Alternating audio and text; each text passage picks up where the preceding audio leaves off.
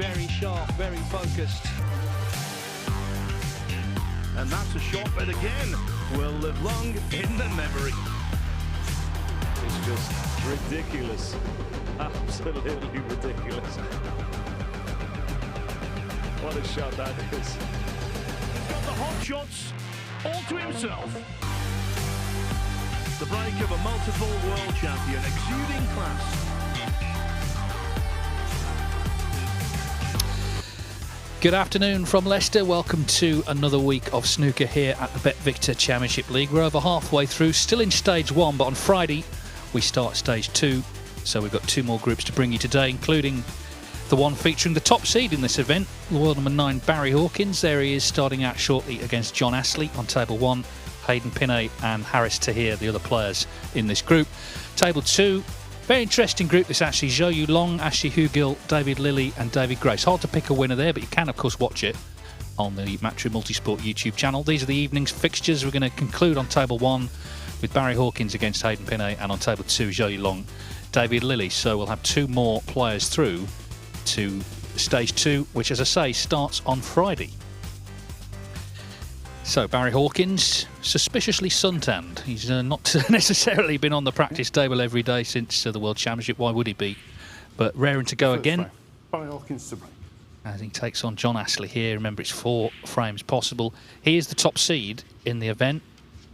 But as we know, in this format, coming into the first match, if you don't get points out of it, you are chasing the game the rest of the day. And by no means all of the top seeds have won their groups. Far from it, in fact.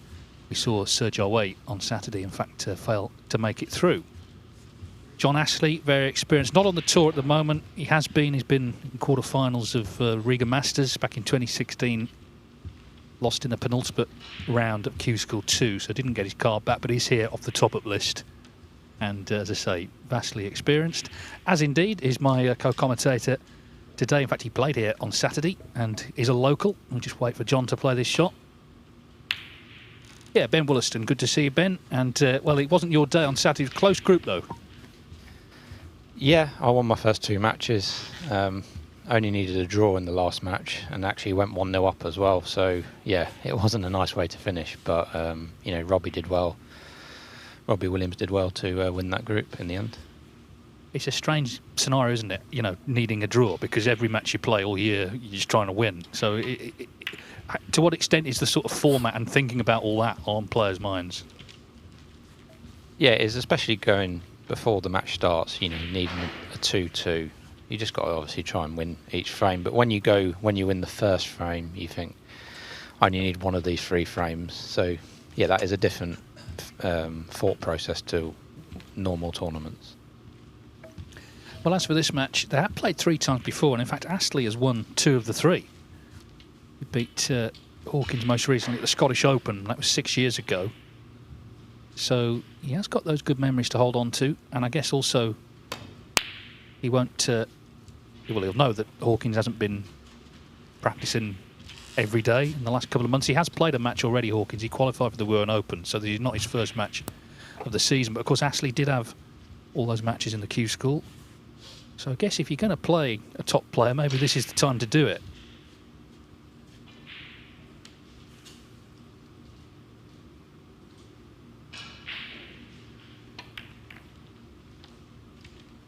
Hawkins, though, pretty unflappable character.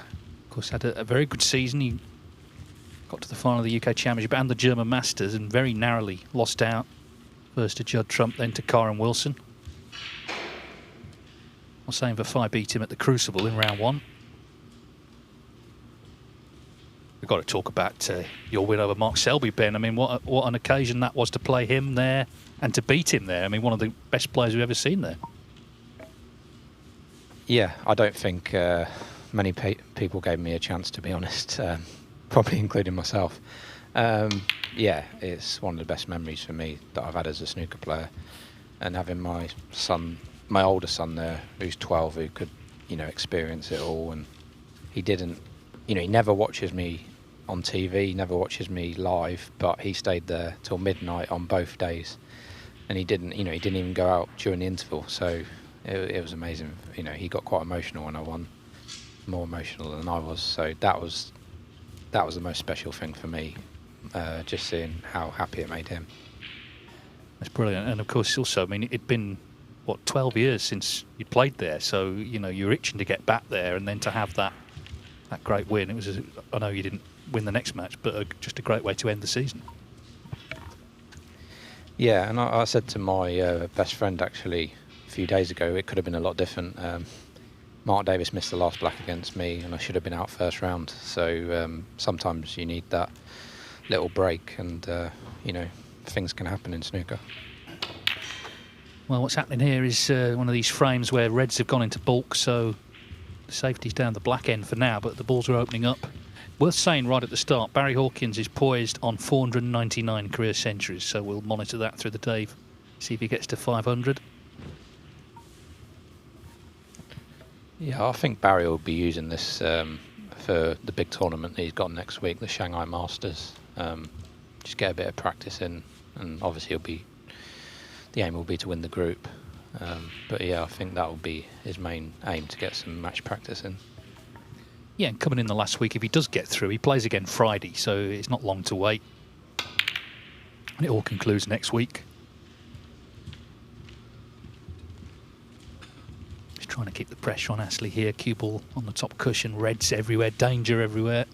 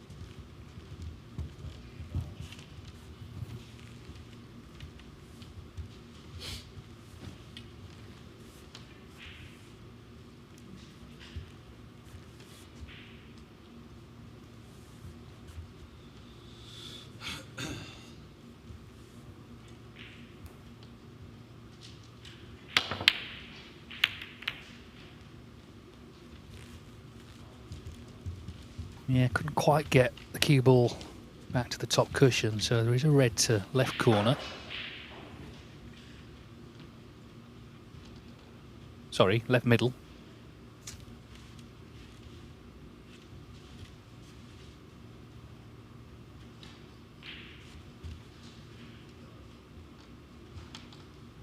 Big shot though, isn't it? Got to get this. He's surely going to be leaving something on if he doesn't.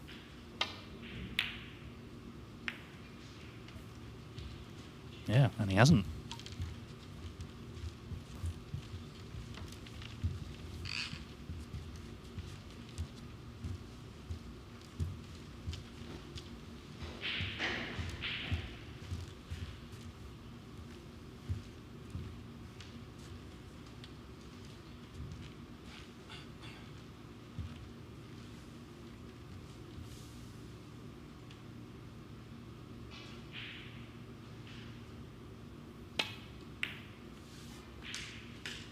What? John Astley, unique in snooker because he's appeared at the Crucible, but not in the World Championship. He was in a play, snooker play. They needed a snooker player because there was a scene where he basically had to clear the table. And it was called The Nap, and it was very successful.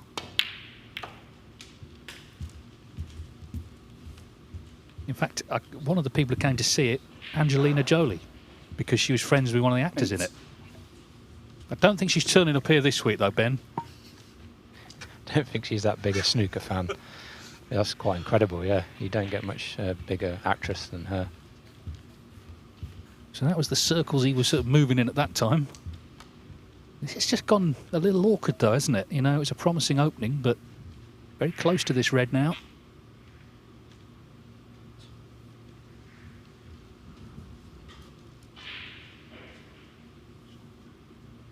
Yeah, it's a horrible little shot. Bridging close to the red. There's quite a lot of angle on it as well. So you can understand him taking his time.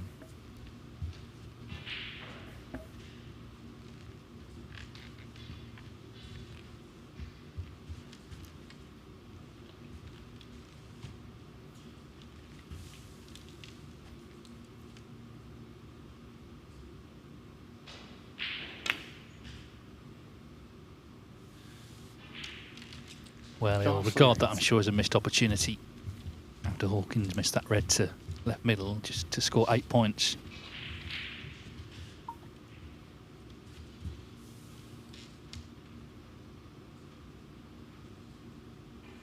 A lot of reds seem to sort of gone towards cushions as well, so Hawkins is going to have to do well here to win the frame at this visit.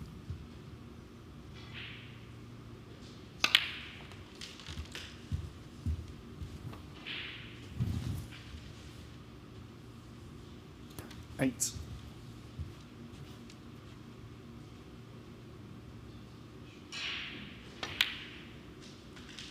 Nine.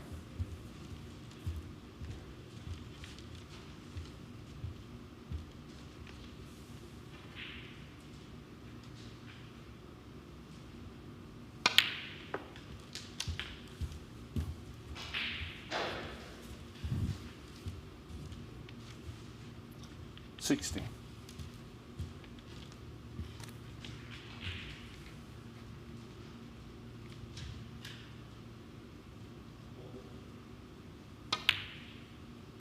$70.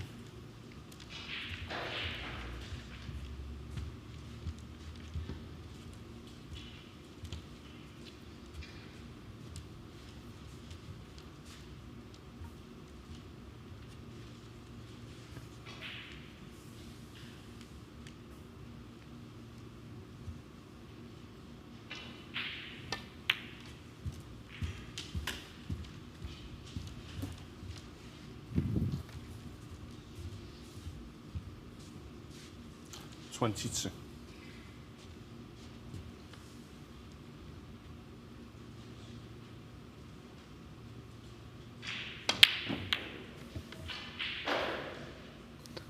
Well, that was a surprising miss from Barry. Hawkins 22. Thought he had 3 or 4 pretty straightforward reds there, and then it was going to get difficult, but didn't expect him to miss that red.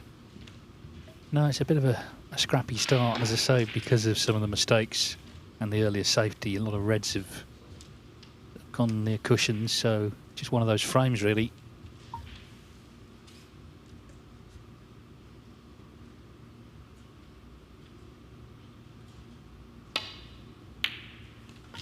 What we do know is whoever wins this group will go into a group in the next stage, which already includes Elliot Slesser and Nogon Yi, with one more to be found. So it's already quite an interesting group.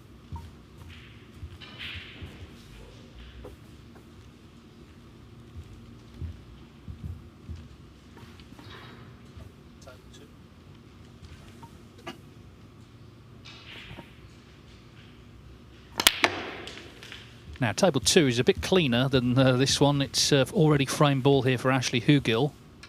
This red, he's 62 in front, 67 on. So if he pots this, he should take the first frame off Xiao Yulong. I think this is a very interesting group. It's quite hard to call.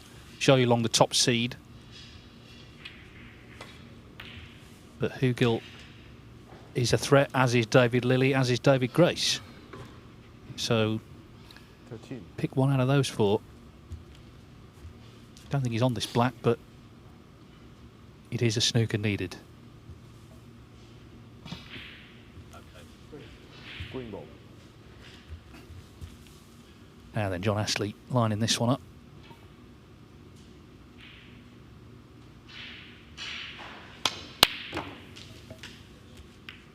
No. Great pot, not the best result though.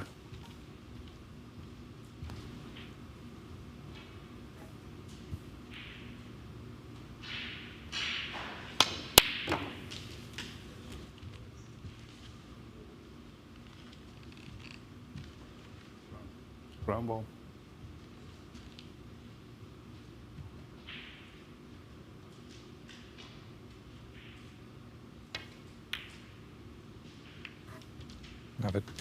of a great pot there by John. 30.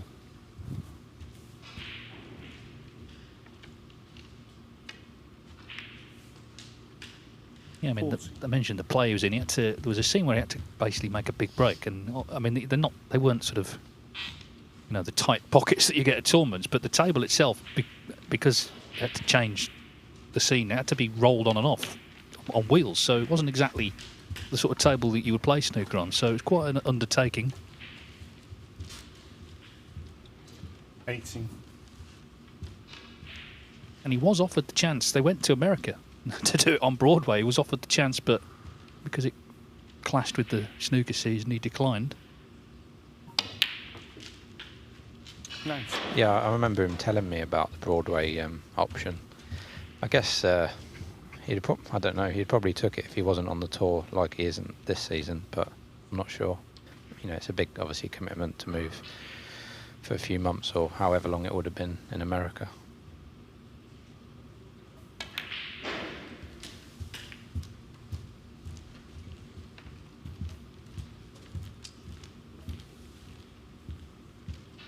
$25. Well, there's certainly 4 reds out in open play here.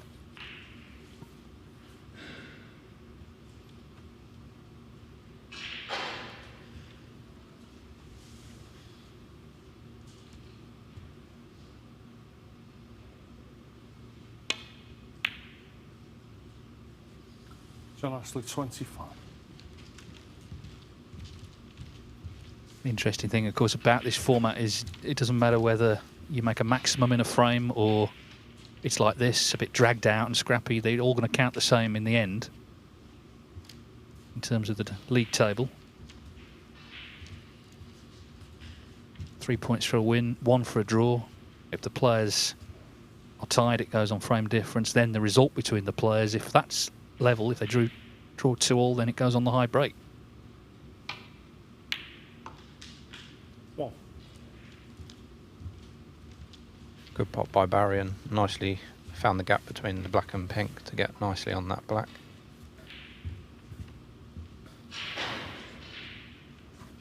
Both players know how important this first match is. You just can't really afford to lose it, because then you're playing catch up and you'll need results to go your way to win the group then. Yeah, and I think particularly so for the top seed, because Hawkins doesn't play again until 5 o'clock, and obviously there's a chance then for the other players to really put the pressure on him with their results. 9. Ashley Hugel has won that frame next door against Joey Long.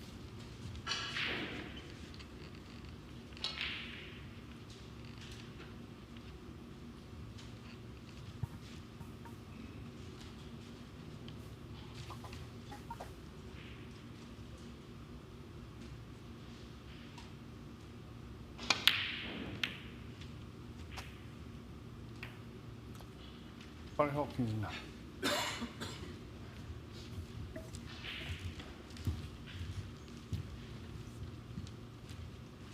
Bit of a standard first frame of the day.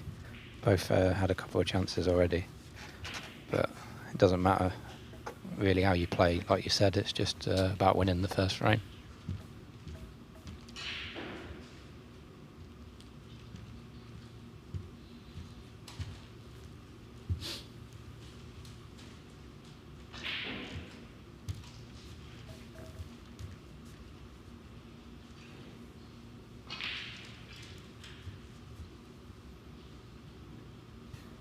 Yeah, John Astley, of course, not on the tour at the moment, but there is prize money available for the first 3 places in the group, not 4th. So it's a bonus to be called up off the Q-School top-up list, the Order of Merit.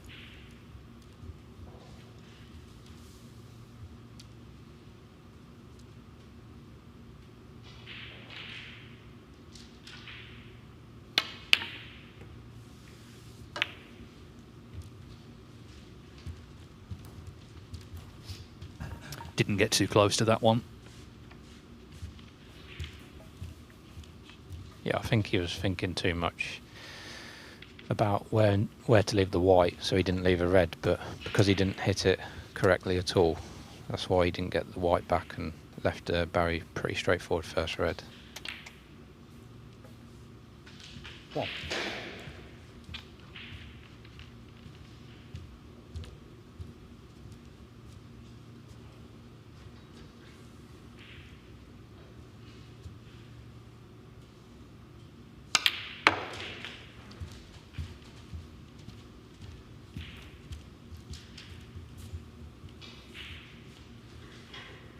Seven.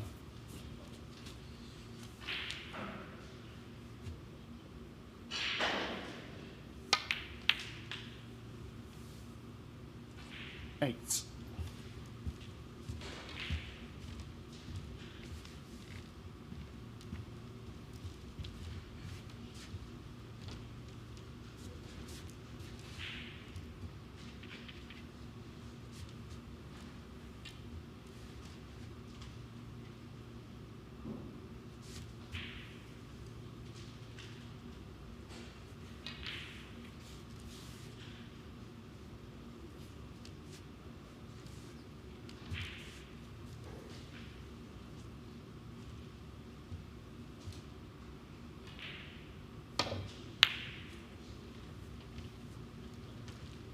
Hawkins 8.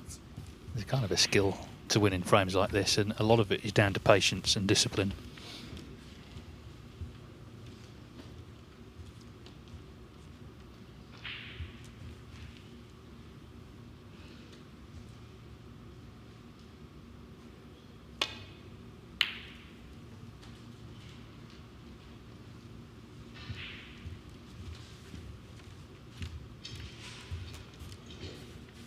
Hawkins beat Julien Leclerc, the Belgian, to qualify for Wuhan, big ranking event in China in the end of August. 5-1, that was his first outing since that defeat to Vafai at the Crucible.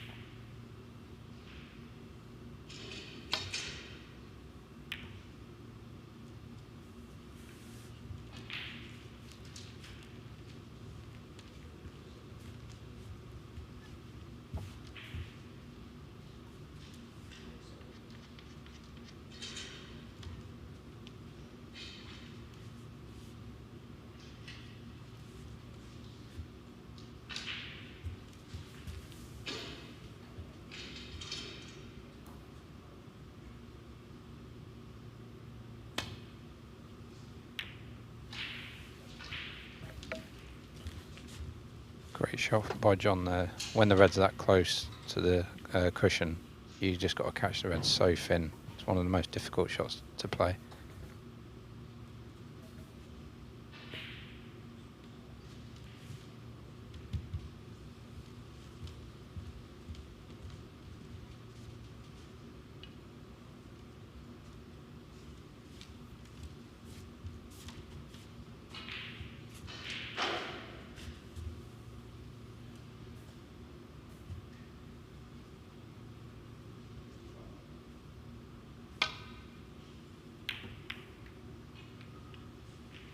Well, it's got a bit congested down that end of the table. I think he's left this red for John, and he could develop all the balls here.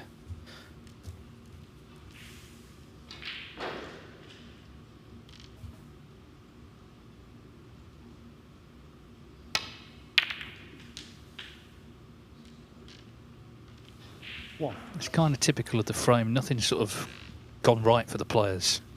Okay, he's potted it, but you just want to land on something nicely.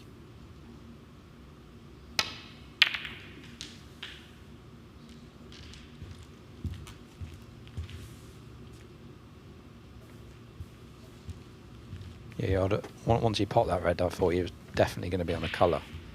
So he is a bit unfortunate not to be on a colour there. Black ball.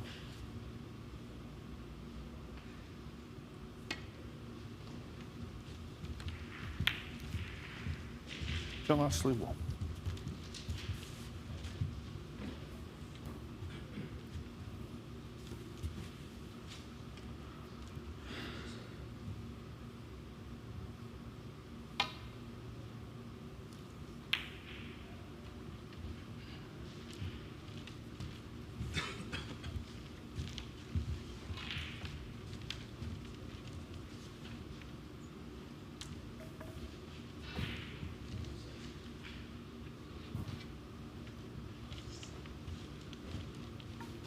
Or whatever with this red, the other one tied up with the brown.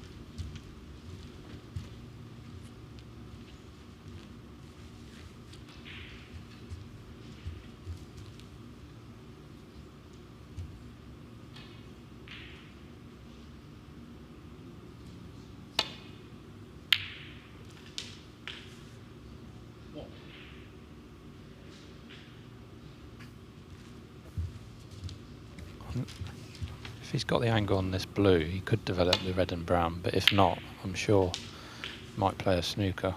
So it all depends what angle he's got on this blue.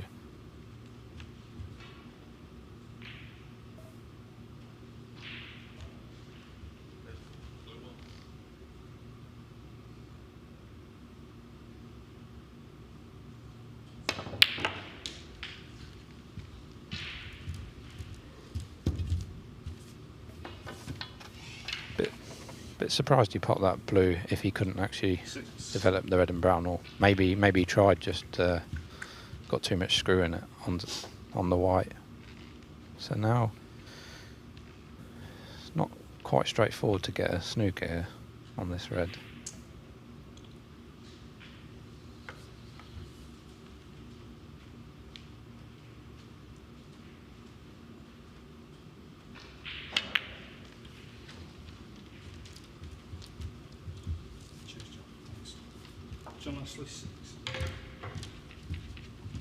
Well, now it's more an open table with that red coming away from the brown. 1 point in it. Frame's been going nearly half an hour.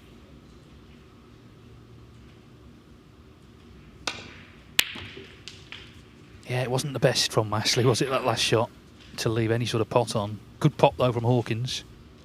Yeah, good pop by Barry. Yeah, if John would have left the white somewhere near the yellow pocket, he'd have had Barry in all sorts of trouble to even hit the red, and if he hit it, John would definitely have had control of the table as well. So after a lot of sort of scrapping about, it's a much better chance for Hawkins after all to win the frame.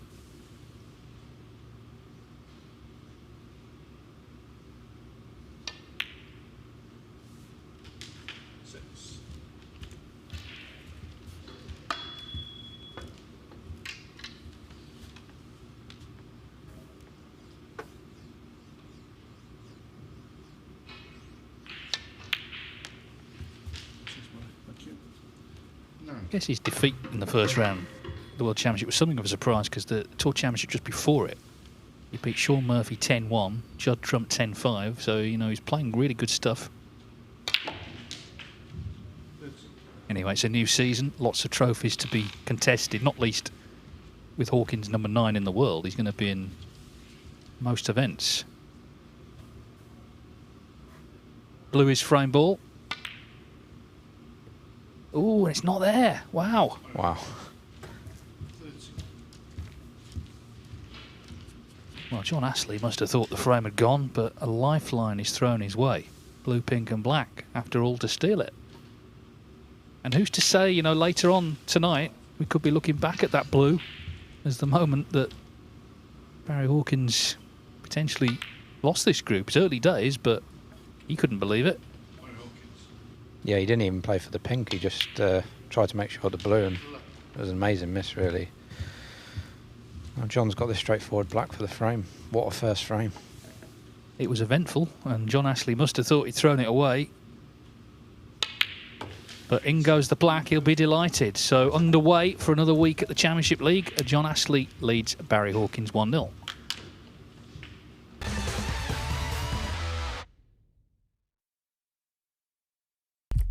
What do you need to become a champion? Vision, drive, discipline, finesse. But what about a world champion? Victor, conqueror, peerless. The history. Reyes is the champion of the world. The king of the 9-ball ring. The biggest prize. The crown jewel of 9-ball.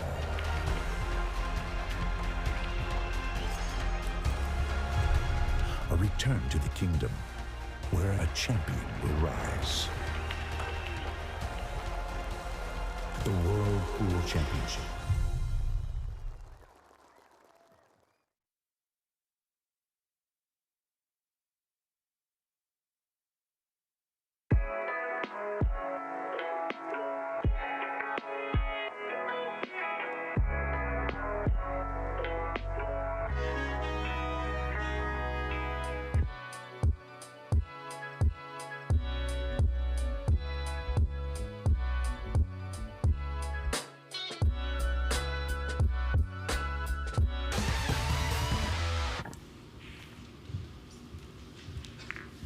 John Astley then won a very scrappy but ultimately quite exciting first frame. It looked like when Hawkins knocked the long red in, he was guaranteed to clear up, missed the blue.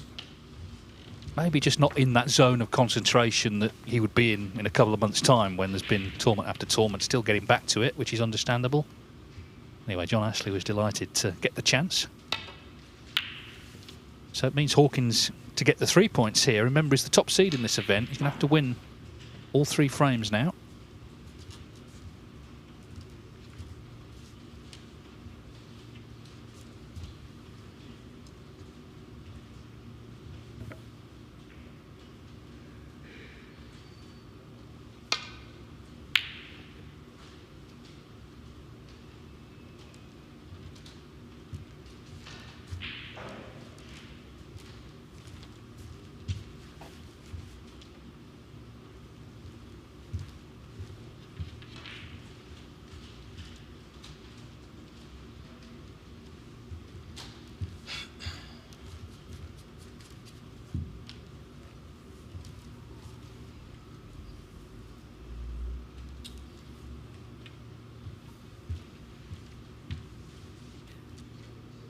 Yeah, I mean, John Astley, he's off the Q School list, but he's been a pro. Everyone knows on his day how good he can be as he takes the double on. So we've seen a few top-ups, and they have struggled in this environment, but he's played in ranking events. He's played top players. He's beaten Hawkins 2 times out of 3. So he won't be overall by any means coming here today. It's already 1 each, by the way. Zhou Yilong's levelled up with Ashley Hugel on table 2. Yeah, John's definitely got more experience than your sort of average top-up. You know, he's had quite a good few years on the tour and a very capable player on his day.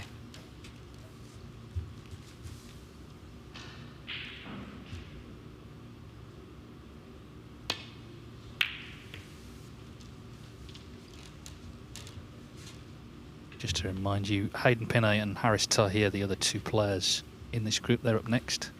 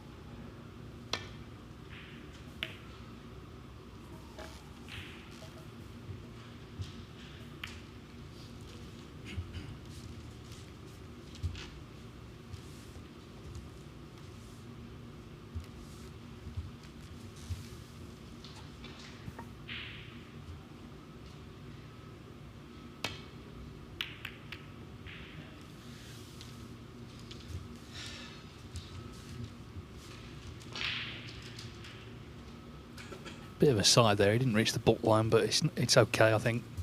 Just could have got Hawkins in a bit more bother.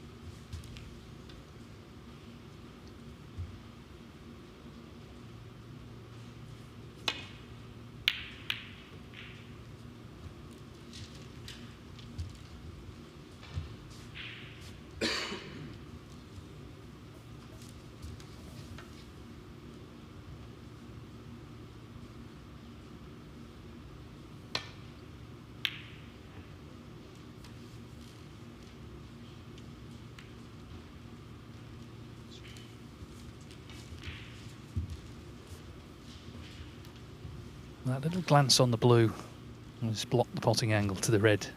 It looked like he was going to leave to right corner.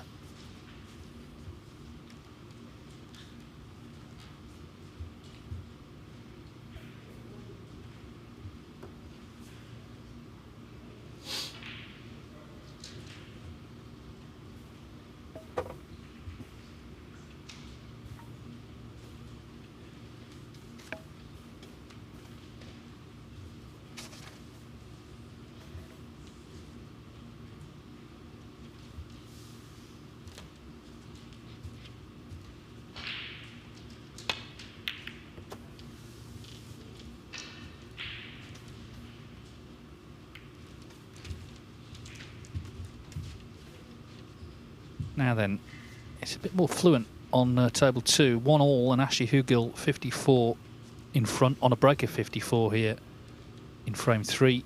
Zhou Yulong made 67 in the previous frame. Hugill a 50 in the first as Hawkins nails that plant. But Ashley Hugill closing in on a 2-1 lead.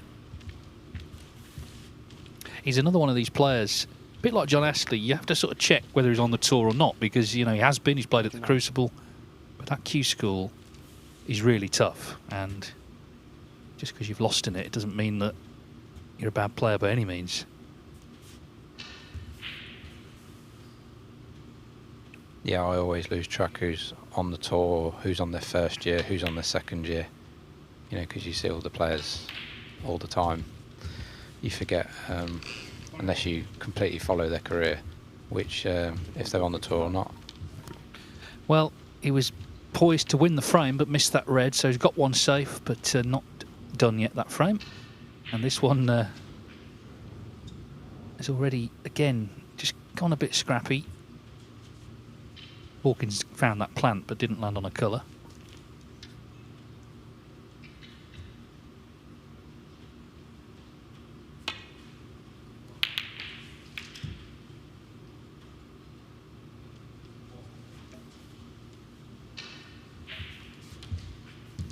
John keeps under hitting or catching these safeties quite thick, the last 3 or 4 safeties he's played.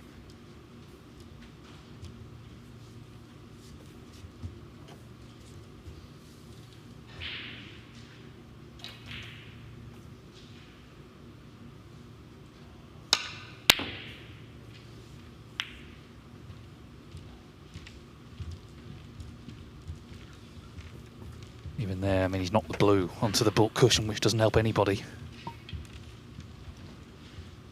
So it's just one of those matches at the moment, yet to really sort of catch fire, even though, of course, in the end, frame 1 was an exciting finish. The black's available, but if he pots the black will be tied up by the other reds as well, so...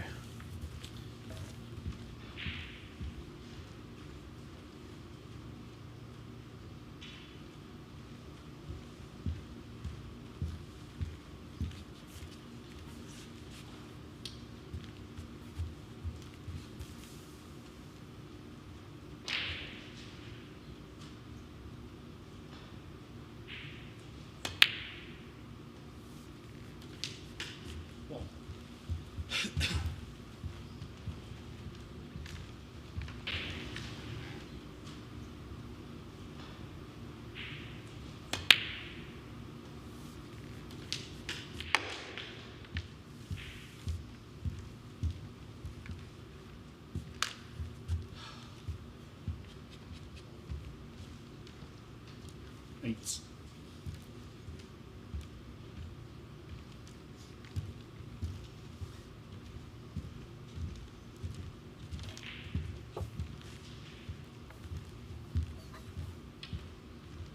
Yeah, you heard another sigh there from John. I think he just overhit ideal position on the next red.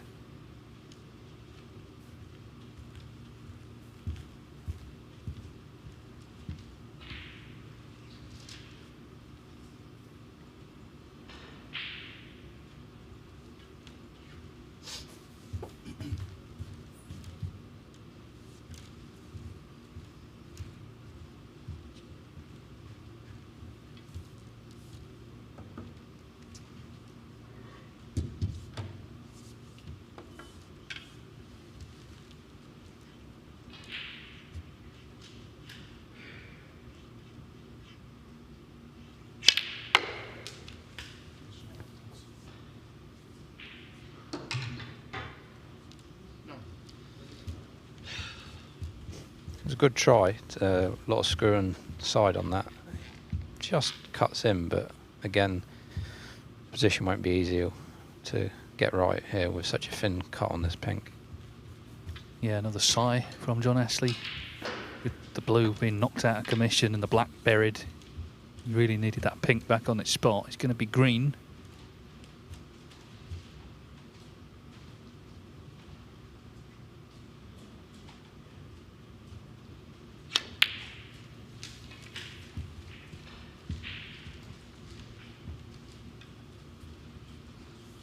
Well, he's played that well. 12.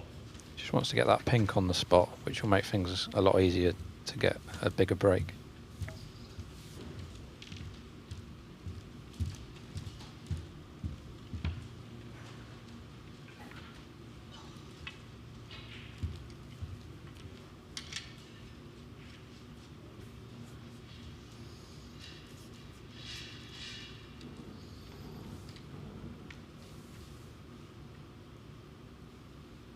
Just mindful of that red. Rob Spence, the referee, keeping close watch.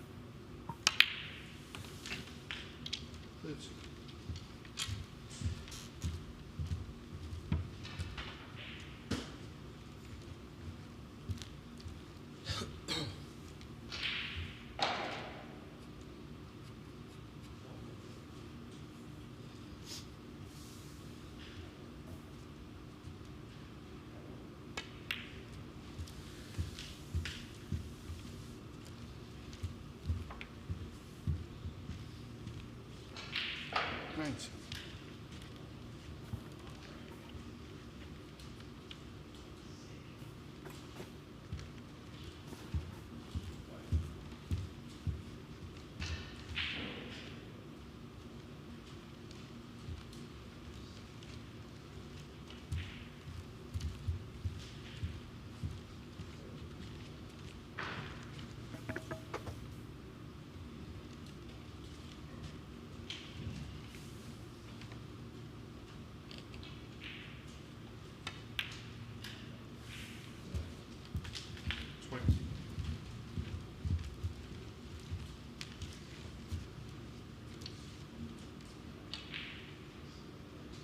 Ashley Hugel isn't. I won that frame we were watching earlier.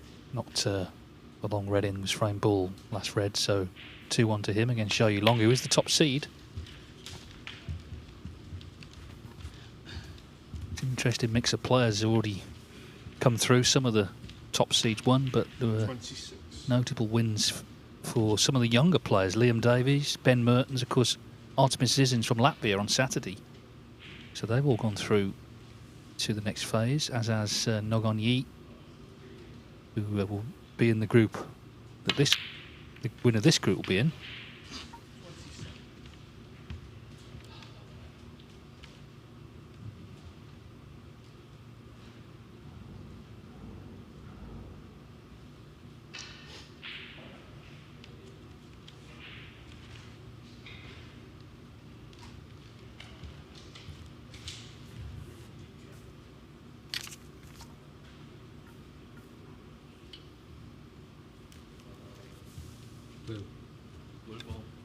Well, that's going to be safety, but at least he's got himself 26 in front.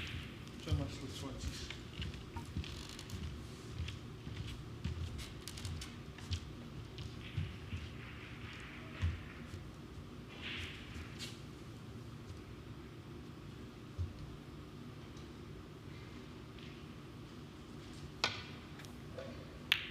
Barrier trying to get the white near the green pocket. Pushed the red near the pocket, but he's got a brilliant white, so be a difficult shot for John if he takes it on.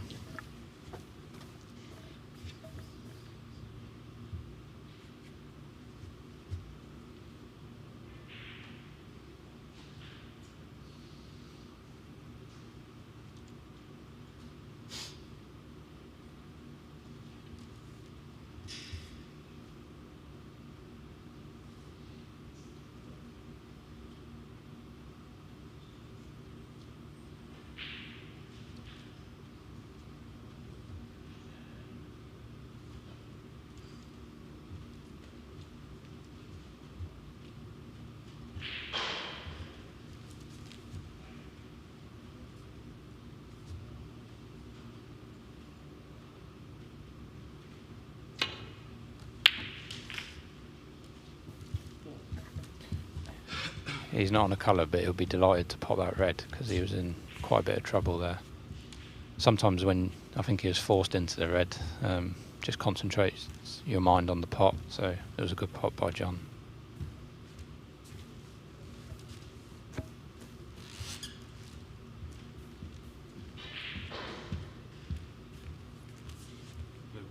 Blue ball.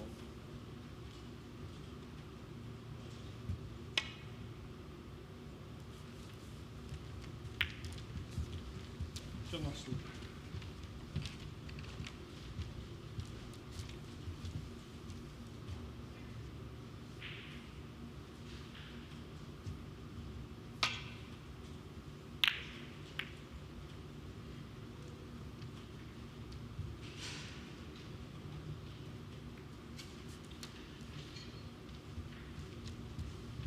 Just caught that a little on the thick side.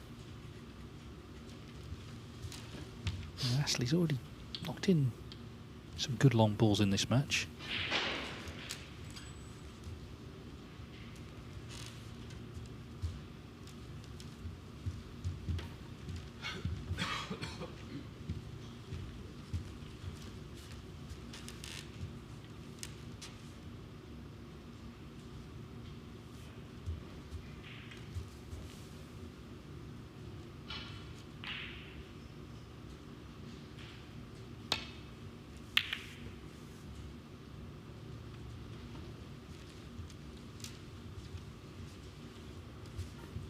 Even there, he had almost too much choice. There were several reds he could have gone for.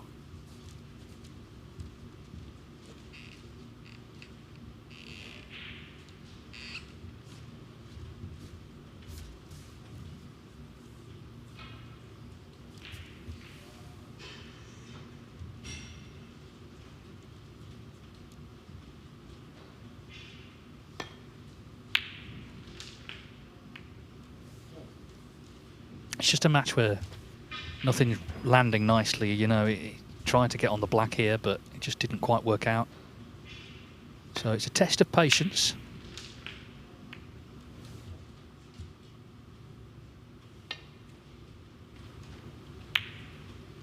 I say Hawkins, though, would be one of the more patient players on tour.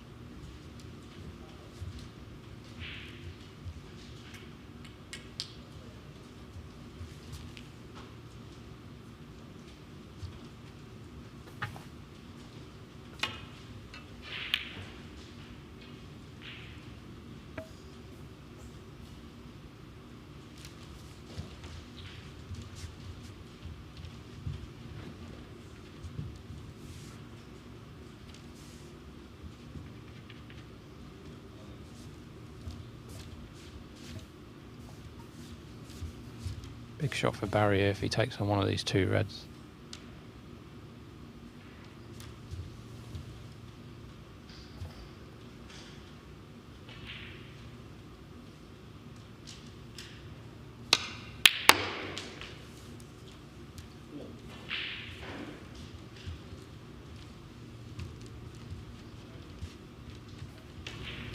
I'll make him feel a bit better with what's happened in this first frame and a half.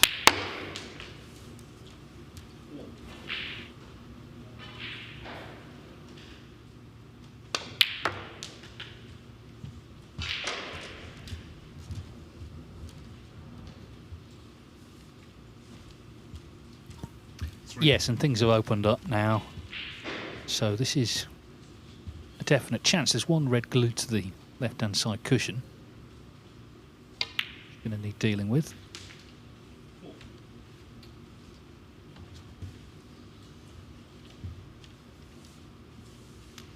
That's the one there that's just close to him.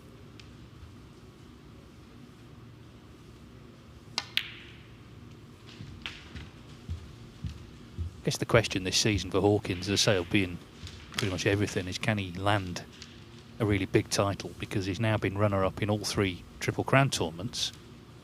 World Championship, Masters, and of course last season the UK Championship.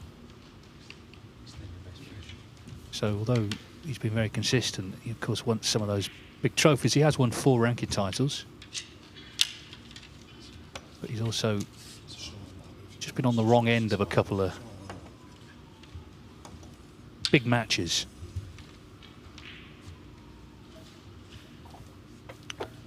Yeah, had a great final with Judd in the UK Championship. It was a really high quality match and just missed out on that. Yeah, Barry's got to be possibly the best player, I think, not to win one of the Triple Crown tournaments.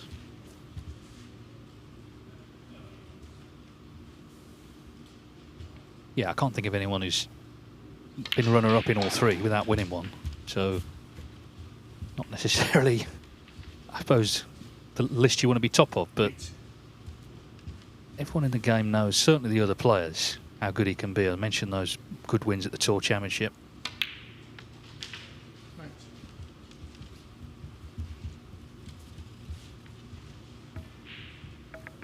So it's looking like it's going to revolve now around that safe red, this frame. First frame, of course, Hawkins lost on the black, having missed the blue.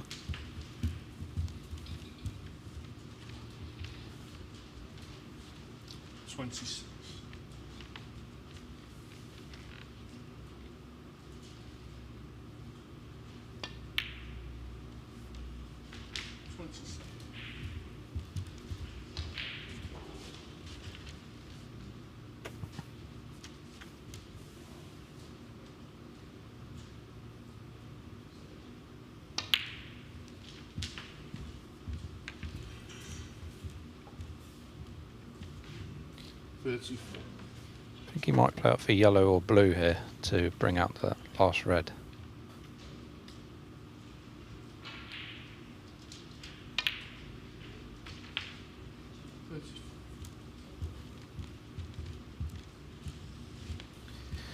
He's got a perfect angle on the yellow. I'd expect him to hit this red, definitely, but it's just obviously if he can bring it into a potable position.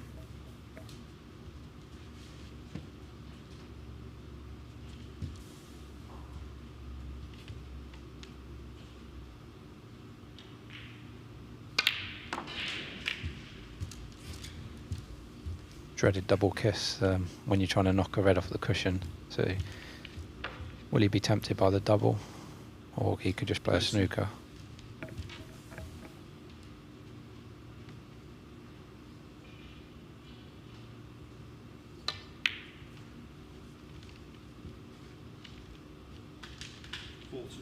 Nicely done. So 14 in front,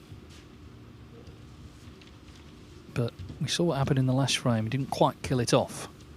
18 with the brown, so it's yellow and green needed as well.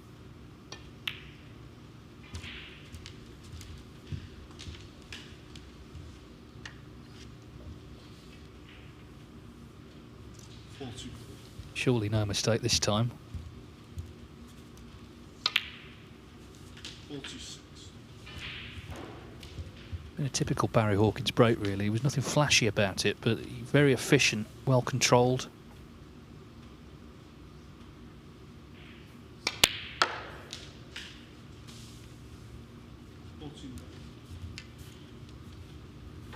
Well, just one snooker. Yeah, it's been a good break from Barry considering how the match has gone. Good first red. Some players, the way the frame's gone, and Barry struggled until this break, you know, might have lost, got down on himself, but Barry's always tries hard. Yeah, and there, again, you know, he didn't just play any old shot there. He's got him snookered, so Astley, of course, has to hit the brown, but every chance of leaving it on, even if he does.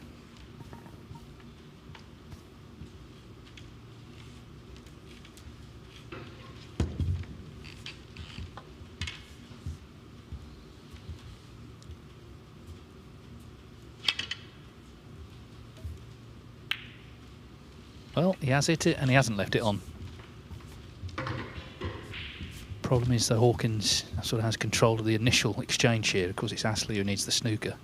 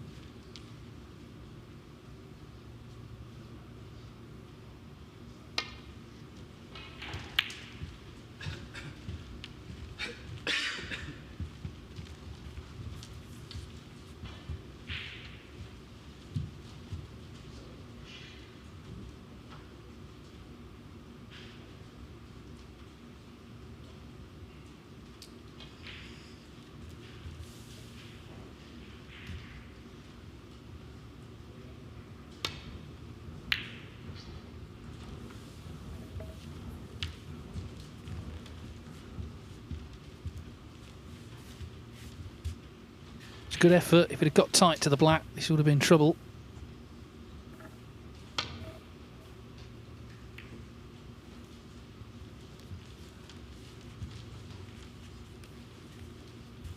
Yeah, that was really close to having Barry in a lot of trouble there. It would have looked good to John as the white was coming down the table, but it just didn't come quite far enough.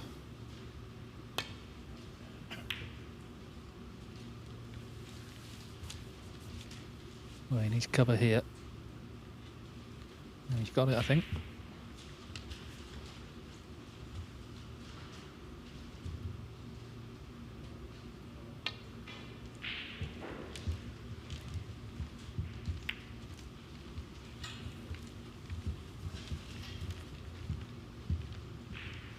Of course, Ashley, part of the northeast of England set. Sam Craigie and Elliot Slessor have already qualified. David Lilly also in action today. Gary Wilson, of course, was top seed in his group. He didn't get through to the next phase.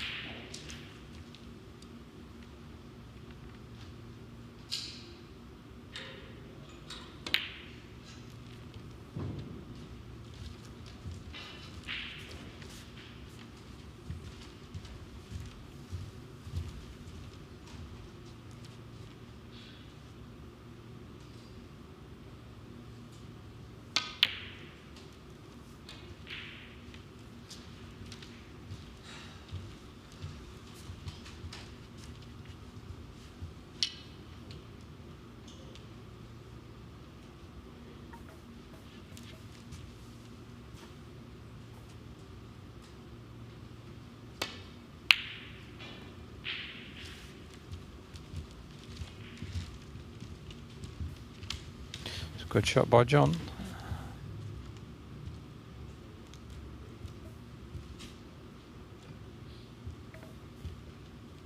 Yeah, this is not straightforward, and he's got to be careful that he doesn't hit the brown and going off as well. So he might play it off two cushions.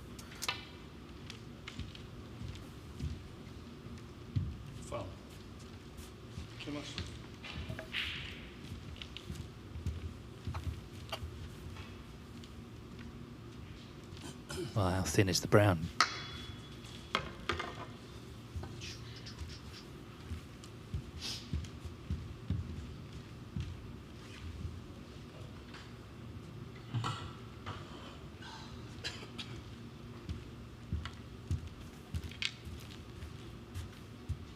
I think Rob's just trying to get the 4 points on.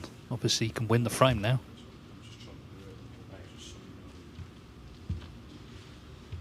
Quite important that they go on the scoreboard. It's all right, you carry on, I'll sort it. Well, computer says no.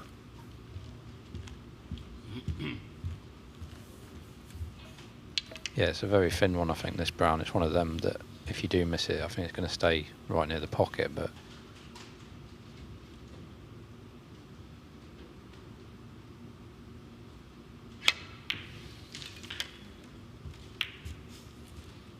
Cheers, John, thank you. Well, the first frame was dramatic, and this is even more so. He's got the snooker he needed. Now he's cannon the pink, still on the blue, a long blue. Pink, you feel, will be waiting. And then the black's on its spot.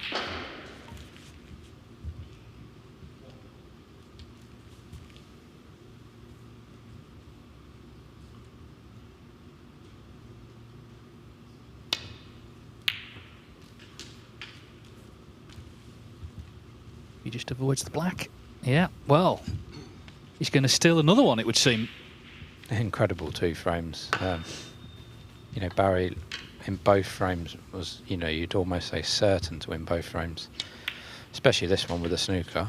He was perfect on the green, and he just didn't get on the brown to kill the frame, and 15. he's going to pay the ultimate price. Well, I saw Barry before play began. He was all cheerful, but less so now, I suspect. As you say, should be 2-0 up.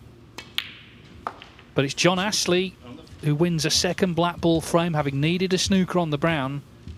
So he leads 2-0.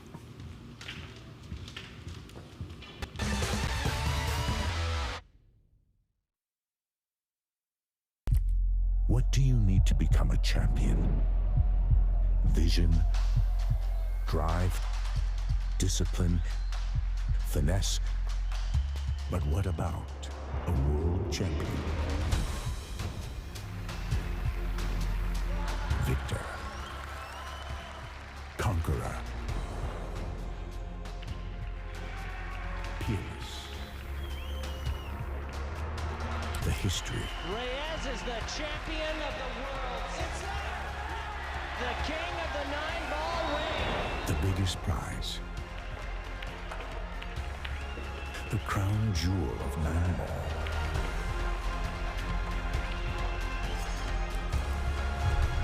A return to the kingdom where a champion will rise. The World Pool Championship.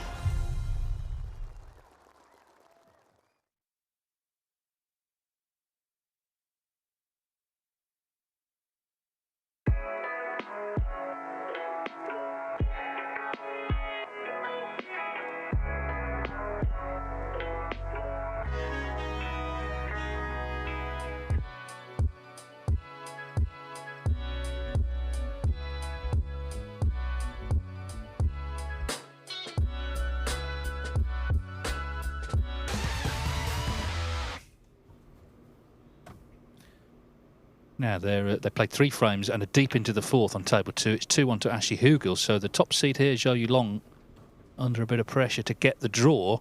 He's 4 points behind, 3 reds left. So very close affair. Matchroom Multisport's YouTube channel has table 2 live, of course, throughout this event. And I'm sure David Lilly and David Grace, the other 2 players, wouldn't mind seeing a draw here, because that gives either of them a chance to just ease away in the early stages.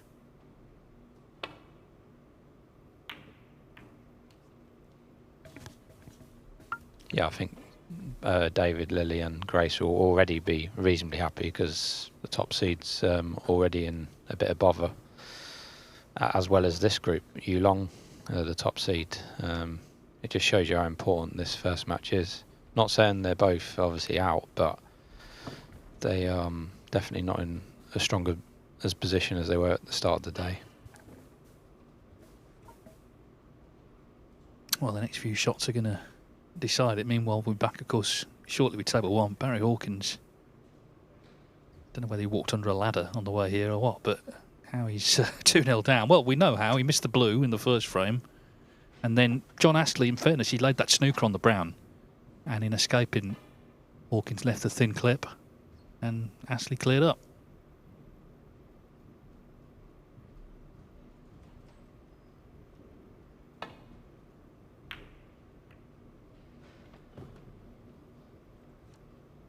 Very tense little exchange here. If Show You Long doesn't win the frame, then clearly he's got all the work to do this evening. And as I said earlier, it's a long wait for him. It'll be about 4 hours till he's back at 5 o'clock. So table 2 continues, but now back to see if John Astley can get this one. And that's the other thing. If Hawkins were to lose 3-0, then that really is going to be tough to turn around. It's not impossible, but he would need other results to go his way. He might need a couple of draws in other matches, and then he'd need to win his last 2.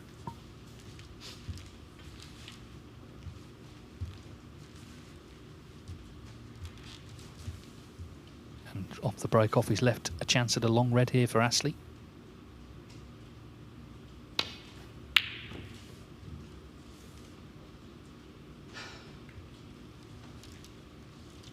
Not to be. Now, can Hawkins find a bit of fluency? There's been very scrappy starts to the first couple of frames, but this is an immediate chance with the black available to get going.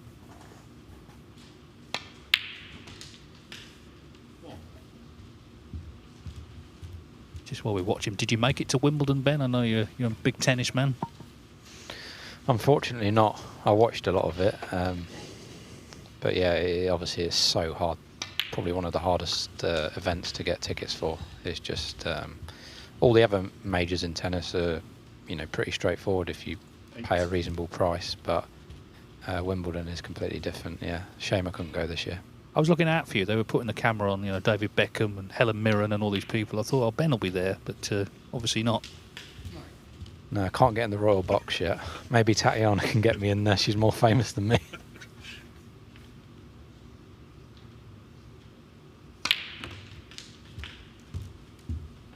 Well, he just lost the white here, so still on reds, but it's just made it a little more difficult. Although, I mean, I don't want to jinx him, but I was talking to Alan McManus actually, and he was saying he thinks Barry might be the best player potting with the cue ball on the cushion.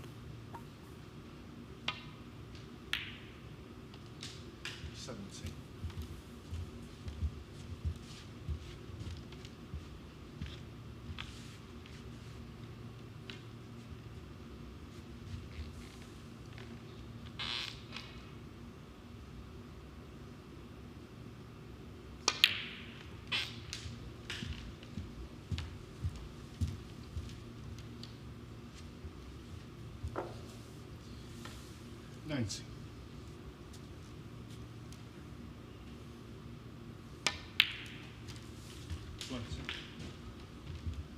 As I mentioned earlier, 499 career centuries. He's had 3 maximums, 36 centuries last season. So, he, as with all the players at the top of the game, he's a heavy scorer.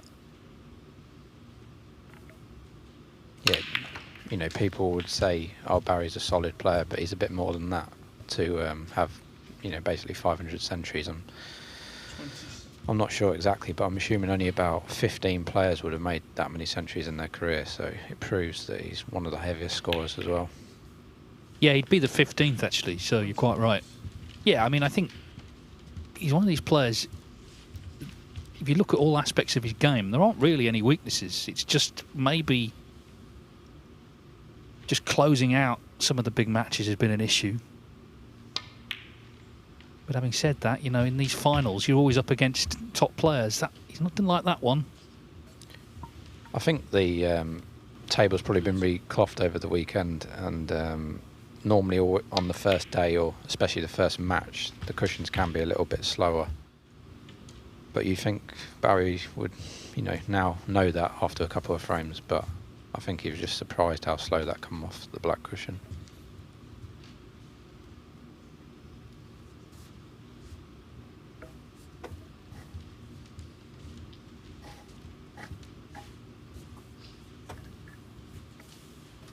Disappointing though not to be able to continue. Right, Hawkins, 30.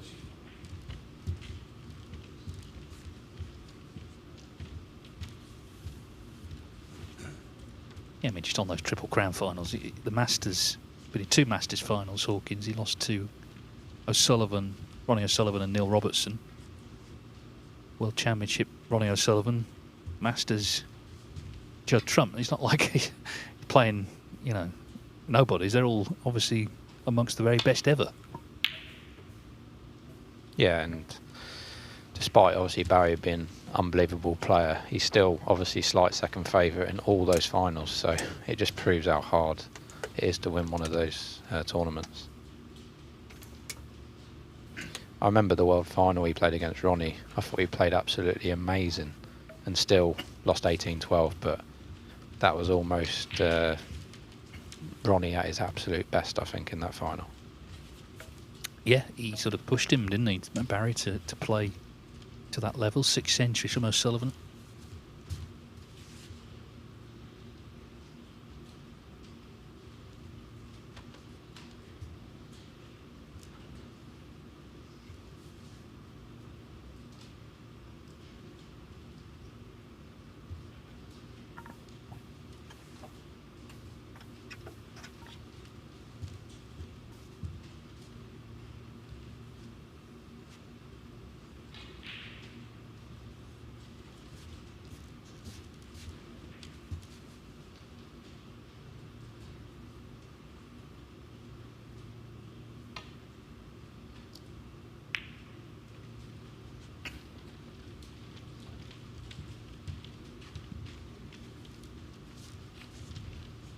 Just all unravelled, doesn't it, after missing that blue in frame 1.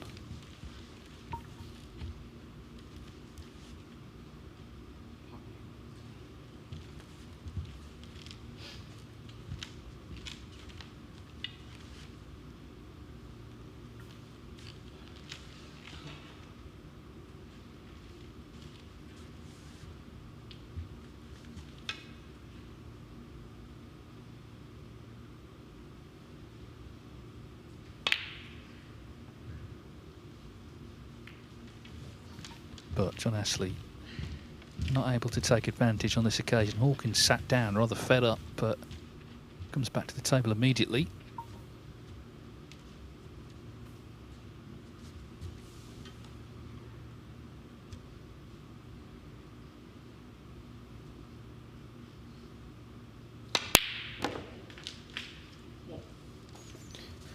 Nice shot by Barry. He's just got to, you know, try and forget what's happened in these first 2 frames and try and get out with a draw, because, you know, John's not played well himself. It's been a struggle for both players, but Barry will know, you know, if he can get out with a draw, he'll actually be reasonably happy with what's happened. 8.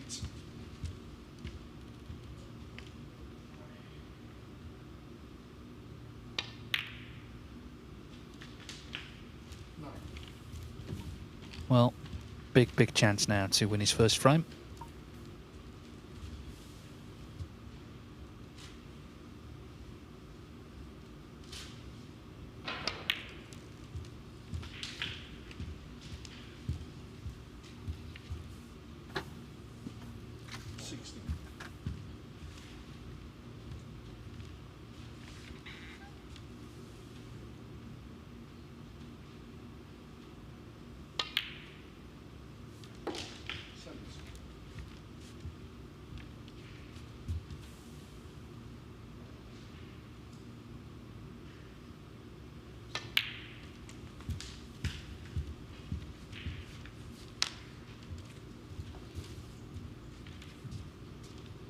Twenty-three.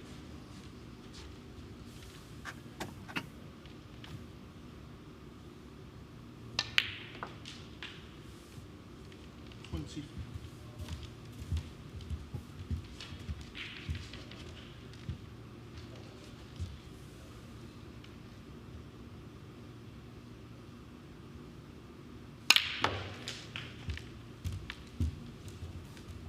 Well, Well, still needs red and colour, and of course he wants to really make sure, having lost the last frame, after Astley got that snooker on the brown.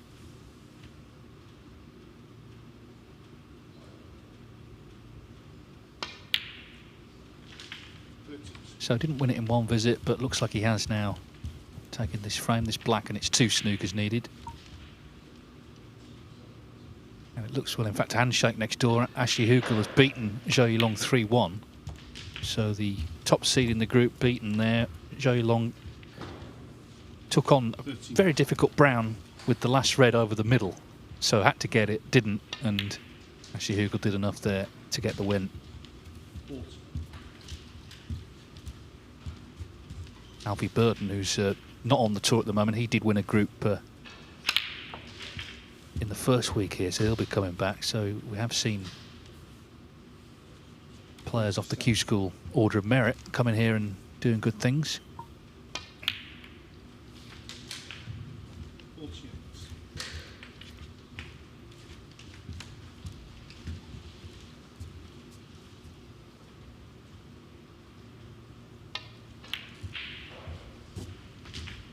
So Hawkins can still get a point out of this match. 50. And I suppose what's cheering for him is he has dominated this frame.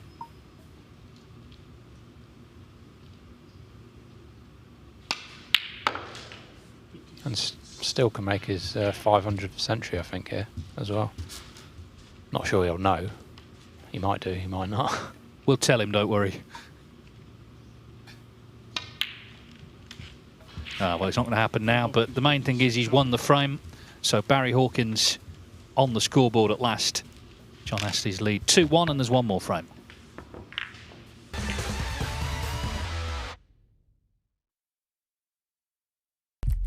What do you need to become a champion? Vision, drive, discipline, finesse. But what about a world champion? Victor, conqueror, peerless. The history. Reyes is the champion of the world. It's the king of the 9-ball ring. The biggest prize. The crown jewel of 9-ball.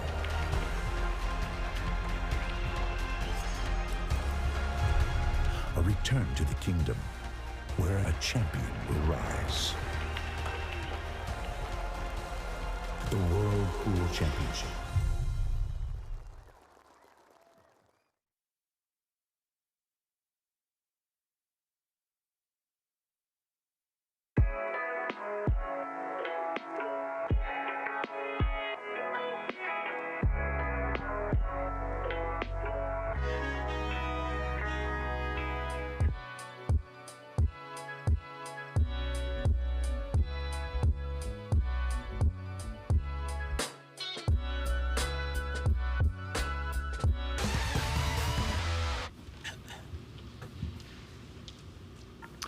So Barry Hawkins is on the scoreboard. He could have won 3-0. Of course, lost the first 2 frames on the black, but can still get a point out of this, and that gives him some sort of foothold.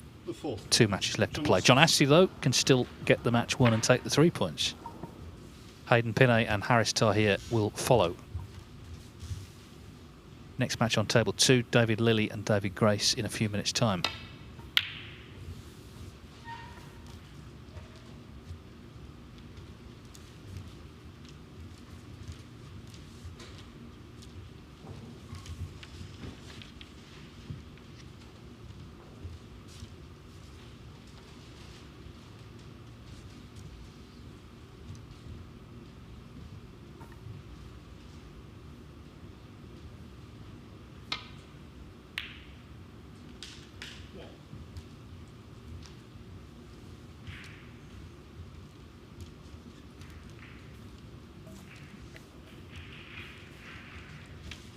Yeah, John just caught that break off a bit thick and brought that red up so Barry could cut it in.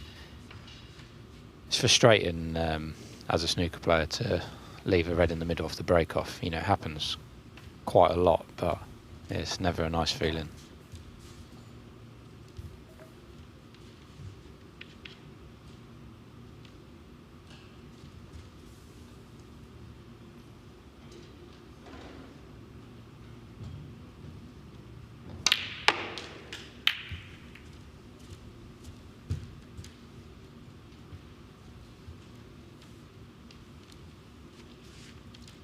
Five.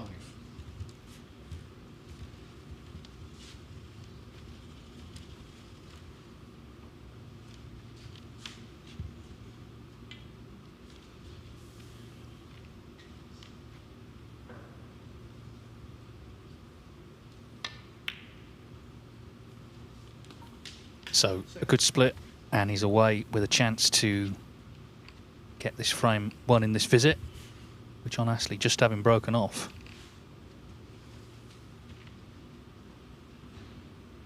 Hawkins still finding his way back into the new season. As I say, he has played one match already, but been quite a few weeks since that was played. He's been on holiday. 11. But the tournaments will start to come thick and fast. Some big ones coming up. Shanghai Masters, big invitation event in a couple of weeks' time. And then Saudi Arabia Masters, huge ranking tournament in Jeddah. And then the Wuhan Open before August is out. So some big prizes to be played for in the summer months.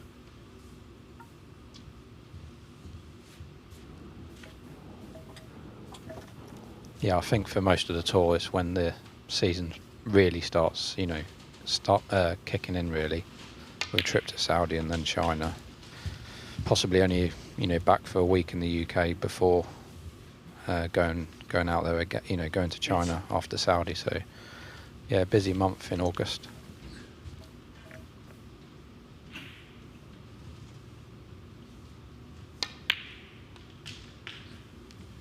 Right.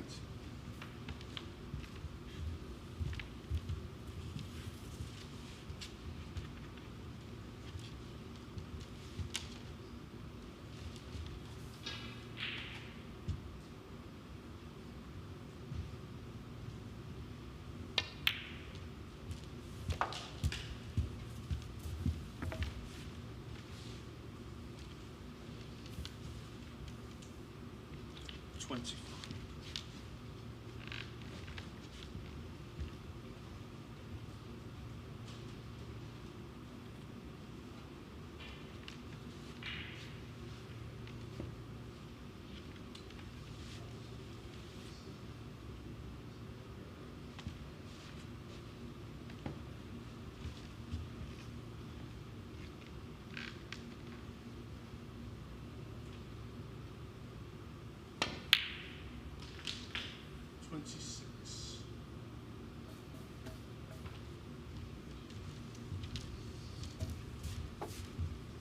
Just come wrong side of the blue there, so he's going to have to, I think, leave this red from a bit more distance than ideal.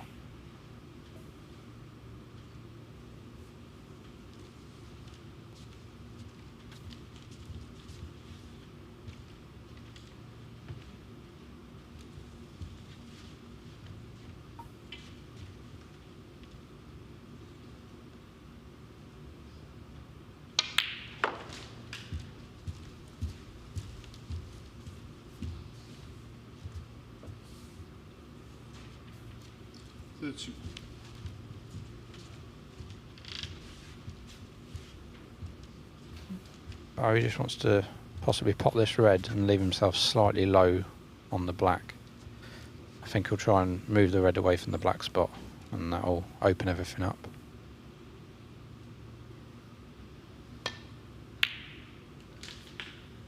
I think that looks perfect.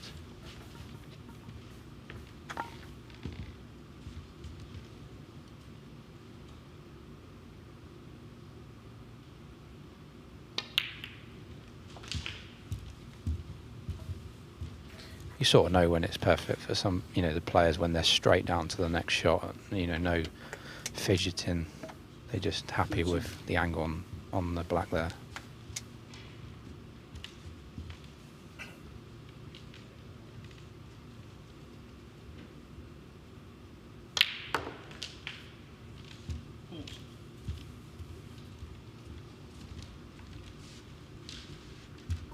So just needs to keep it going now. Golden chance to secure the point. Obviously wanted 3, but getting 1 point means that all is not lost by any means.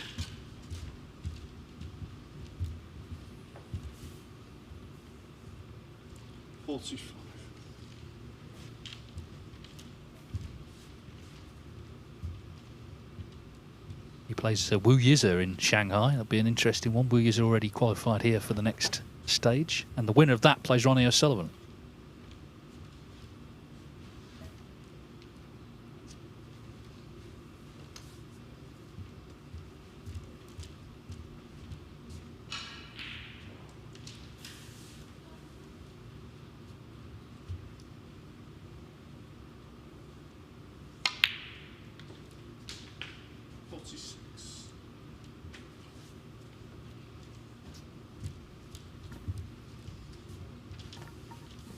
Again, no real angle on the blue.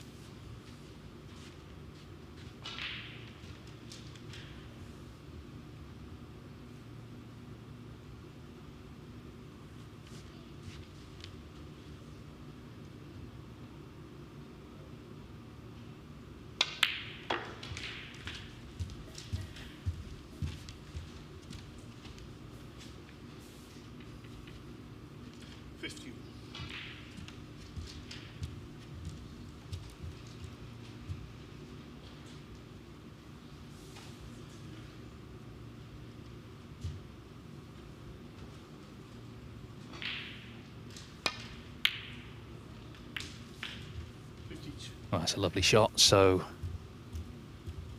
getting closer here to securing the frame and securing the draw.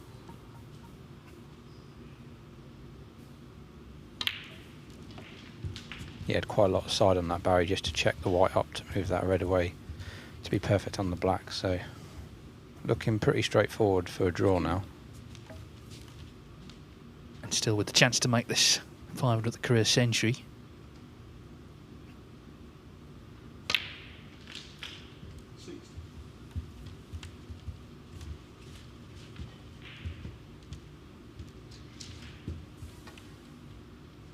First things first, though, secure the frame. He pots the black. Astley can only tie, so this red is effectively for 2-2. And he's done well because there were obviously 2 hammer blows to lose the first 2 frames the way he did, both on the black, both which it looked like he was going to win. But he dominated the last frame, and of course in this one, Astley broke off. He left that thin red to the right middle, and that's been his only shot.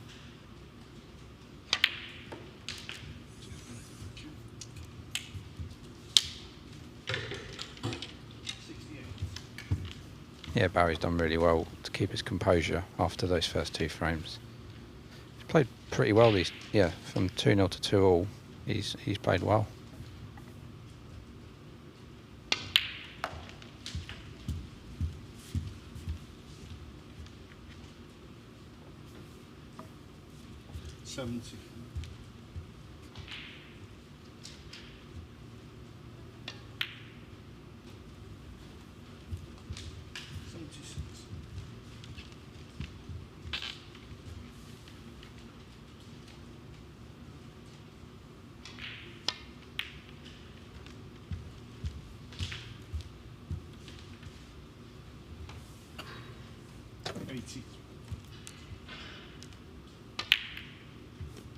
Well, they'll have to wait for that 500th century, but the main thing is he's won the frame in a single visit. 83 the break from Barry Hawkins, and so the top seed has salvaged a point, having gone 2-0 down. So an interesting start, and in 5 minutes' time we'll be watching the other 2 players in this group as Hayden Pinhey takes on Haris Taher.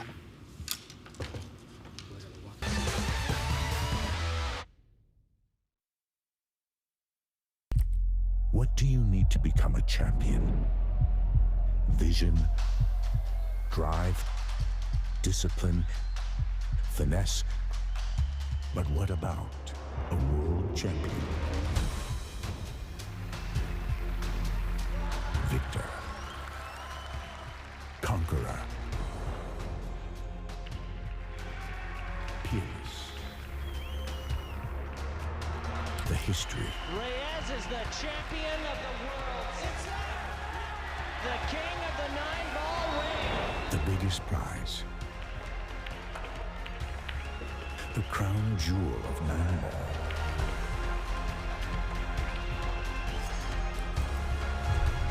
A return to the kingdom where a champion will rise. The World Pool Championship.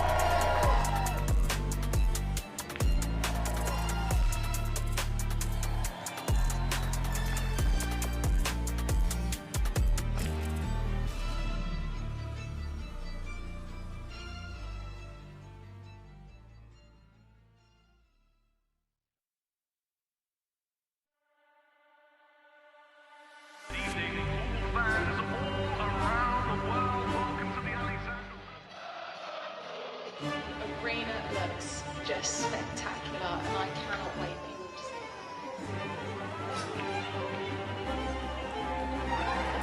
You lose, don't worry. Yeah, but kind of the guys that need to be ready. We're the champions, you need to come take it. I mean, you want to follow me in there next time? We're ready, all we've been doing. Can you speak English, but please speak? Because I ain't sure what you said.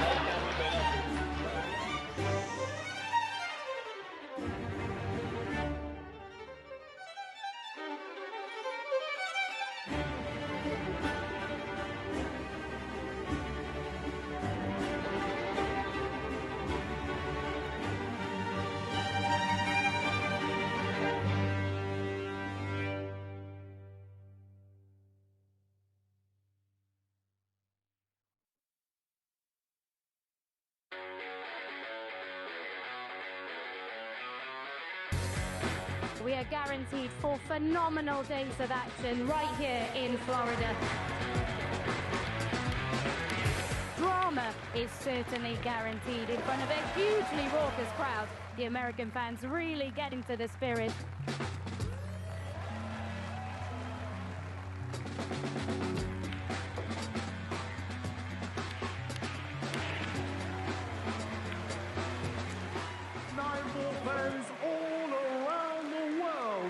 So much history, so much prestige, and it all comes down to this.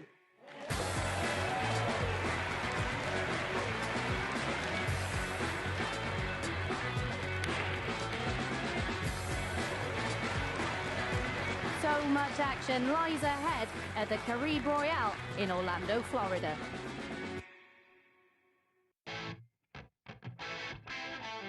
We're back at the Harrah's Resort in Atlantic City for the US Open. It is one of the most prestigious events in the calendar.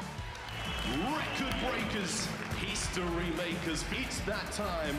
Let's play 9-ball.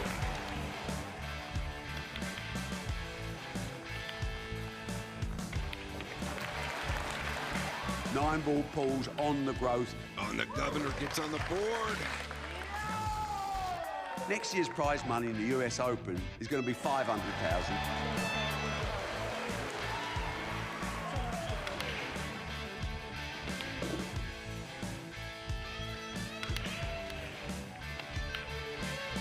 The man they call the Ghost has left everyone for dead. We will take this sport to places it's never been, and that's a bloody guarantee.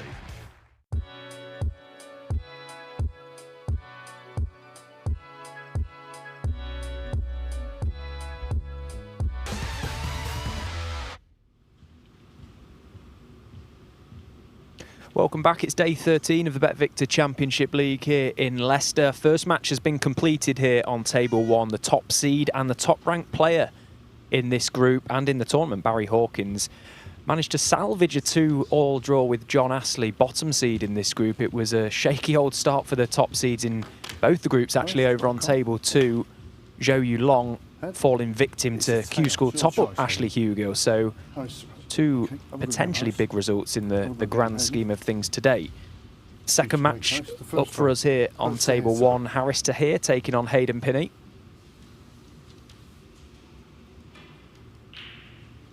Two players starting this campaign on their second year of their 2-year tour card, and both had very similar seasons last year, banked in the region of £20,000 and with it the ranking points. So work to be done for both this year if they're going to have any aspirations of keeping their place on the World Snooker Tour, and a good run in an event like this would go a long way.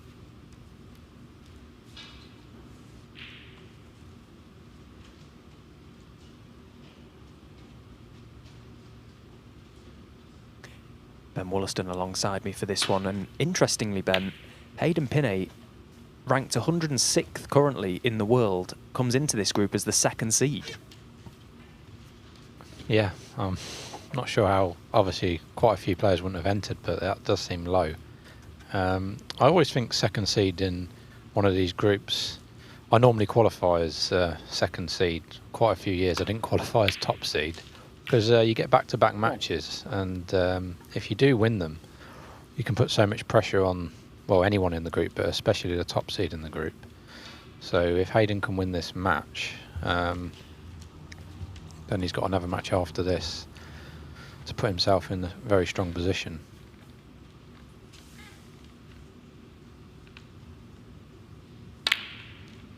And in some ways, the first match we had here on table 1 was a dream result for both of these players. They would probably look at this match as a big opportunity now to potentially get that win, and with it the 3 points. And as you say, momentum plays a big part in this Championship League, particularly for those 2nd seeds that do get back-to-back matches. Hayden will be playing this one and then staying out there to take on John Astley in the next. Chance to do a lot of damage to the table. Yeah, it can obviously work against you. If you do lose the match, you probably don't want to go on again. But if you win, then it's a good feeling to go straight back on.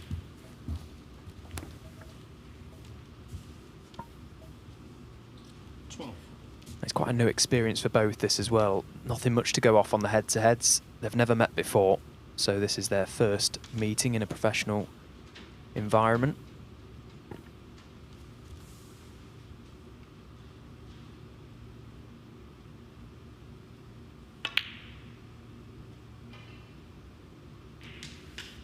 And it's been a pretty decent start to the season for Harris Taher. In fact, I suppose you could say he's unbeaten so far. He received a walkover in the Wuhan Open qualifiers because the bullet failed to show up, Luca Brissell. And then he beat Ken Doherty in the British Open and played great. Breaks of 50, 65, 81 and 81 to beat Ken 4-3. So we'll be looking at those results, and looking at today as a great chance to mount some more ranking points.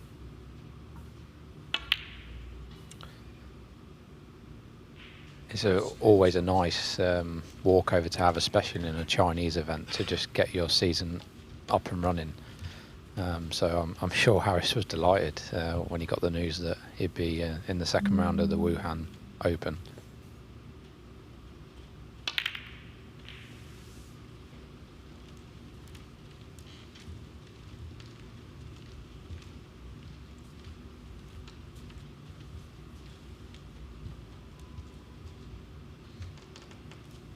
Of course, you're fresh off a group win from Saturday. Congratulations. When it was good, it was a good day, wasn't it? Played well. I didn't win the group.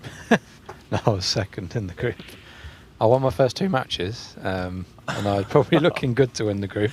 I thought you were rubbing it in. No, sorry. I'm sure I looked at the website this morning and saw you was top of the list. Maybe the website hasn't been updated. Sorry. I think they should change it. They can change it if they want. I'll take first.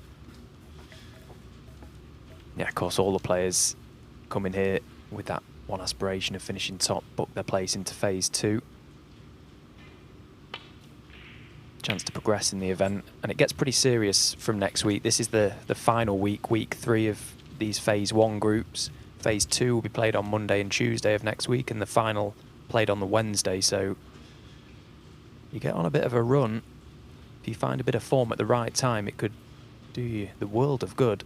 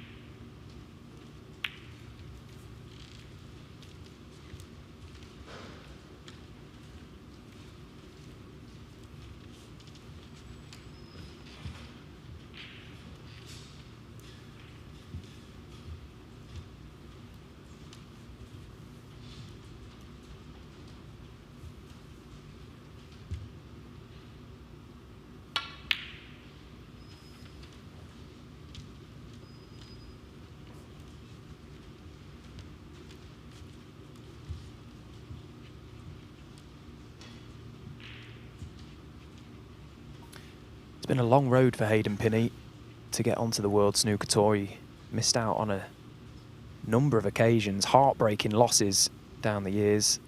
Finally got his tour card through Q School, beating Gerard Green 4-2 at the back end of the 2023-4 season. And that would have been a very, very sweet victory for him. It's a tough, tough game, and I suppose when you've never been on the World Snooker Tour, there's going to be inevitably a number of very painful losses, and the only person I can think of that probably lost in so many final matches to turn professional would be Jamie Clark, my good friend, who eventually got the job done and of course went on to do good things in the game. And it's also been a good start to the season for Hayden. Qualified for the Wuhan, beat Martin O'Donnell 5-1, made a break of 137 along the way. He is a very, very good player on his day.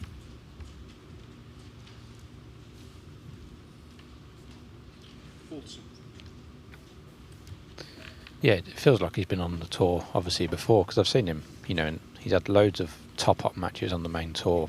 I'm not sure for how long, but I'm sure for the last 5 or 6 years. But yeah, he finally got it done. It must have been a relief last year to finally get on the tour. Yeah, I remember watching the match, actually, between him and Gerard, and if I remember correctly, he was 3-0 up in that game and looked like he was about to collapse. He really did just go from 3-0, and it was a big, big struggle to get over the line, but made a good break in the final frame to prevent the match going to a decider. And you can't really... Well, I suppose you can forgive him for that little stumble in that match, because on so many occasions, as we mentioned, he fell short and possibly those negative thoughts came back into his mind, but ultimately got the job done.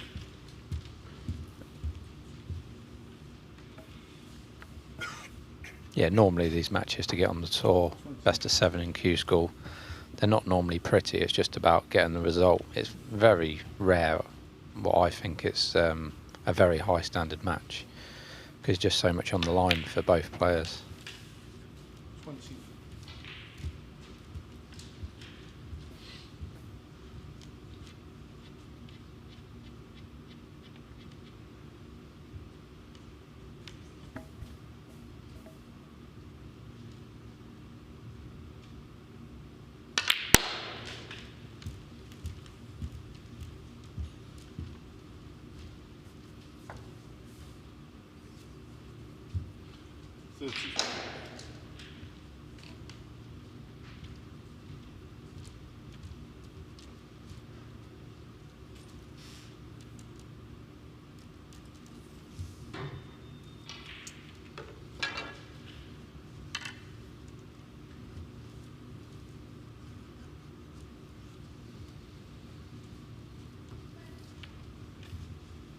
Became a very open frame very quickly, this first one.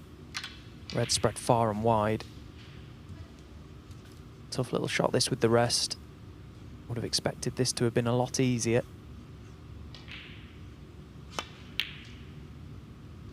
Well, but he's played it well. 36.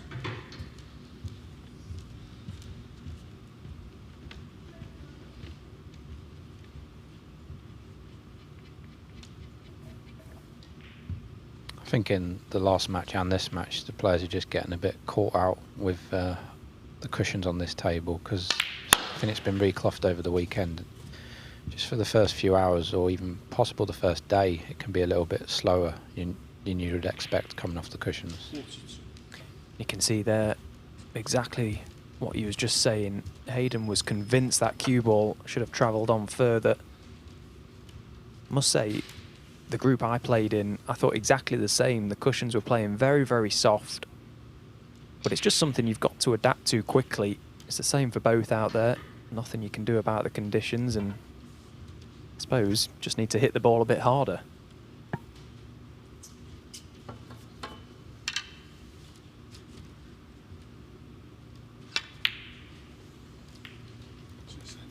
So break comes to an end at 42. Great start for David Lilley over on table 2. We'll try and keep you up to date with all the scores as they come in. Of course, table 2 available over on the Matchroom Multisport YouTube channel. David Lilley racing to what looks like a 2-0 lead over David Grace. Break of 90 in the first and 51 and counting here. So very, very confident and positive start to the day for David Lilley. And again, a match that both players no doubt will be looking at as an opportunity, seeing the top seed Zhou Yulong fail to get the victory in his opener. Got a feeling these groups could go very, very close today.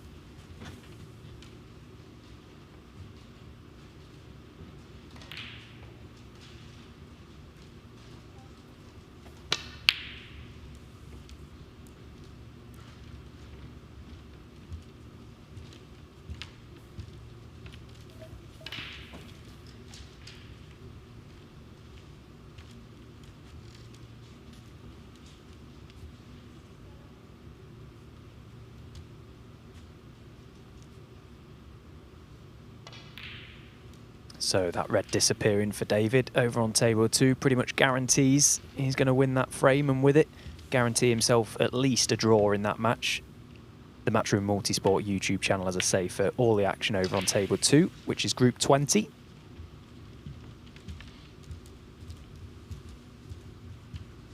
And look at this for a bit of a strange frame. Not very often you see the ball situated like this.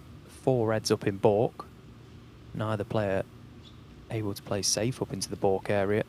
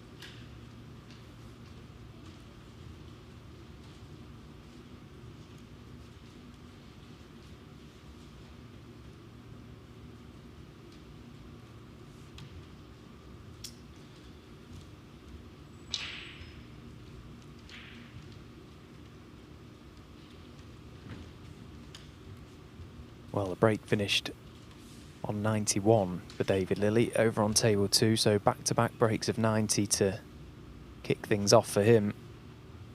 Meanwhile, Harris Taher played a pretty clever safety shot to get both the reds back up the table. Now, has he covered this lone red closest to the left corner pocket? It'll be potable otherwise.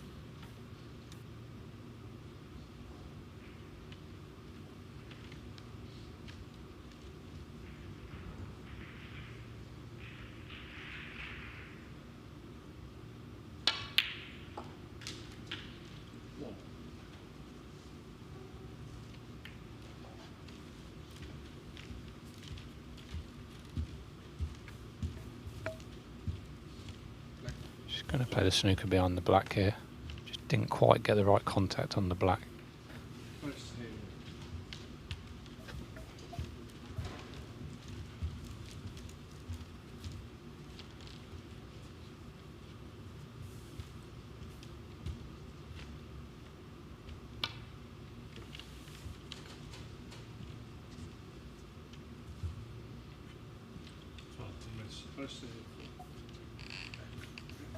Look like there's a lot of slide off the cushions as well when it's brand new.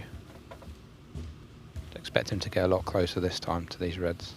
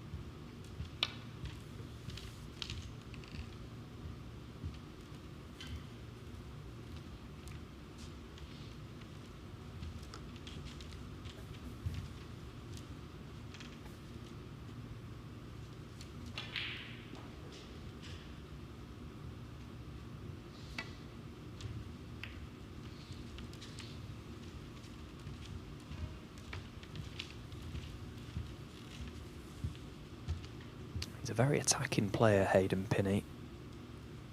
Don't suppose he'll be too much of a fan of this type of frame. Likes to go for his shots, and he'll always play the aggressive shot, try and pot his way out of trouble, try and open things up.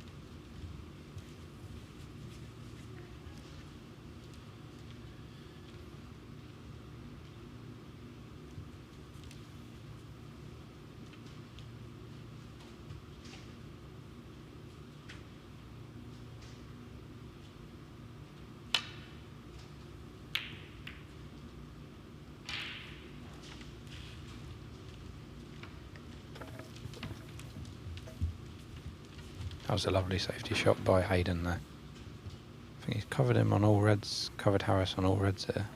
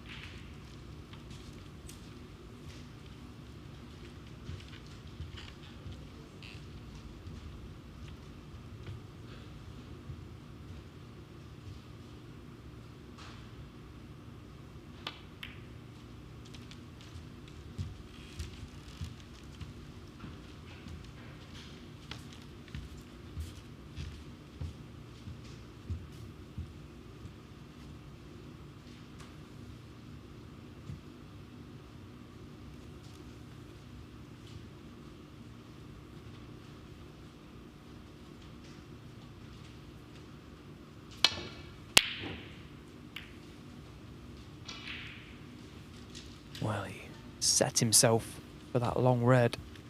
Couldn't have got much closer to it.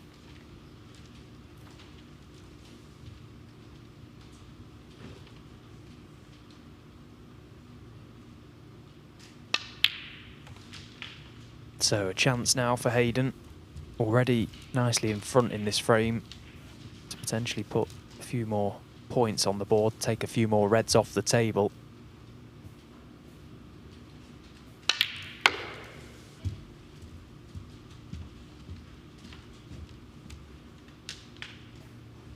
Wow, that's incredible.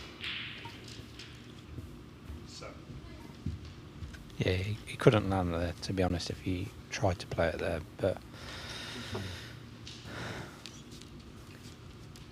it's not a bonus, but touching ball is a little bit better than if it wasn't. So at least he can try and get this white behind the black again. But he was after potting a few reds there. He probably can't believe that. I think he's got the snooker.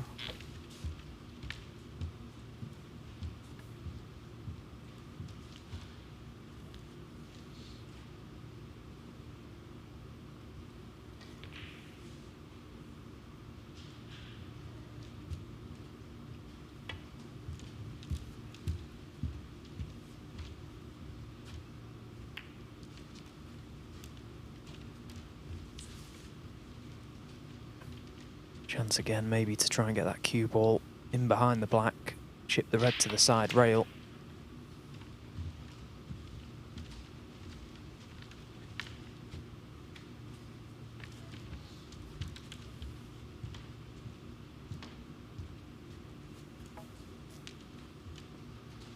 Trouble is though, when the balls, or there are red balls close to cushions as those three are, makes for a big target even if you do lay the snooker.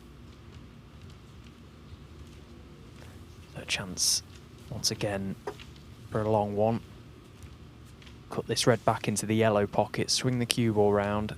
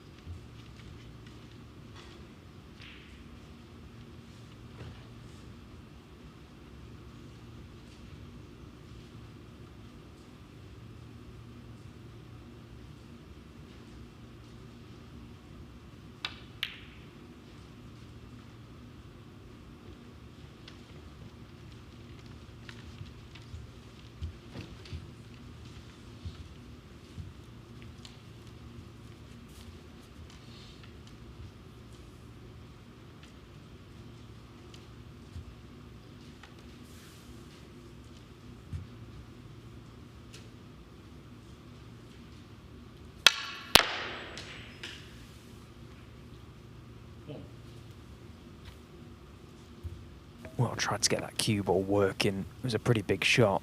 Now, the attacking shot here, behind in the frame, is this tough green. Cue ball going into the reds. Could develop a couple here. Has to pot the green, though. Good pot there. And not too bad on this red. It's got angle to get out for yellow or green.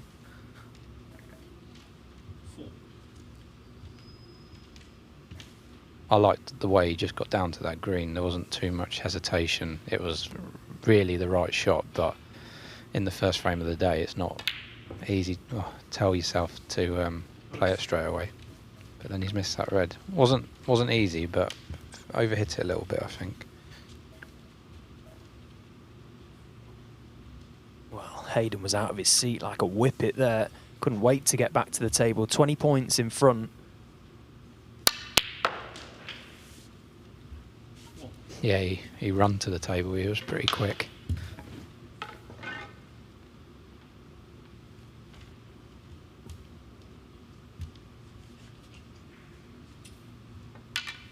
So taking low value colours means he'll need that red right in the middle of the baulk cushion. That's why he's chose to try and promote it. Hasn't landed, but he's got control of the table, and there may be a chance here to lay a nasty little snooker. Yeah, if he can get the snooker and leave both these reds in open play, Harris will be in a lot of trouble. Be disappointed with that.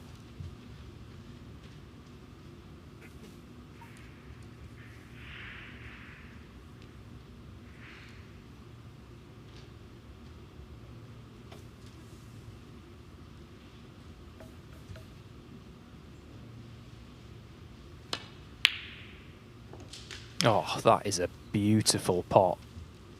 No doubt took that on purely because Hayden Pinhey failed to lay the snooker and saw it as a chance to really land a body blow. That was a brilliant pot. And what a steal this would be now. Hasn't really felt like he's been involved in this frame. Yeah, it was a very positive shot just to go for it. Couldn't think of a lot of players that wouldn't even have looked at that. So yeah, it was a great pot, but can he? It's not quite straightforward though to win the frame. Now, if he could pick his cue ball up and place it anywhere on this table from potting this red, it would be right in behind the blue, because getting that back on its spot would help, and also position to the yellow would be easier. But it's not straightforward to land on that.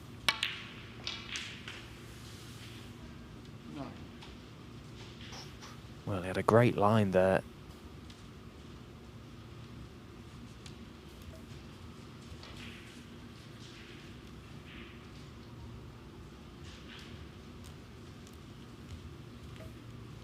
Yeah, if he could have just got into that even slightly more off two cushions and brought the blue into play, everything would have been there, because he'd have been on yellow, brown or blue.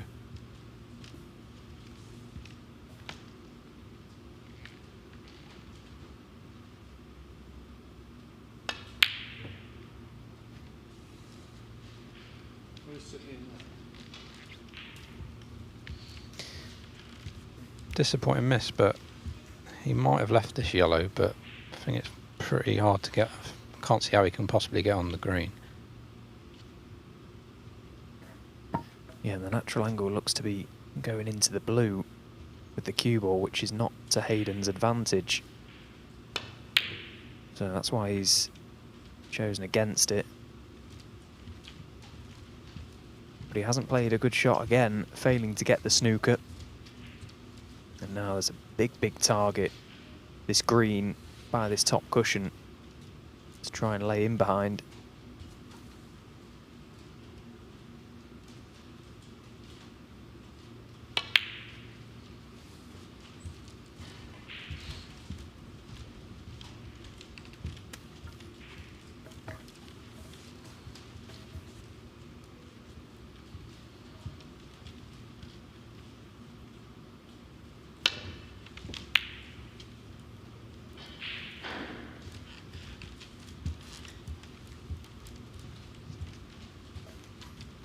Hayden would be happy with that, hitting the yellow and getting it safe. So another chance here to get a snooker beyond the blue possibly here.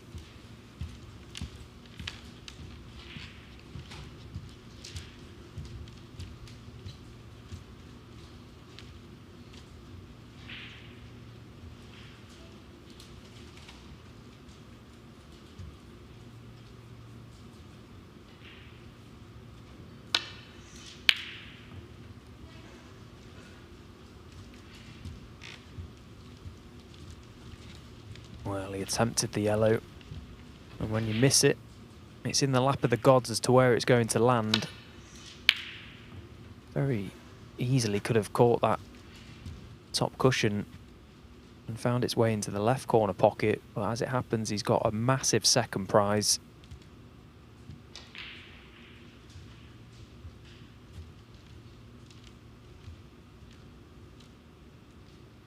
Again, that was another example. It was a very, very tough pot that Hayden was faced with there, but he'll always elect to play the aggressive shot. He's a very, very good potter.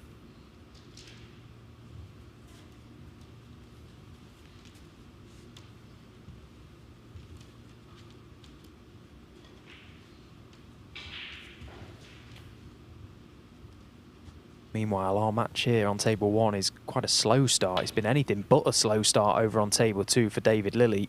He's racing towards a 3-0 victory over David Grace. Been a brilliant performance this from David. Every time we've glanced over, he's been in amongst the balls and looking very, very good indeed. So it's going to be all 3 points for David Lilley. Remember, Ashley Hugill, the 4th seed in that group, got the win in the first match against the top seed, Zhou Yulong. That was a 3-frames-to-1 victory. And frames can make a difference in this group format. It may come down to it at some point, it may not. We'll find out. Still plenty more snooker to be played, but David Lilley, he's got the win.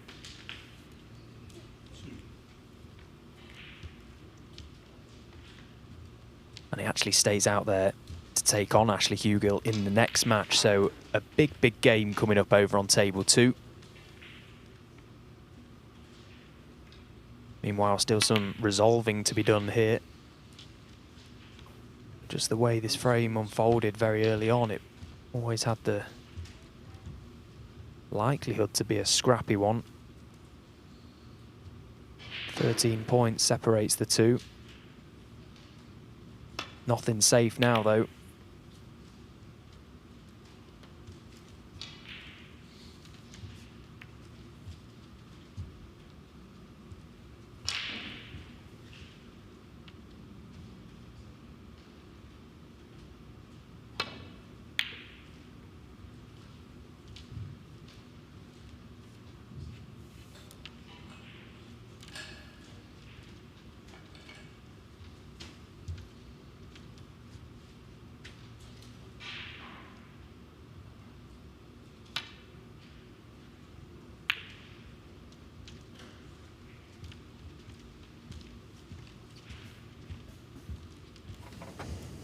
Another good shot by Hayden. There's been a lot of good safety in this frame.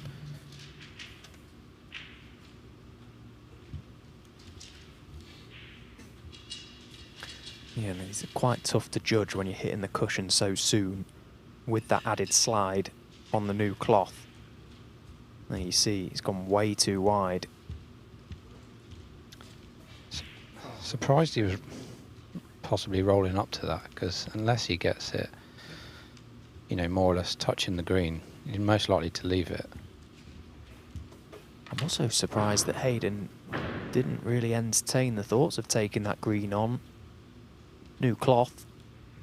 Pockets inevitably will be playing on the generous side, and he had a little angle to push out for the brown there.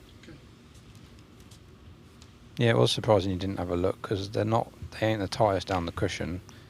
You'd be surprised if he missed it, just rolling the green, and it looked like he had a bit of an angle on the green as well. Yeah, okay. Yeah. I'm surprised if you don't hit this harder this time, but maybe he'll roll up to it again.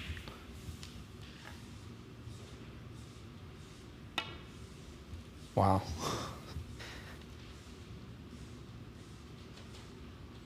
Well, talk about an overcompensation. That added pace, bouncing the cue ball into the cushion. Completely misjudged how it's coming off. I think he only has to hit how he did the first one. If he was hitting at that speed, he didn't really need to change where he was aiming on the cushion, because it will make a massive difference, especially being that close to the cushion and obviously hitting it a lot harder.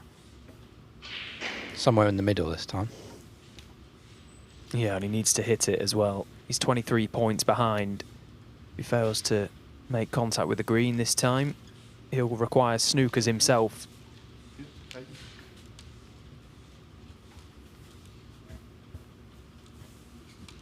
Turned out to be a good decision so far for Hayden Pinhey to have this cue ball replaced. Can Harris Taher make contact this time? It's better. Good shot. Where's the green going to land? Surely it's not going in behind that pink. Wow. It's amazing how many times when, you know, your opponent never hits a snooker, but they always hit it on the last go. You're just praying they miss it once more, but they always seem to hit it. And another thing which so often happens as well, when you've got your opponent in a snooker and they've left you a chance to potentially pot the green, when you refuse that, how often do you see a player not only hit it, but get away with it, and sometimes even pot it?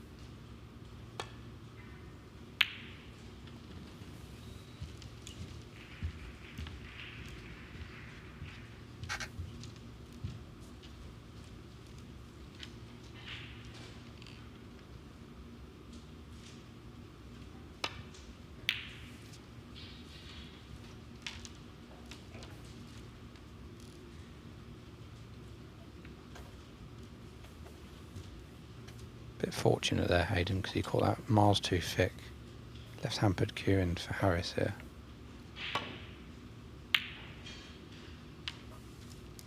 Such a big target where that brown and blue are for snookers in this frame.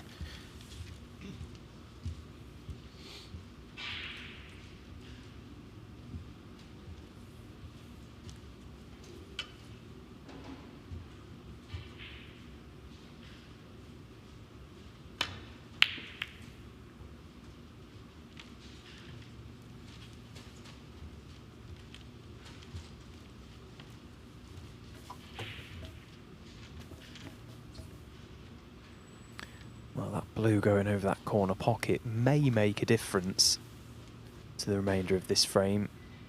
Just means players can send the green up into that corner now quite comfortably, knowing they can't leave a pot on. But this green is much too short of pace, and Harris Taher has left a pot on. Can Hayden find one good piece of cueing?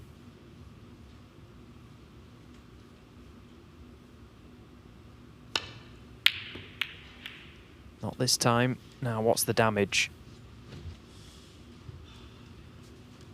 Well, this green does clip.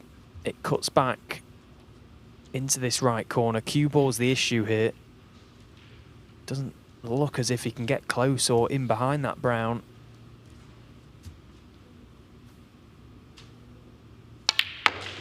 Well, he's tried it. Oh, what an attempt this is. What an attempt.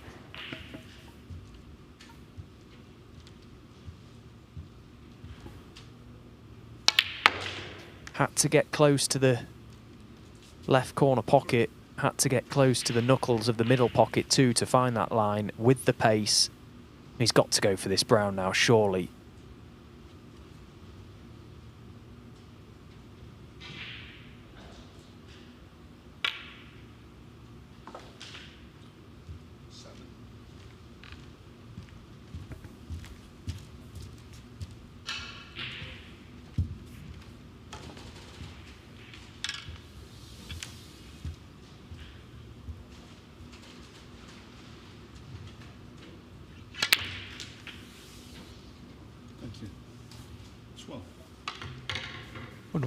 He would have wanted to leave, I think, more angle on this pink. He didn't play that blue as well as he'd have liked, so just how close he can get down to this black now.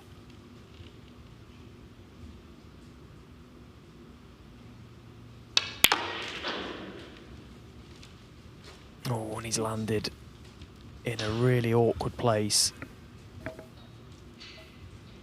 This is no gimme. Similar sort of shot in terms of the cutback as the green that he played, albeit he's a lot further away from this black.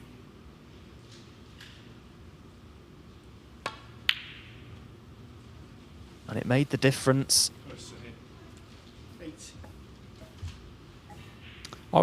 Yeah, everyone plays the shot different, but I would have stunned that off the side cushion to leave the white on the black cushion and floating it in. But, you know, that was his choice. So he's like thin cut for Hayden here as well. Yeah, this is ultra thin.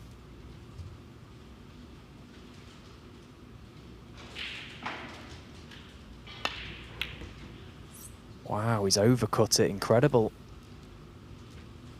It looked hard to do that from the angle we had. Holds his hand up. Just wonder if this black clips.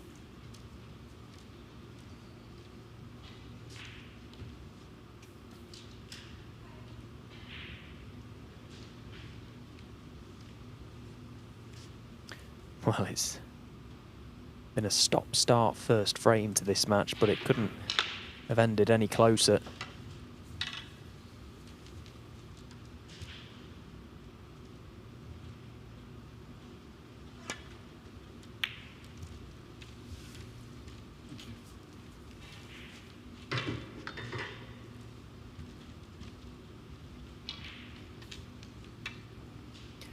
Little glance to this corner pocket.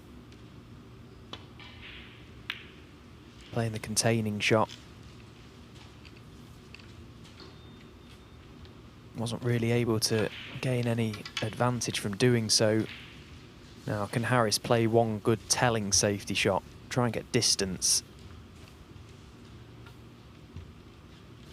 It's always risky playing. It looked like he's going to play this really thin. You just don't want to miss it altogether. And if you catch it slightly thick, he'll leave a long black. So just needs to be pretty precise with this.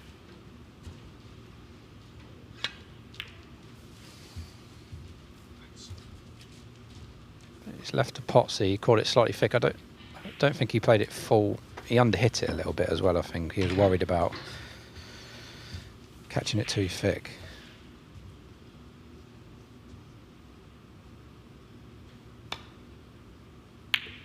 Oh, I really thought that cut in that black, but obviously not. Yeah, I'm with you. It can be a little bit deceiving, this angle we have of the table. Sometimes you're convinced that the player may go for the pot.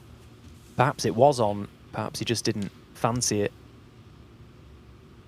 So same thing applies here for Harris. Got to try and contain it, playing the side to side. Played that really nicely. I think he's got the slight advantage now because Hayden can play containing but can't get any distance between the balls. Ooh. Pretty sure this definitely cuts, but it's not. If you do miss it, it'll stay over the pocket. Well, I'm pretty sure that Hayden's heart would have been in his mouth when he struck that. Very nearly caught that too thin, and he would have left it hanging over the corner pocket. Well, he's coming round to have a look, so that's clearly going to tell us that he's going to attempt this pot. Looking for the thin edge, but as Ben said, he's got to get close to this. Has to get close, otherwise it will surely be left over the jaws. Big shot.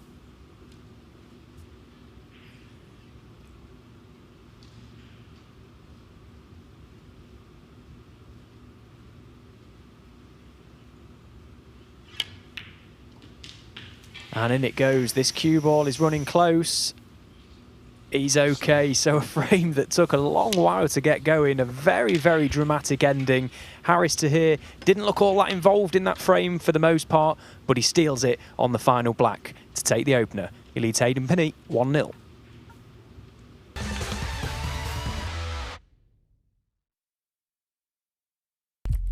What do you need to become a champion? Vision, drive, discipline, finesse. But what about a world champion?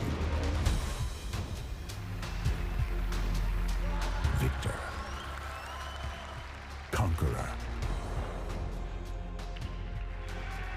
peerless. The history. Reyes is the champion of the world. It's the king of the 9-ball ring. The biggest prize. The crown jewel of 9-ball.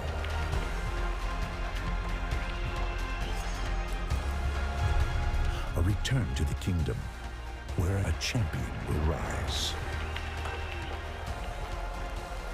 The World Pool Championship.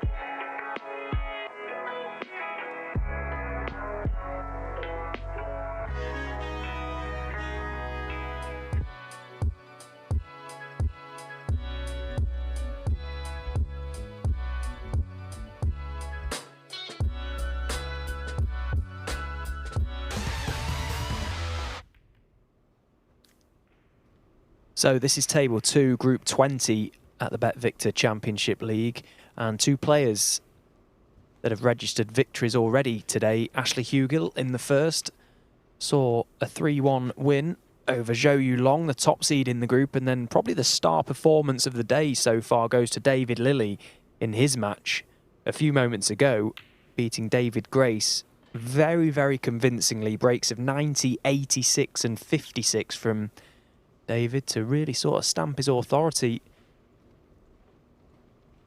This is a big match between these 2 players now. As I say, both got the win on the board and with it the 3 points, so this is a chance to land a scalp over one another and gain the advantage over one another. Remember, you play 3 matches all on the same day here, so plenty of snooker to be played. But no doubt both of these players will see this as a big chance. The Matchroom Multisport YouTube channel, you can follow all the action over on table 2. Here on table 1 though, Hayden Pinhey left the arena for a few moments, and I'm not surprised because that frame got away from him in the end. He was in control for the most part, ended up losing it on the final black, played a poor safety shot, it's fair to say, leaving the thin cut for Harris Taher. Took a while over it, but he knocked it in.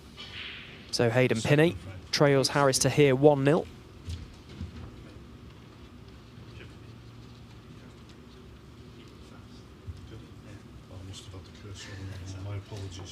Hayden Pinhey just letting referee Rob Spencer know that it is actually his break. A thought for the referees and everyone involved. It's a long old stint here in Leicester. This event is played over 21 days. Although, if you go on to lift the title, you'll have only played 3 days of snooker, which, in the grand scheme of things, doesn't sound a lot.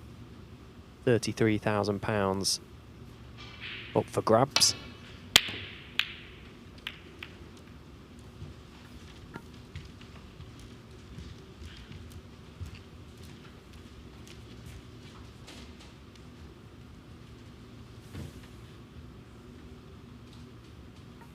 Oh, there's nothing worse than when you've just pinched such a tense opening frame on the final black to come straight back into the arena, butcher a long red and gift an early good opportunity to your opponent, as Harris Taher has just done. Got nowhere near that long red attempt, and he's left Hayden slap bang in amongst them.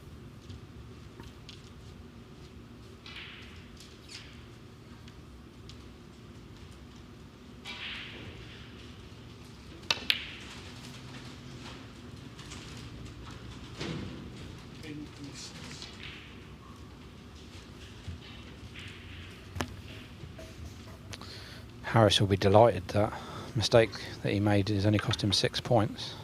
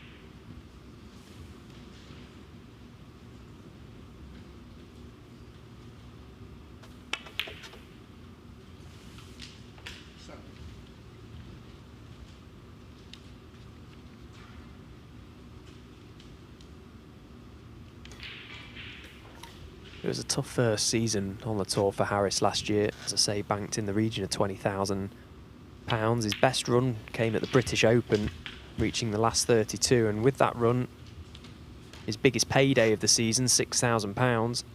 There was a lot of first round losses, and unfortunately how the system works now, if you lose those round ones, you leave with nothing. No prize money, no ranking points. And there was 8 events last season that Harris competed in, where he did leave with no ranking points. And Ben, I don't think there's anyone better to ask about just how important those first round matches are, because you very rarely lose a first round match. And it's right, isn't it? When you look at the season as a whole, if you're getting those first round defeats regular, it's very hard to make an impact to the rankings.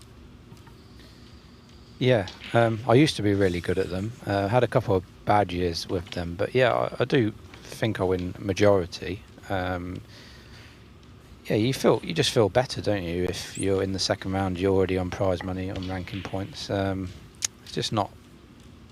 There's obviously pressure on every match, but I think for maybe not the top 16, but majority of players are probably most nervous in that first match.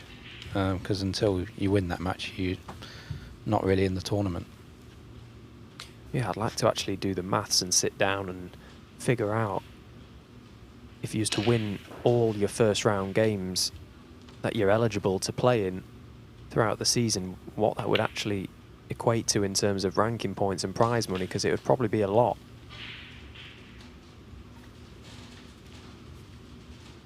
Prize money has seen a drastic increase over the last few seasons in particular. There's never been a better time to be a snooker player, and Haris Taher from Pakistan is trying to make the most of his opportunity on the World Snooker Tour, flying the flag for his country.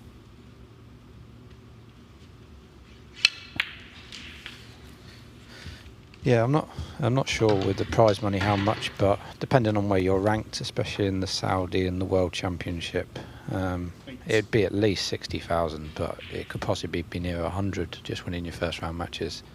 Because if you China tournaments alone, you'd be on 20-25. There's probably another 6-7 tournaments where you'd win at least 3,000, so that's 45, and that's without UK Masters and Saudi. So yeah, it'd be at least 60,000. But if you're top 48, top 32, it'd be 100,000.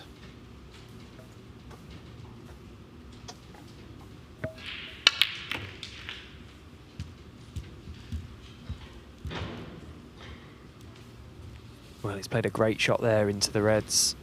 Plenty of work on the cue ball. Just watch this white as it goes into them. A little bit of action to get back out, and with it, some reds. So a good chance to extend his lead in this game. Just has to mind his work now, Haris Taher. He's can see that his opponent has shown a few signs of frustration in this frame. A couple of poorly executed shots from Hayden Pinhey. A chance for Haris to capitalise on those mistakes.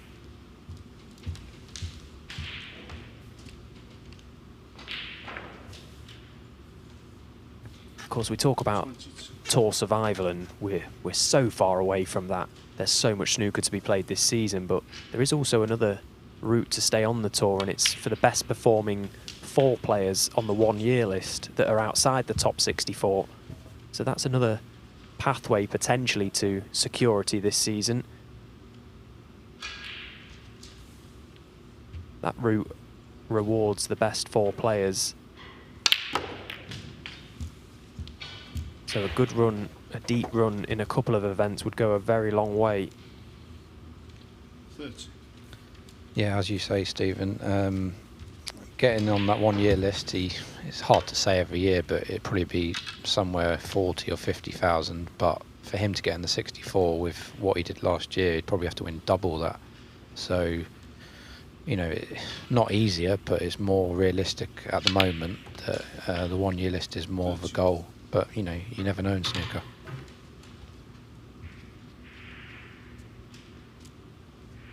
Yeah, and it's tough to not look that far ahead. I've been there myself on a couple of occasions where you start this second season and you've got work to do. It's important to just try and remain present when you're out there. Just cancel out all the externals, and it's very cliche, but just focus on your next pot. Because if they keep going in, you've got a chance. And so far, so good in this second frame for Haris. A couple of pots away now from guaranteeing himself at least a draw.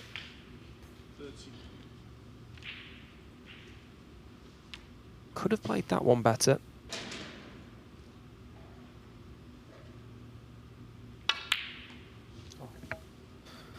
Wow, Didn't expect him to miss the blue though. Yeah, an angle either way would have been okay there. You know, he could have got on the red in bulk, or obviously the reds by the pink, but straight was not ideal. Well, he will be absolutely furious with himself, and you can see the frustration. That's one of them shots he's not even considered that the blue was missable. Probably playing the shot with a little bit of frustration still from the fact that he was the wrong side of the blue, but Hayden Pinhey from nowhere really looks all over the place. Cannot get himself going in this match just yet.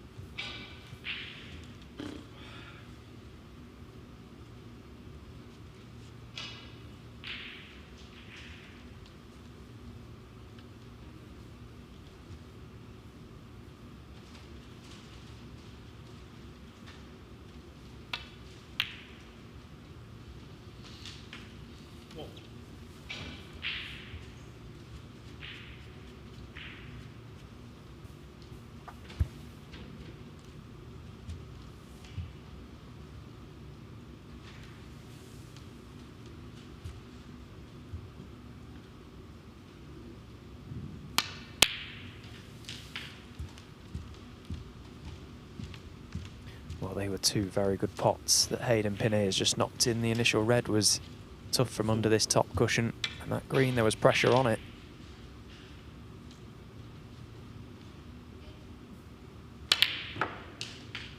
Not the best chance on paper when you look at this table.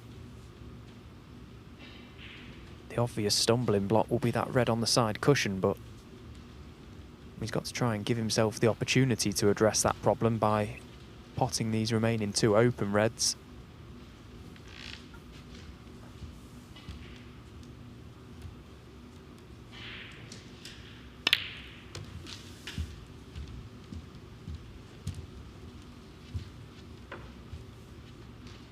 And he's played that as nicely as he could have done, finding the gap between the yellow and brown.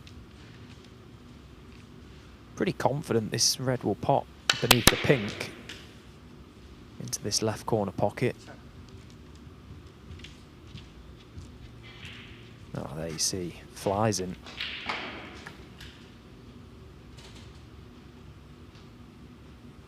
Oh, goodness me. He's feathered the white.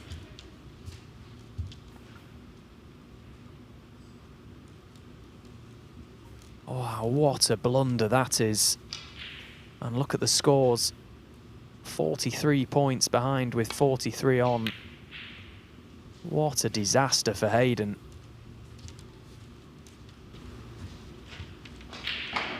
There it is again. He gets down to address the cue ball and oops.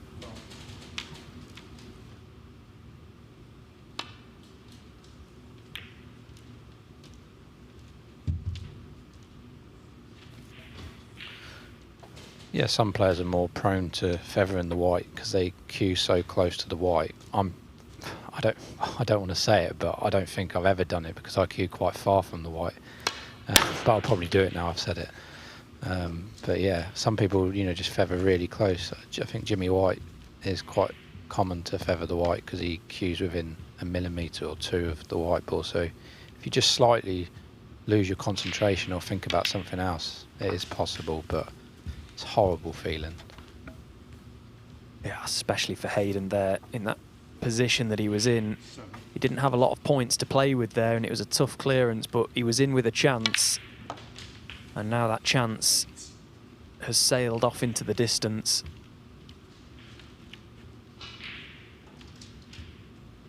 So what a start to the day for Harris Taher. Having seen Barry Hawkins, the highest ranked player in this event, draw his opening game with Q School top-up John Astley.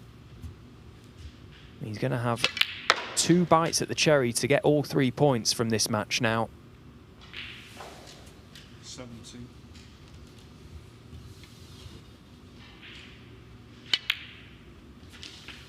20. Thank you. And there were certainly signs, as I mentioned earlier, the match he played in the British Open qualifying here just a couple of weeks ago. He beat the darling Ken Doherty 4-3, played very, very well, scored nicely. That result and that performance would have given him confidence. And he's just slowly playing his way into a little bit of form. The first frame was very, very slow, down to the final black. This one a little more convincing.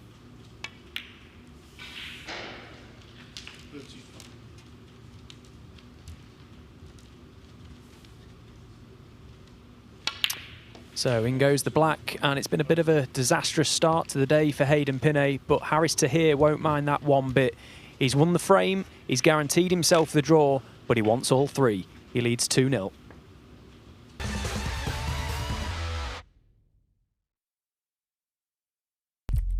What do you need to become a champion?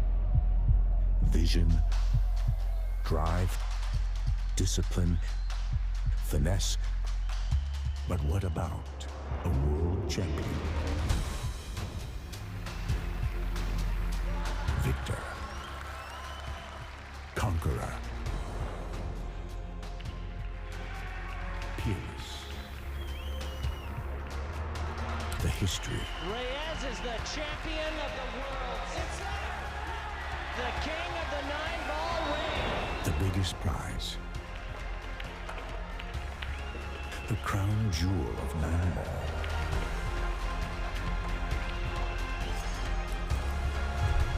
A return to the kingdom where a champion will rise. The World Pool Championship.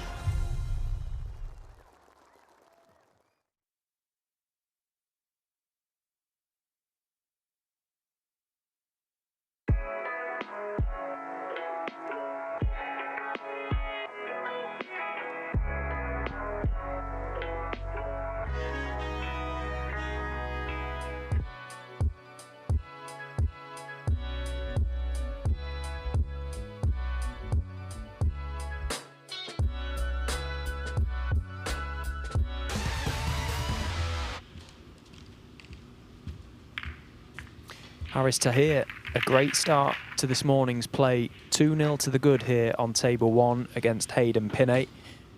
Won the first frame on the final black, a thin cut along the baulk cushion, secured that one, and then a very much more convincing win that second frame. But it's been a lot of errors, a lot of mistakes from his opponent that have helped, but he won't mind. 2-0 to the good. Someone else that's racing towards a 2-0 lead is David Lilley over on table 2 over Ashley Hugill. He's just potted frame ball and with it a pink to follow. So David Lilley, 5 frames played so far today and 5 frames won, looking very strong over on table 2. But as for us, Harris Taher breaking off in what he hopes is the last frame of this match. But more importantly, he's got 2 frames potentially to play, and with it 2 chances to get this match won.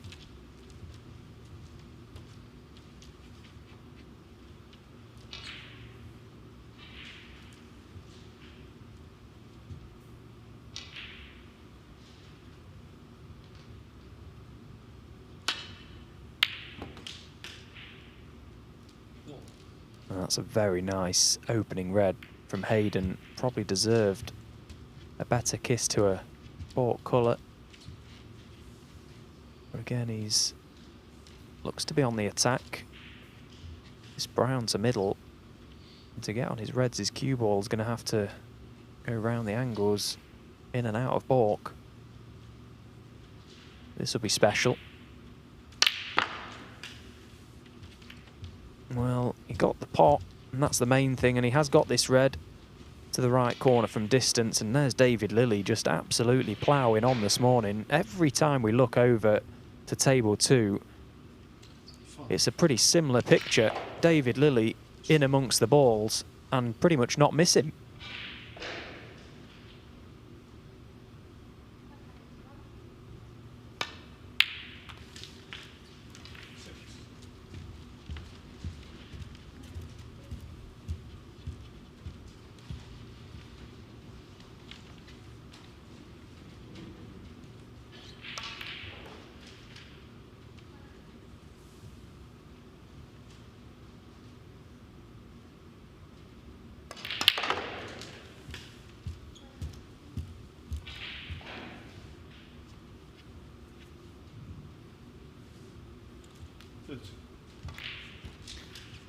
This break from David is 115 and counting now.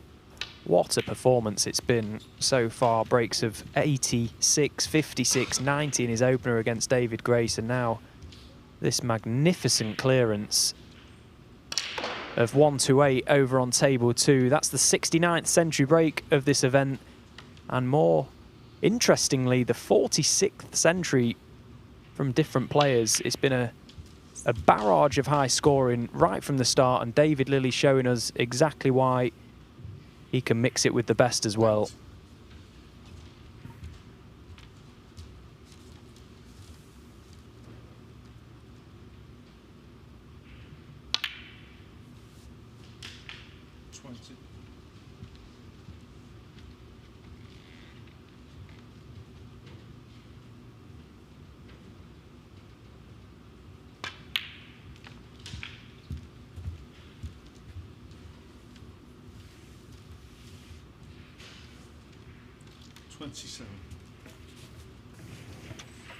You could see Hayden there again with the cushions was not happy with it, but you know, he knows that now, so he knows he's just got to hit it a bit harder, but it's hard telling yourself sometimes you need to hit it that hard.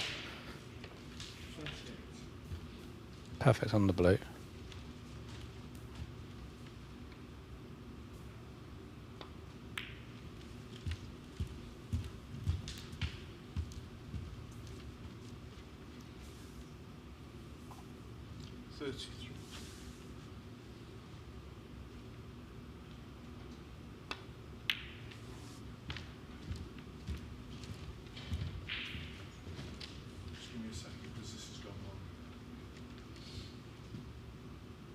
Well, Rob Spencer has just asked the players to give him a second there. There's been an issue with the scoreboard, and I think Hayden Pinhey could probably do with more than a second to get over that previous miss.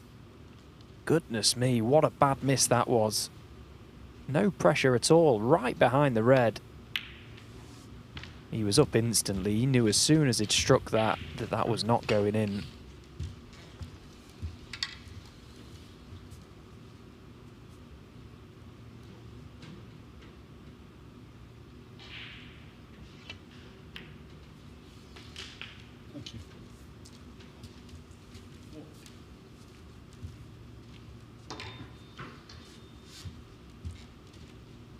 It's not a nice place to be in your chair when you're struggling. We've all been there. We can sympathise because it's a lonely place to be at times, and talk about how much of this game is played between the ears. You can win and lose a lot of matches sitting in your seat, and it sounds daft, but the thoughts that go through your head and what you're saying to yourself in those moments after misses like that can be so pivotal.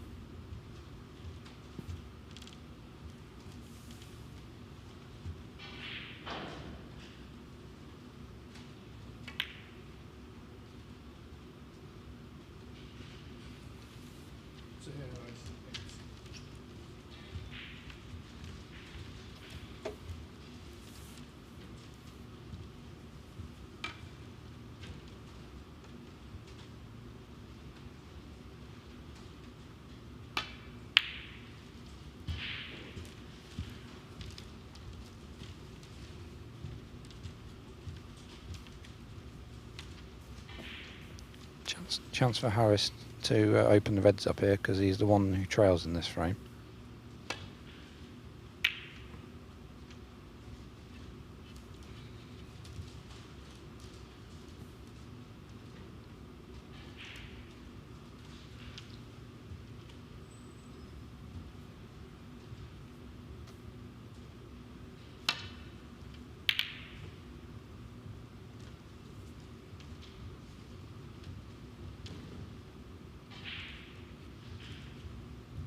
That's a very good return of safety from Hayden.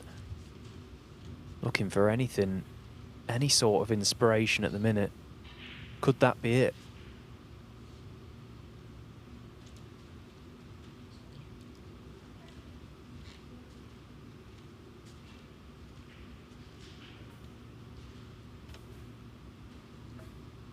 Can he land up to this red on the black cushion? I think that's the only way he could get it safe.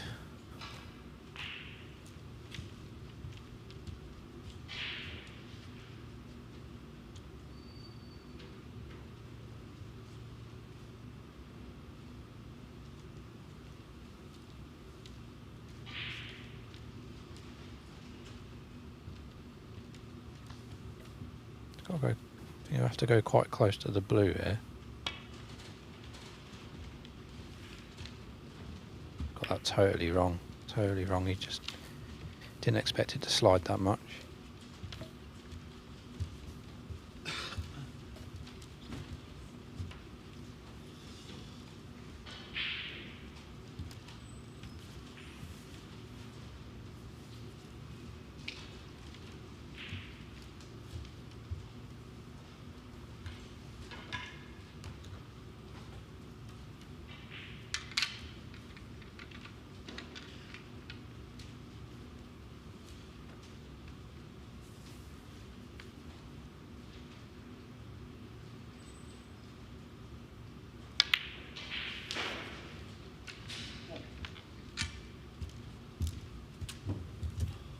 So back in,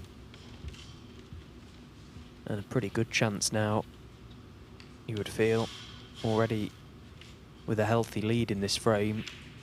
The best he can do from this match now is salvage the draw. Similar situation to what Barry Hawkins faced himself with earlier on.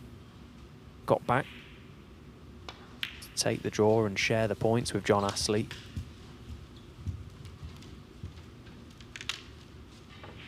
First few shots are key here for Hayden, just to find his way back into perfect control.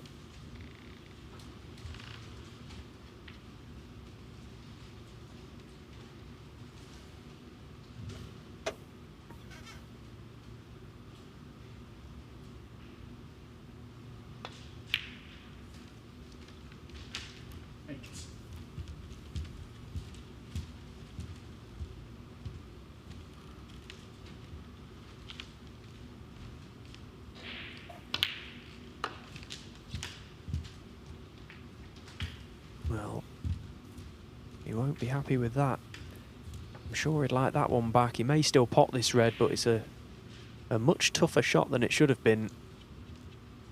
Doesn't have to do anything with the cue ball, but he's bridging down over the black now.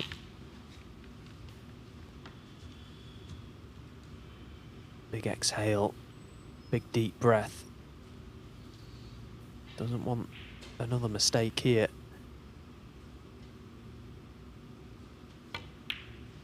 The way these balls are situated, and the mistake did come. Very, very careless safety, positional shot from the black to leave himself hampered there. And Ben, you almost felt that he was going to miss that red. He took a while over it. You could see he was not happy with where he'd left himself. Yeah, you could see the frustration with the shot before. Yeah, he just won't believe that he's played such a bad shot to even leave himself hampered. But yeah, as you said, I think you could see him missing it just by, you know, how long he took, and I don't think he got over the disappointment of leaving himself there.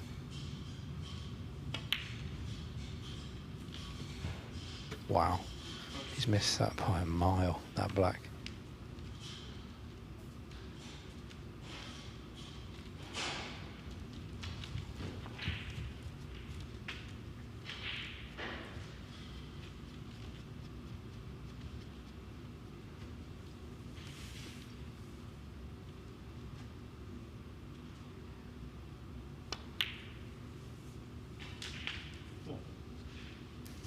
Hayden will be a relieved man to get another chance. He couldn't have expected to be back at the table so soon.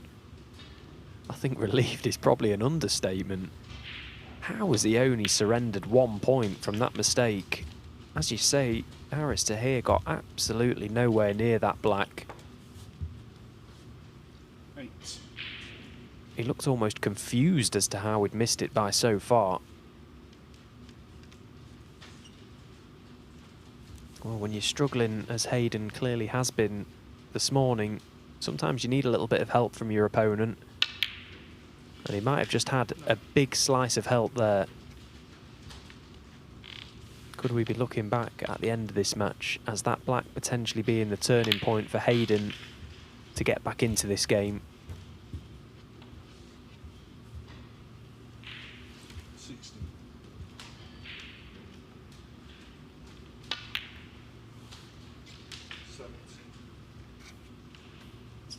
That red was frame ball. This pink will ensure that Haris Taher doesn't leave his seat. Well, we've seen some shockers, but this is up there. He was so nicely in amongst them there off the back of a very poor mistake from Hayden Pinhey. He could not believe he'd missed that black by so far.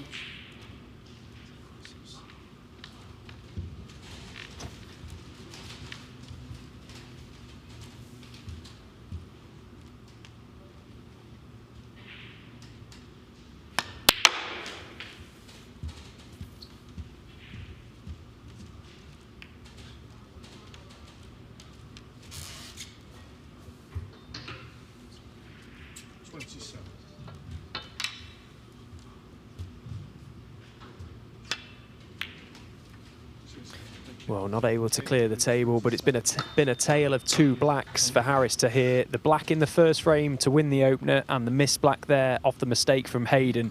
He doesn't look very happy as he sits in his seat, but he's got a chance to salvage the draw from this match. We're going the distance. It's 2-1.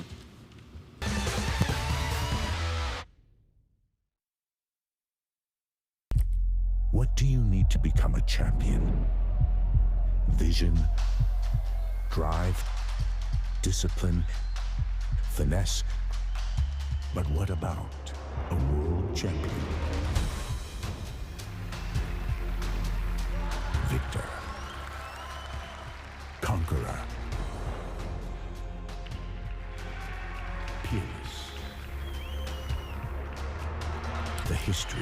Reyes is the champion of the world. It's the king of the 9-ball ring. The biggest prize. The crown jewel of 9-ball.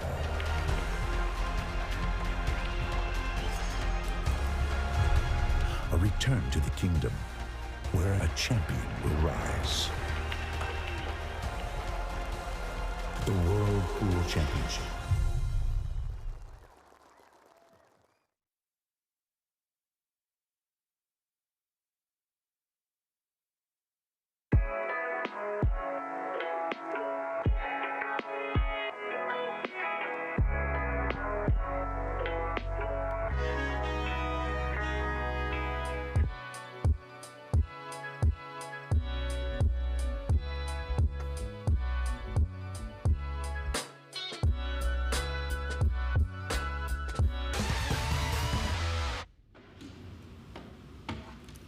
This is Group 20 and the third and final match of this afternoon's session over on Table 2. David Lilley, the star performer in this group so far, hasn't lost a frame today, beat David Grace 3-0, and he raced to a 2-0 lead here. Ashley Hugill has been pretty much frozen out of this match after landing a big win in his opener against the top seed. Zhou Yulong beat him 3 frames to 1. Possibly this match feels like it's getting away from him. A good chance is what he needed, and the Reds are nicely spread here to possibly build a few. It seems like the first time that someone's actually been in the balls against David Lilley today. Every time we go over, it's just he's on a break.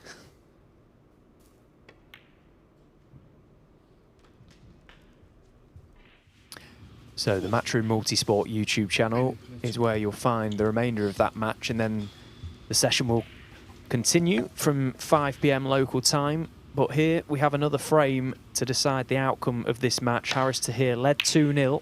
Hayden Pinhey was pretty much down and out, it seemed, at that point. Was in nicely. Gifted a chance back to Haris Taher in the previous frame, and that miss on the black, I just wonder how much that will affect his concentration for this frame, because that was a bad miss and one that you can't forget that easily, but that will be a good start.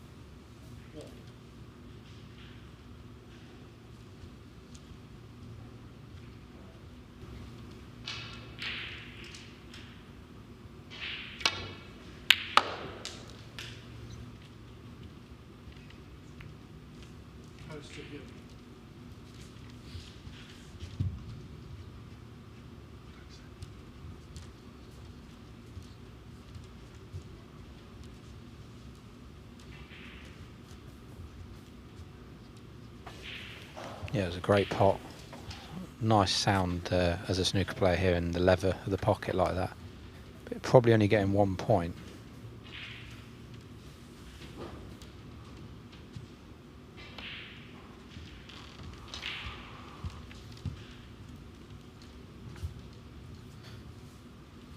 Followed a miss. I was saying.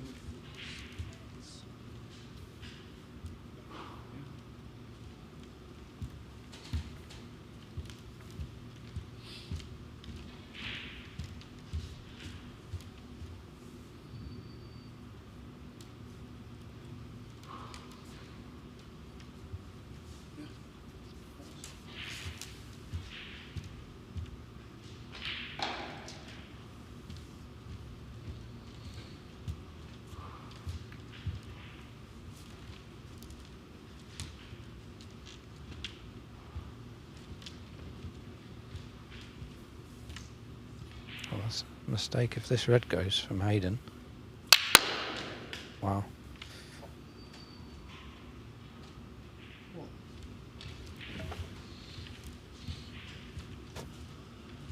Well, he's done incredibly well to get the cue out of there as quick as he did. The pace he had to play that shot to get that white racing back, and wow, look at the reds now. The pink will pop to this corner pocket. Okay, the black is somewhat tied up. Where will the pink be respotted? Its own spot there, you can see, is not available, so Rob Spencer just diving in with the ball marker.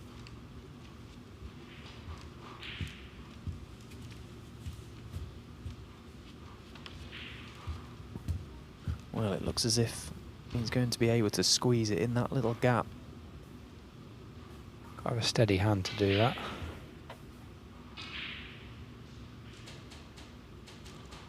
So. Either way, it doesn't make too much difference to the table for Harris. The same thing applies. The high value colours are out of commission.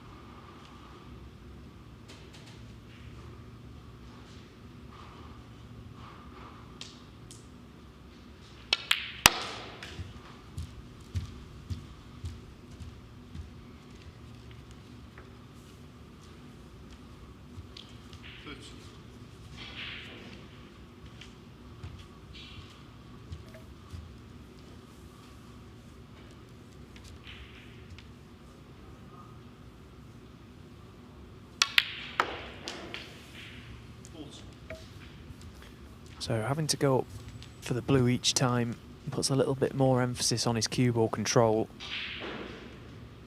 These cloth super reactive, super slippy, very easy to lose your cue ball going up for the blue. But it's so important that he continues to get himself top side of it. Nice. Either way, his target here has to be to establish a healthy lead in this frame. Just put the pressure on Hayden.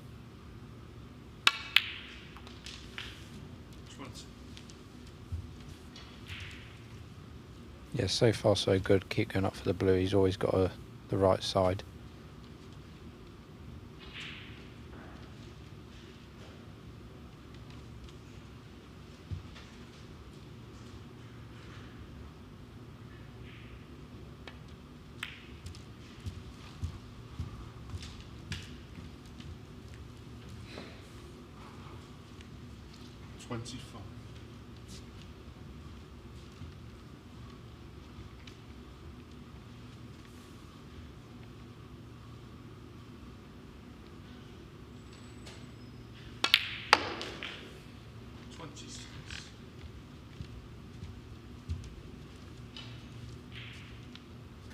Had a chance there maybe to bring the pink into play. Hasn't been able to do that, but got the first part of the shot correct. Get top side of the blue again. I think he played to open the pink there, but the could have gone wrong if he'd have hit the right-hand side of those reds, because he'd have gone towards that right-hand black pocket, but it's turned out he's fine.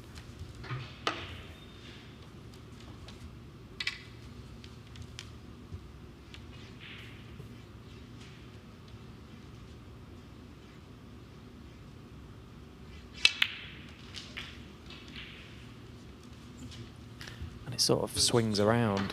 The more points you accumulate, the happier you are to leave the high-value colours out of play. I mean, he's got 5 obvious reds in open play here, Harris Taher, which will be more than enough to secure this frame. So he's let his cue ball drift off a fraction here. Didn't play the previous shot as well as he could have done. A little kiss to a red meant he's landed a little bit more awkward. That was a really nice strike. And he's made up some ground, getting back down for this red, but again, another pressure pot. I think this is his hardest shot so far. He's got a plant that as well, but this is the hardest shot to get top side of the blue. Yeah, I just wonder if he'd even noticed the plant there. Don't think he could have, because it looks pretty set, and he would have been able to screw off the pink, get back up on the blue. So now he needs a good shot on the blue to pot it and get on a red.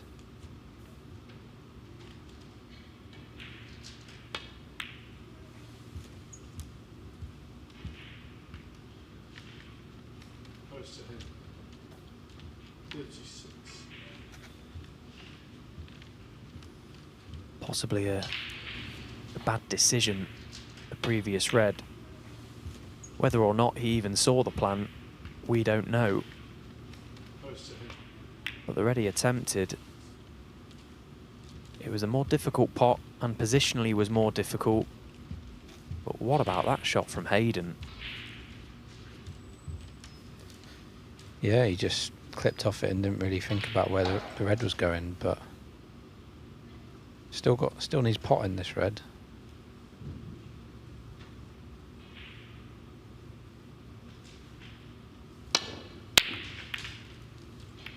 He had to get it because he cannoned into other balls, and he's landed perfectly on the black.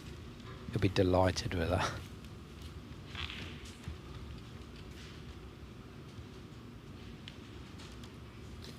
Well, he didn't intend to get any cannon to reds or black. Tried to swing the cue ball round, but my goodness me, what a result he's had there.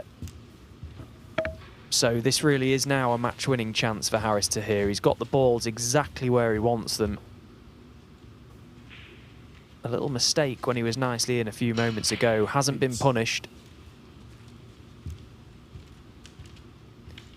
Big moments this for Harris. First match in this group. And he'll be the only player with a win so far if he can convert this chance.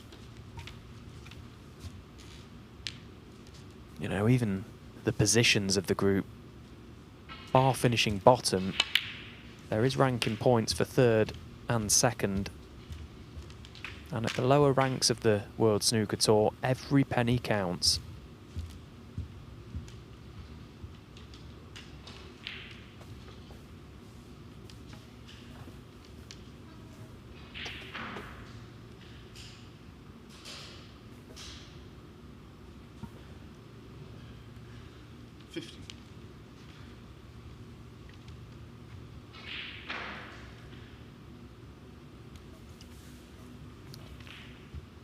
Just red in colour here for Harris to need Hayden needing snookers.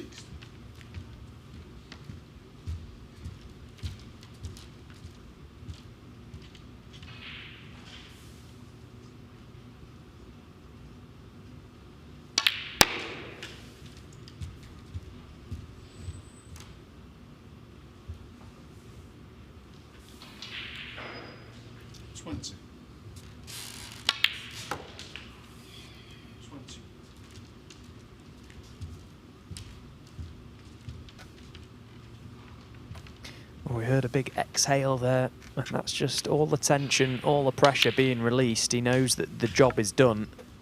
And after the black he missed in the previous frame, it's been a fairly commendable frame from Harris Taher. 25. Could have been very easy to have seen him lost his head after that wayward black in the last, but it hasn't affected him. 25. And he's turned this match into a match-winning performance. There's the handshake. Hayden Pinhey, disappointing. He won't be pleased with how that one went, but that won't bother Harris Taher one bit. He's got a win on the board, and he's the only player with a win on the board so far in this group. Next up, Hayden Pinhey stays out there to take on John Astley. He'll probably want to leave the arena for a few moments now to try and gather his thoughts before the next match. We'll be back in a few moments' time.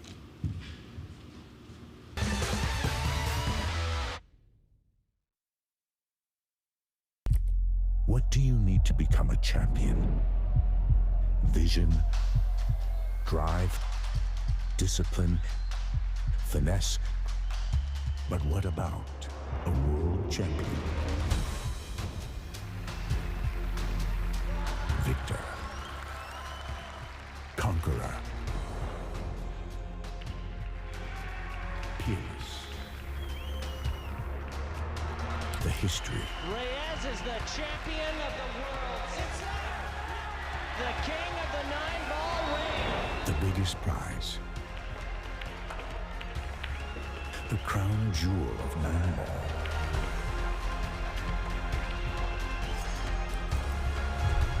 A return to the kingdom where a champion will rise. The World Pool Championship.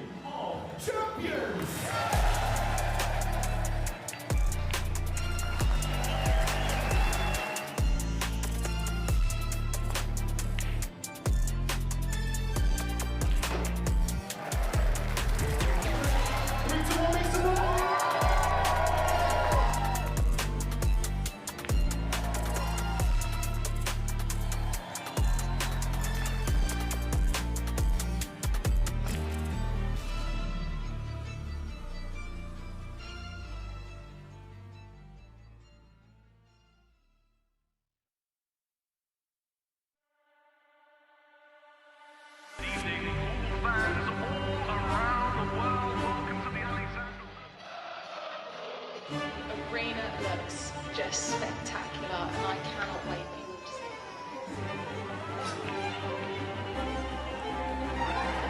Lulus, don't worry. Yeah, but kind of the guys that need to be ready. We're the champions. You need to come take it from me. You want to follow me in there now? Yeah, I know you're ready. All we've been doing is Can you speak English better, please speak? Because I ain't sure what you said.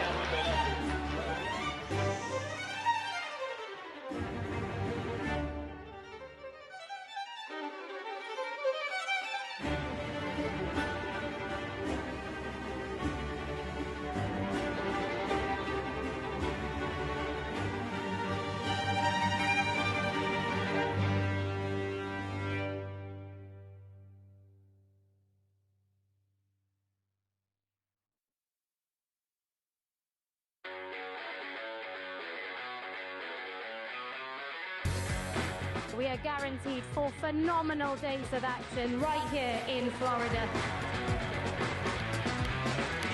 Drama is certainly guaranteed in front of a hugely raucous crowd. The American fans really get into the spirit.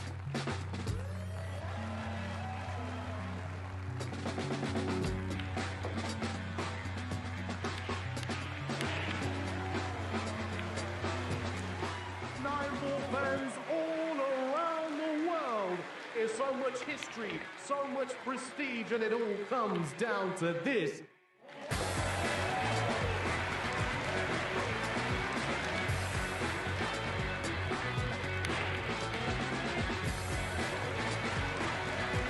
So much action lies ahead at the Caribe Royale in Orlando, Florida.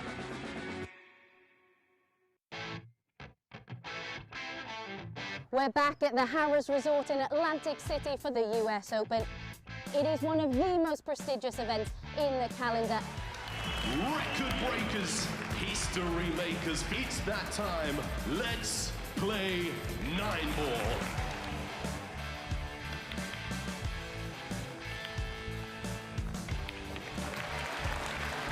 Nine-ball pulls on the growth. And the governor gets on the board. Next year's prize money in the US Open is going to be $500,000.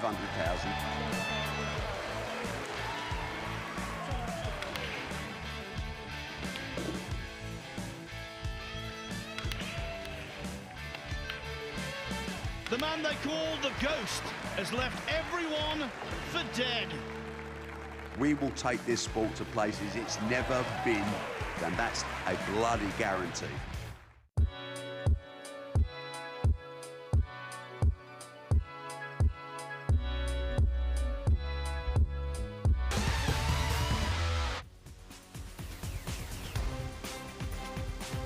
So these are the results we've seen so far. Barry Hawkins, of course, drawing 2-2. He was 2-0 down to John Ashley. Harris Taher, we've just seen, beat Hayden Pinhey 3-1. On the other table, Ashley Hugel defeated Zhou Yulong, the top seed there, 3-1. David Lilly in fine form, 3-0 over David Grace. So this is in the early stages, the table here on table 1. Harris Taher obviously top with his victory.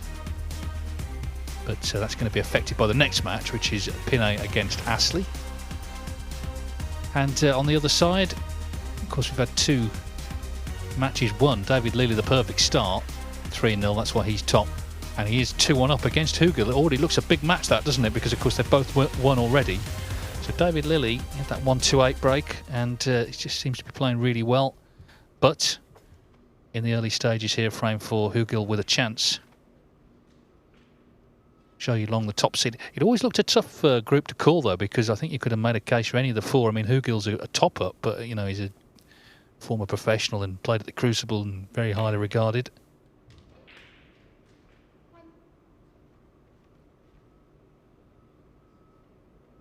We'll be over to table 1 shortly, of course, when that match gets underway. We'll just watch this for now.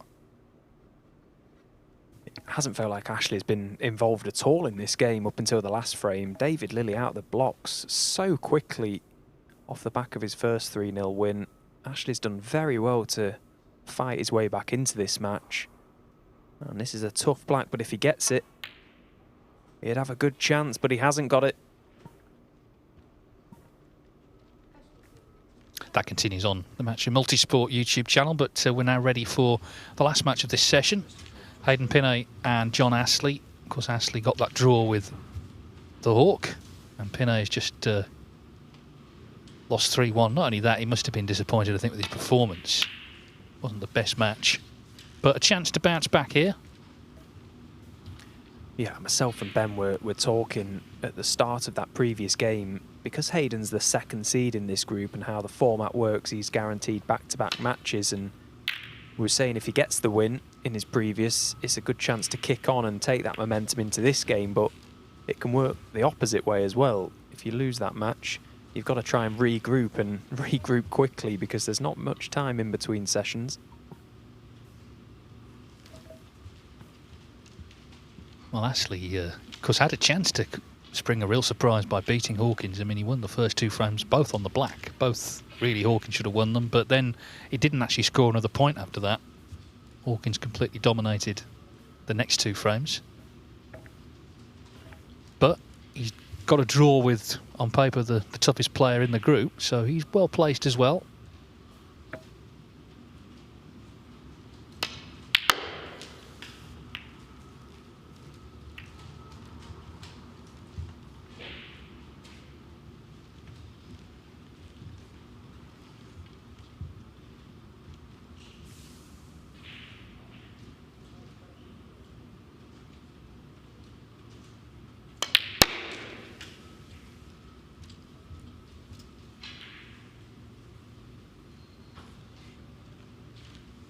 Oh, again, we're just seeing how this new cloth is altering the reaction of the cue ball. It looks very slow off the cushions today, and it's certainly what Hayden struggled with in the last match.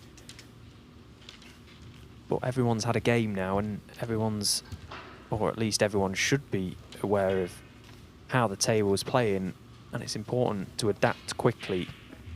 The best players will do that.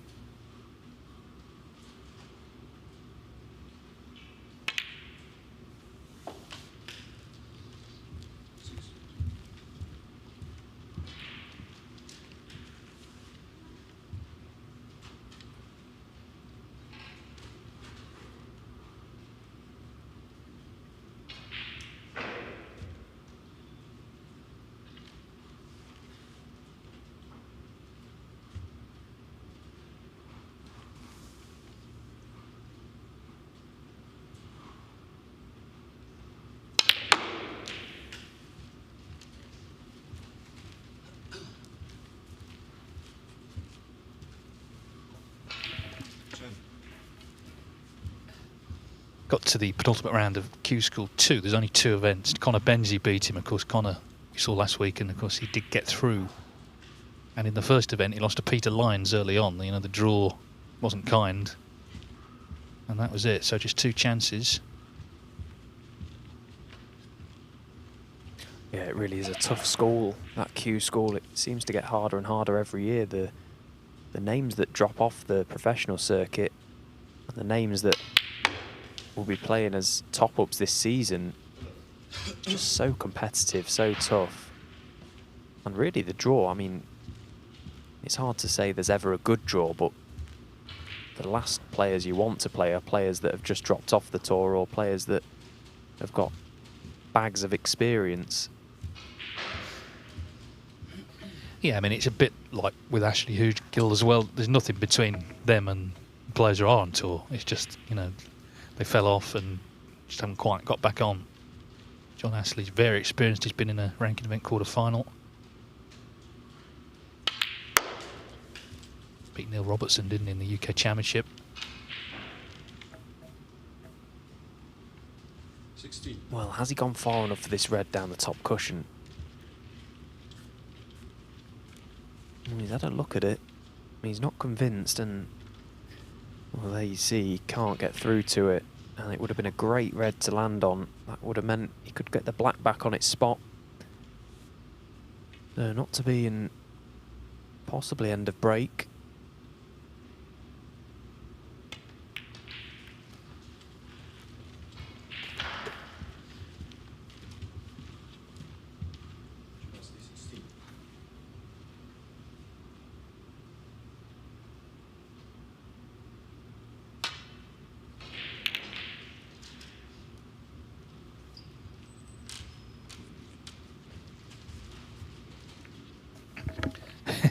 Well, it's finished okay. More by luck than judgment, obviously, to hamper Ashley. These two, respectively, from areas that have hosted snooker tournaments. There's Newcastle Way, where John Ashley's from, and indeed Plymouth, where Hayden Pinhey's from. Plymouth Pavilions, it was a popular venue. At British Open for many years. Nigel Bond beat John Higgins down there on the last black one year.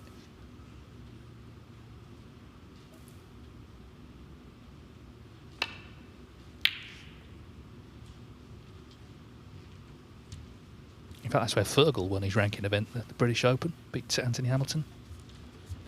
Anyway, didn't catch that one as intended, so Ashley already been in once with another chance here.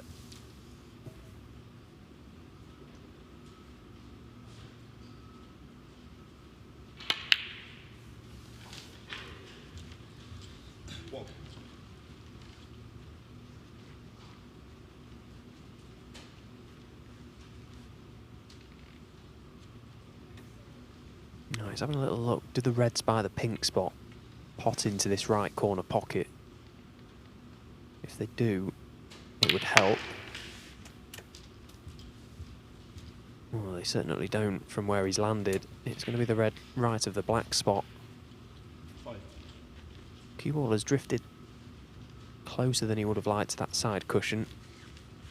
And the question is, has he got much angle on this red? Facial expression tells us that it's a pretty tough shot that he's faced with. Needs good cueing.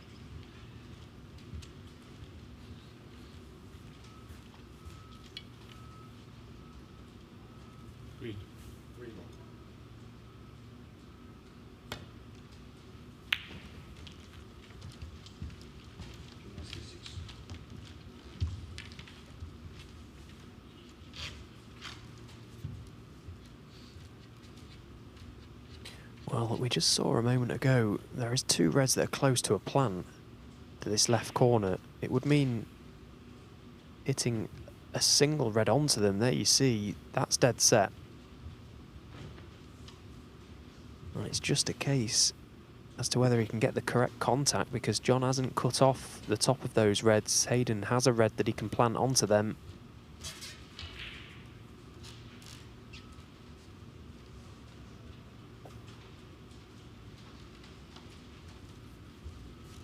Well, it looks from here that this is unmissable.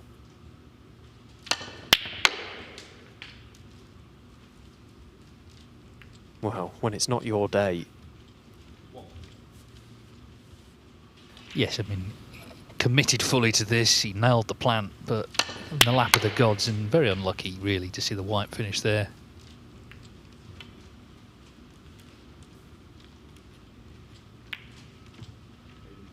Yeah, the pace he's played it at. He didn't have a clue where the cue ball was going. Well, Ashley Hugill looking good to level up with David Lilley and take a point from this match. Of course, that would mean they're both on 4 points, but Lilley, having won 3-0 as opposed to Hugill 3-1 earlier, will be top for now. All of which is putting pressure on Zhou Yulong, but I suppose Zhou Yulong wouldn't mind the draw here.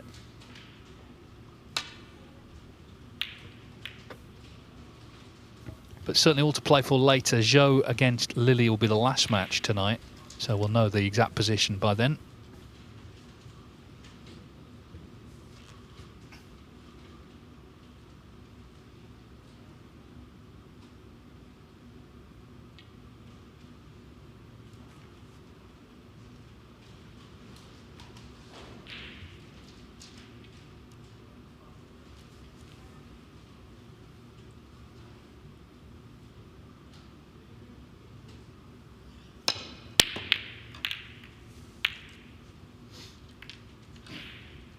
Well, don't really know where to look. There's balls flying around all over the place, and the one ball that will be concerning Hayden is the one that's right next to the cue ball.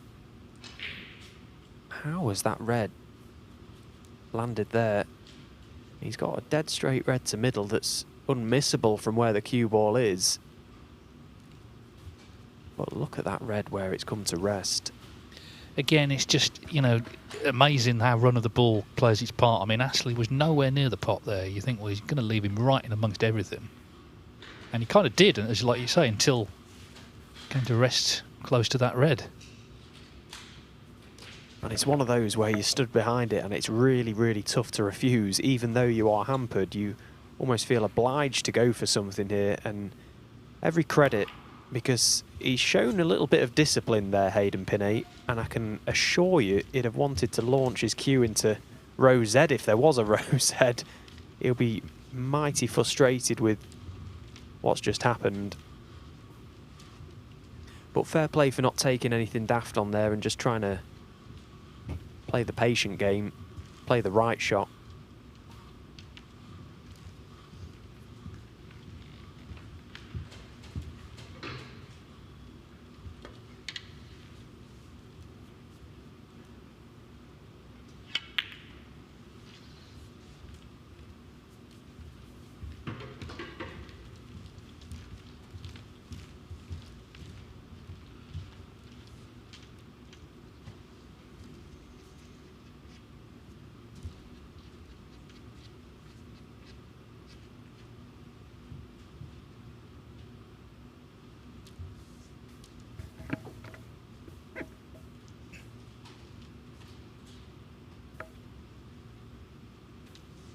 And once again, that brown has prevented Hayden from being able to thin clip that red into the middle pocket. So the run of the ball couldn't be any further away from Hayden Pinhey currently. Oh, but that's a great pot. Very good pot.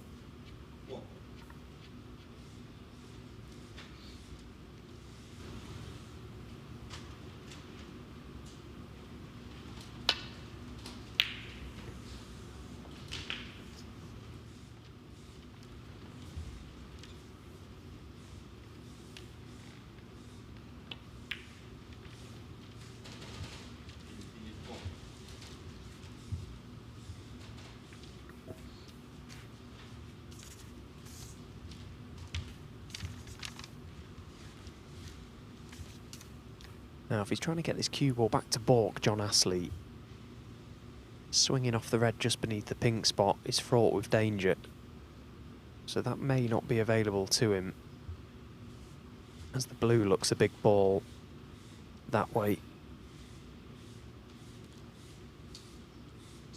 He's in a spot of bother.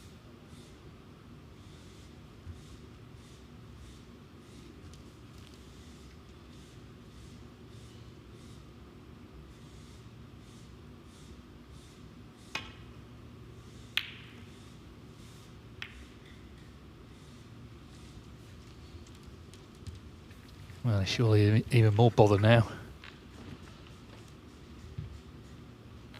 Pretty scrappy start to proceedings. Can Hayden Pinhey produce something here?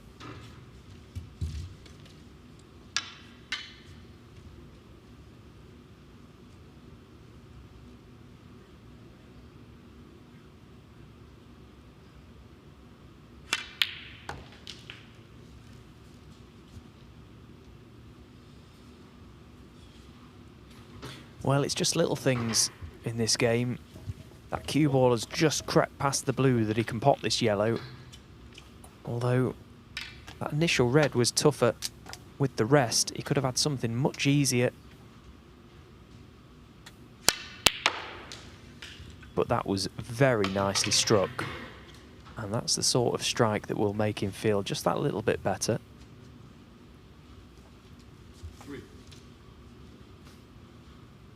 Needs a good season to keep his tour card. Having worked for so many years to get on the World Snooker Tour.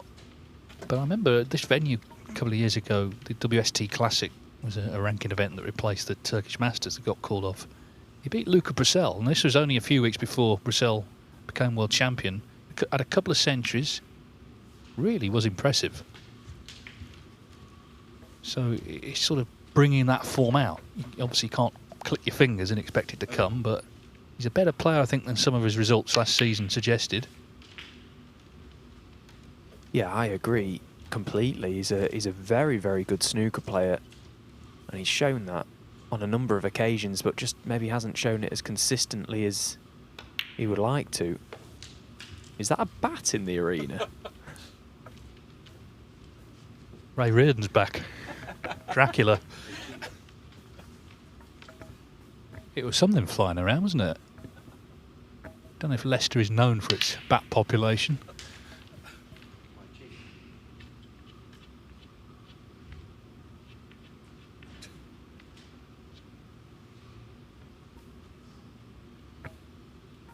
I assume it, yeah, but it's something. I mean, we've been here so many days, you might be hallucinating by now.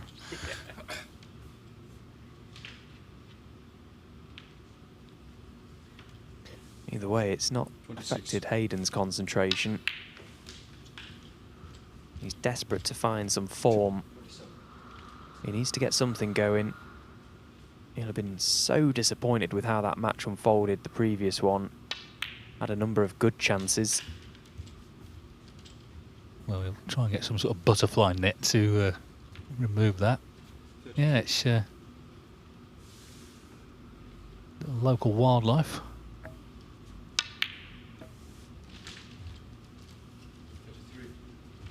I think for Pinhey, he spent so long just missing out.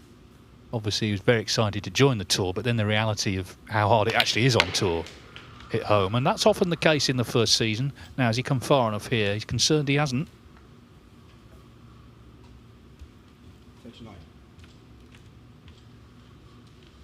Yeah, I think back to when I first got on the tour, it was 2014, and I was absolutely buzzing to be a professional snooker player, and you know, it was a quick realisation that just being a pro wasn't going to cut it, and the fact I was getting, you know, I was getting bashed about pretty much by the top boys day in, day out. It was a quick 2 years. Well, as you see, didn't get on the red, so just to safety. Yeah, I mean, the point is, you know, the established players aren't excited that you're on tour, are they? They're just there to beat whoever's in front of them, or try to. And it's tough coming on, but that's the beauty, I guess, of the 2-year card. You do have that second year to try and really improve, as I guess Stan Moody in particular last season did. Or just do what Lepe Fan did and win a ranking event year one. No points coming off this year.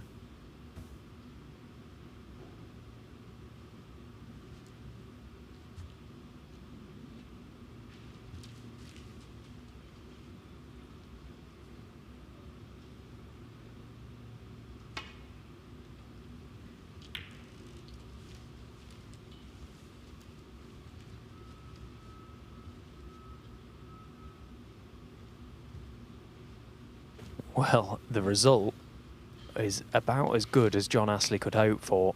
That red was travelling dangerously close to the corner pocket, but he had the perfect line and the perfect pace on the cue ball.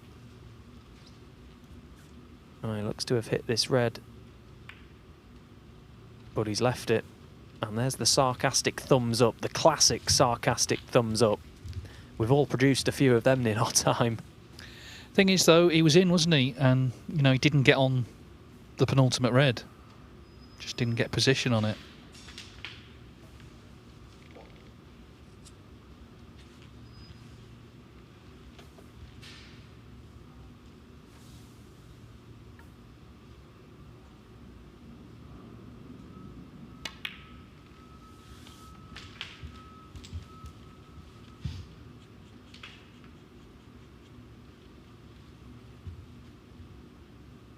Well, Ashley won 2 black ball frames against Barry Hawkins. This one's set for another tight finish, it would seem. Ooh. But misses the red.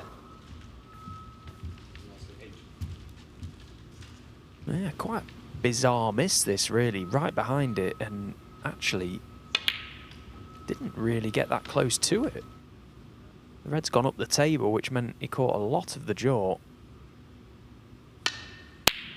Oh, and that is a wonderful pot from Hayden Pinhey. The best pot he's produced all day, no doubt.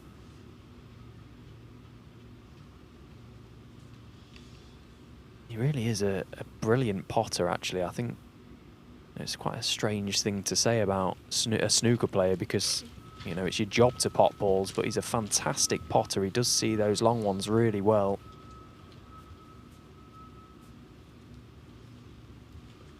And he's taken back control of this frame now.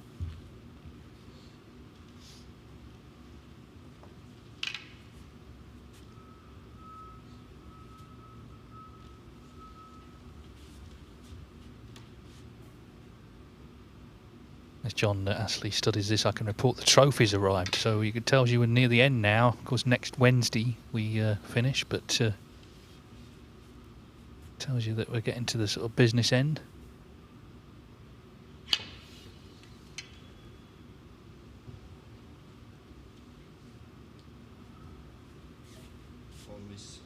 Is this a free ball? Yeah.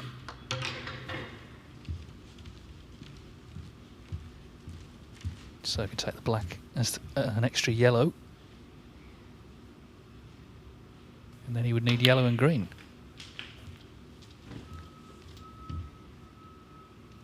Anything but straight. 2. And once again, the cue ball has come to rest in an awkward place with the brown being where it is. He's going to have to cue down over it, and he's finished dead straight there, you see. So it's a double whammy.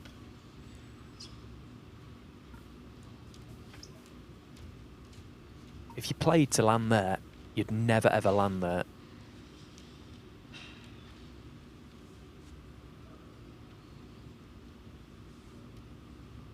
But of course, you'd never play to land there, so it's a pretty pointless thing to say. He's done well to get that cue ball back there. He struck it too well. Goodness me, look at the action he's had on the white. Yeah, the problem is you know, if the blue was on the cushion, that would take a bit of pressure off, but everything is there waiting. So those 20 in front, it doesn't really mean anything if he leaves the green on. Now, I'd be surprised if he refused this green. He usually plays the aggressive shot.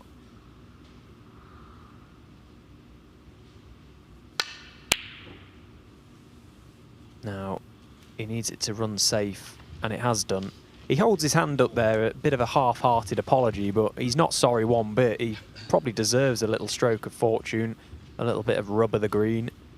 It's gone against him in this frame anyway.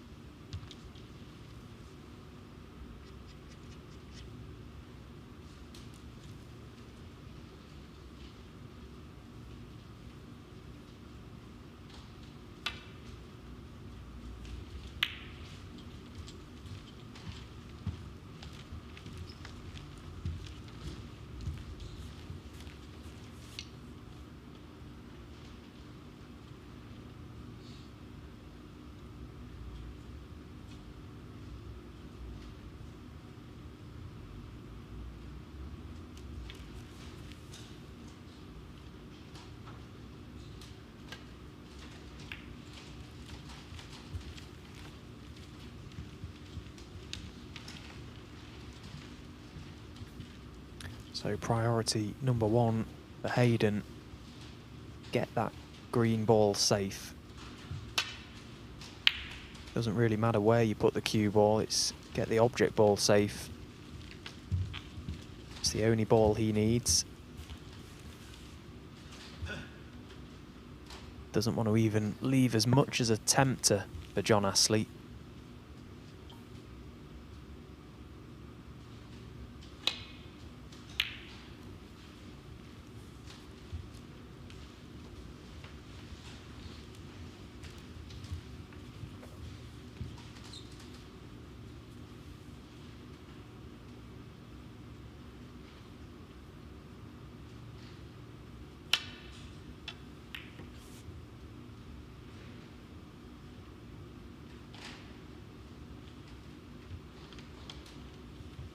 Well, that was a complete mishit. And he hasn't got any help from the brown. This green is on. Not much to do with the cue ball either, where the brown is. So one good strike from John here.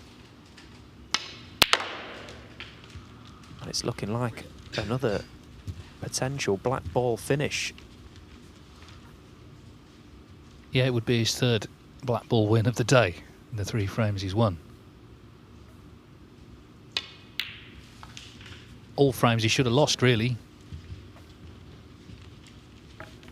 And more importantly for Hayden, the second that he would have lost when he's been in control of the frame. Terrific green though, wasn't it, from Astley? So he's the 4th seed, but he's got a lot of experience, as he's proving today, particularly in these close frames. Looks like he's won another one. 18.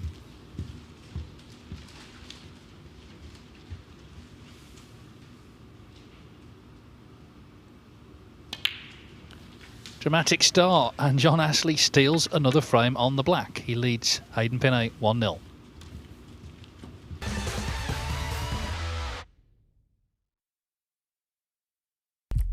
What do you need to become a champion? Vision, drive, discipline, finesse. But what about a world champion? Victor, conqueror, peerless. The history. Reyes is the champion of the world. It's the king of the 9-ball ring. The biggest prize. The crown jewel of 9-ball.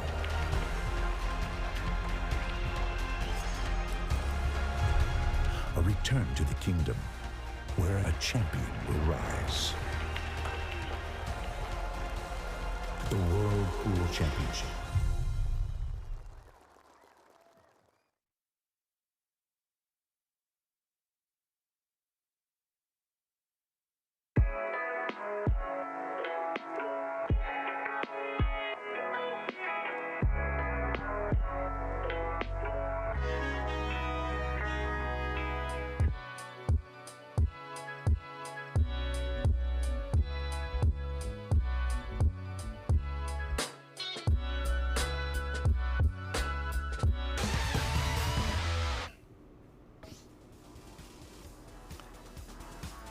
Now then, these are the results so far. As you can see on table 2, they've completed the session with that draw between David Lilley and Ashley Hugel.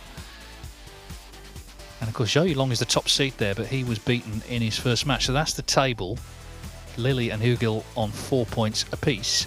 But of course, Zhou Yulong and David Grace played one match fewer, and they're going to play each other at 5 o'clock. So the position will be a little clearer then. But it's wide open, isn't it? Any of the 4 could still win that group. This is the format, of course. Now 32 groups of 4, and the last of those will be on Thursday. Then we go into the next stage. So we have 8 groups of 4 from Friday, played over 4 days. And it's the same format. The winner of each goes through to stage 3, which will be 2 groups of 4.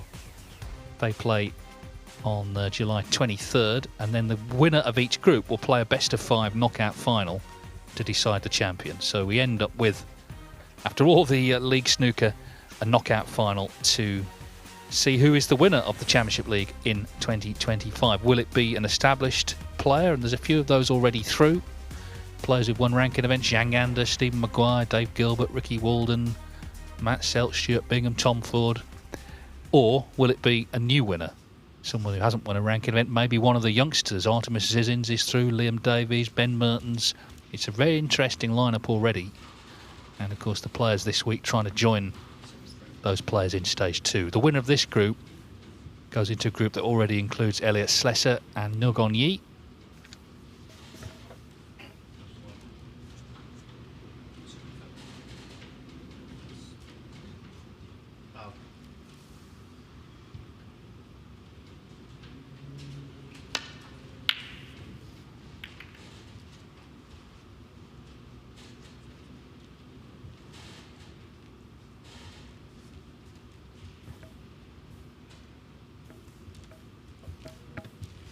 Does have this red available, John Astley. Tough cueing though, very little of the cue ball to aim at. Right underneath that baulk cushion.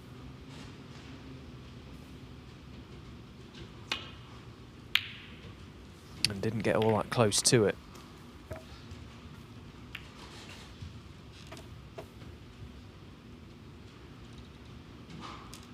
So once again, Hayden Pinhey has got to pick himself up off the canvas after losing that frame in the manner in which he did. Lost a couple very similar to Haris Taher. Just not able to get a quick, clean kill in these frames, it seems, so far today.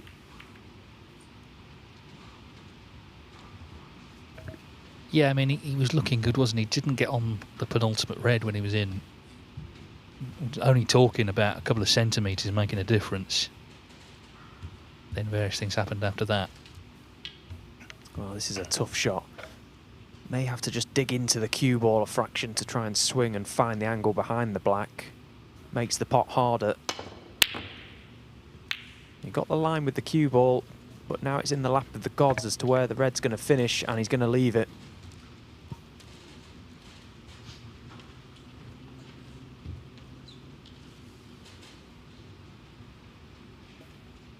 Pinhey seemed quite quick to the table there, but understandably it's a chance to put something together here. That's something I've noticed actually today and in a few of his matches last season. He's very, very quickly out of his seat.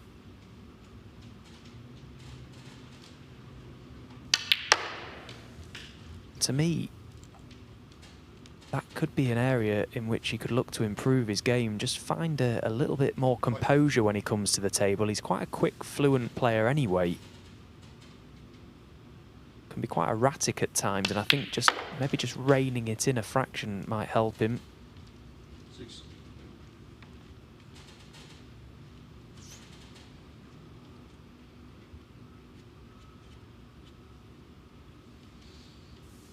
The only reason I say that is I myself was very similar years ago, almost too quick out of my seat, too eager to get to the table, and perhaps didn't quite set myself enough for the chance when it came about and just wasn't able to take it.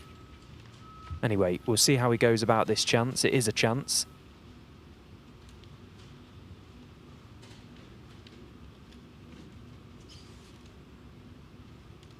I'd love to get that black fully in open play. It does pot into both pockets at the minute, but the two reds above it are restricting it, and he's going to need a good shot now.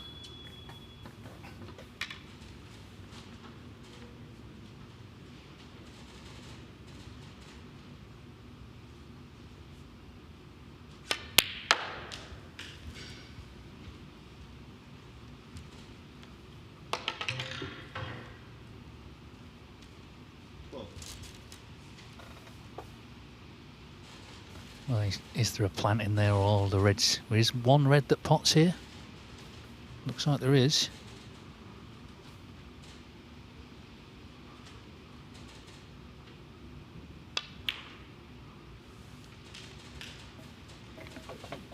Okay, good shot. And now just needs to be careful with this black. He's low enough on it. He could maybe disturb the two reds above it. Don't miss the black. Played very, very nicely. Good shot, and that really does open things up now.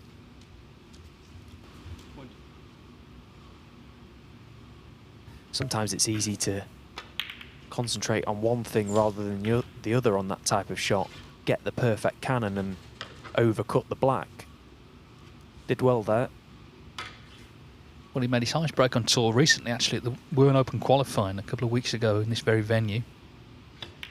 1-3-7 and beat Martin O'Donnell, who's not easy to beat, 5-1. So good start to the campaign. Getting that result under his belt. He'll be out in China end of August for that tournament.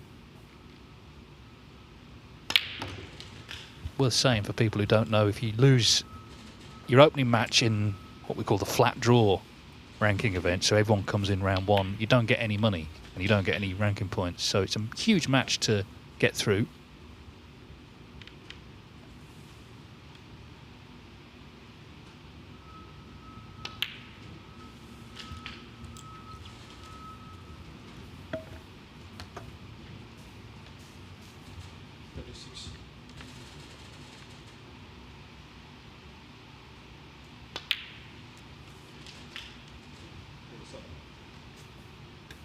This is where he looks very good, Hayden, when he's in amongst the balls and they're nicely spread.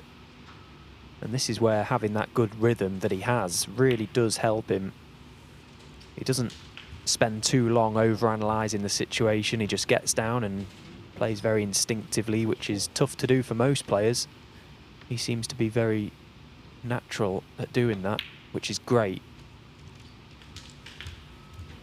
Of course, it's a fine line between finding that rhythm and rushing.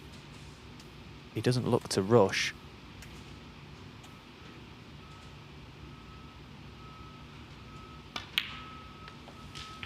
Plays at quite a naturally quick pace. Again there, that cue ball has just drifted past that red. A little cannon to it would have been ideal. Just makes this next shot a little trickier.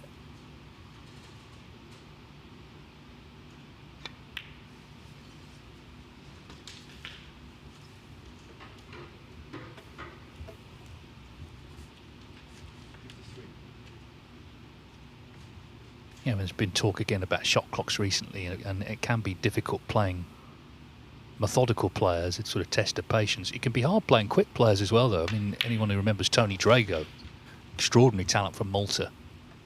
But players who played him will tell you that almost playing him forced you to quicken up if you weren't careful, and suddenly you were coming to the table playing your shots, not really giving them proper thought. Once won a frame in 3 minutes, Tony. Well, that red going in has done Hayden a massive favour there. That second red. Because this pink is missable. And he's potted it anyway. Good shot. But there would have been a lot more pressure on it had that red have stayed on the table. And it's been a good contribution, this, from Hayden, all things considered.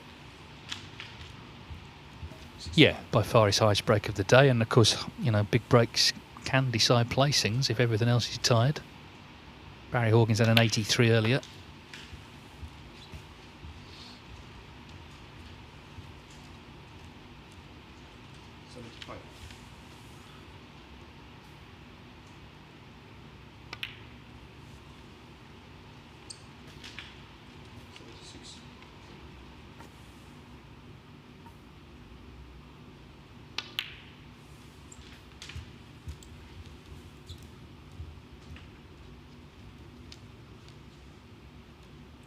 83.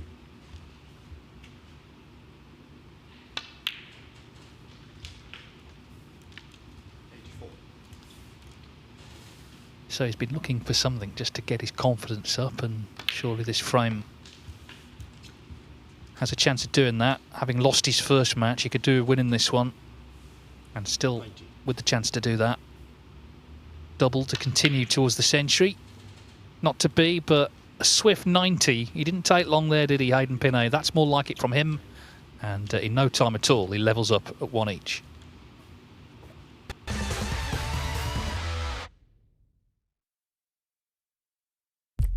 What do you need to become a champion? Vision, drive, discipline, finesse. But what about a world champion? Victor, conqueror, peerless.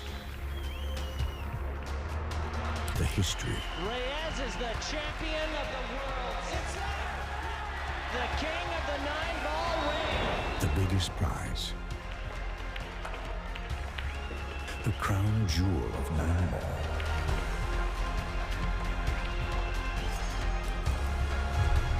A return to the kingdom where a champion will rise. The World Pool Championship.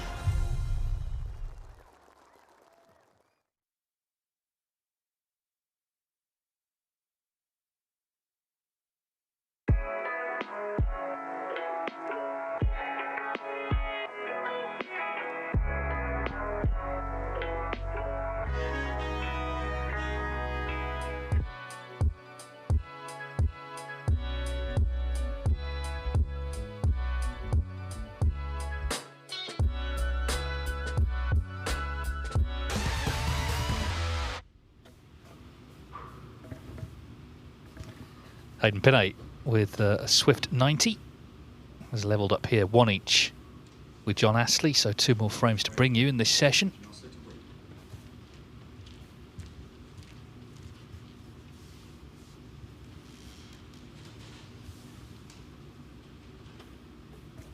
And what Astley, of course, have observed is that Pinhey is more than capable of punishing if the chance comes. Didn't happen in frame 1.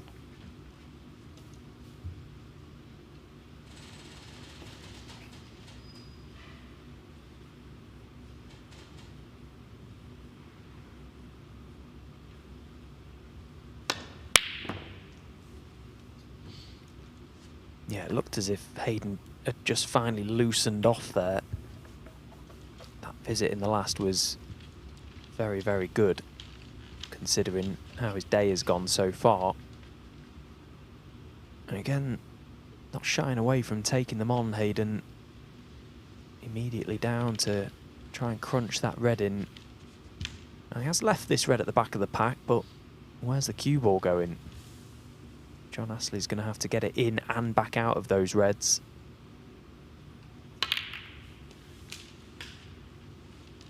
That's okay.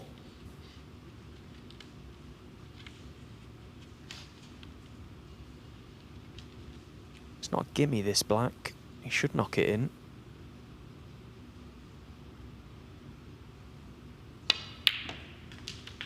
Yeah, that's perfect. Nice enough angle on this red now, on this top cushion. Back out for the black, and then he can get to work.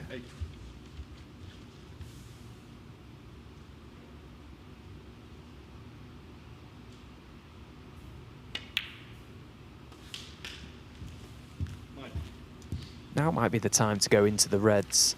He's got the red up in baulk as a bit of a saver. He could screw into the pack, bring more into open play. He's got the red at the back of the pack as well, a chance to land on that, so 2 chances.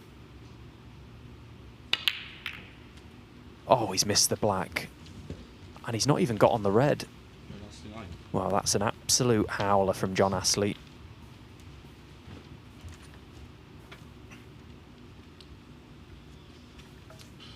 Sure, Pinhey disappointed not to be on 1, but delighted to see Astley miss the black.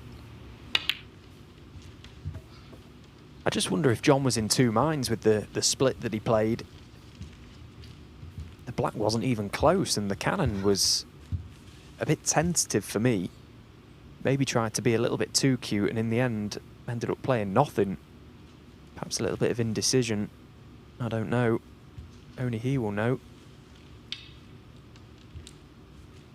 But my goodness me, again, what a touch he's had not leaving anything there for Hayden. Well, now it's about not leaving a shot at the red near the green pocket, so it might be a bit of a stalemate.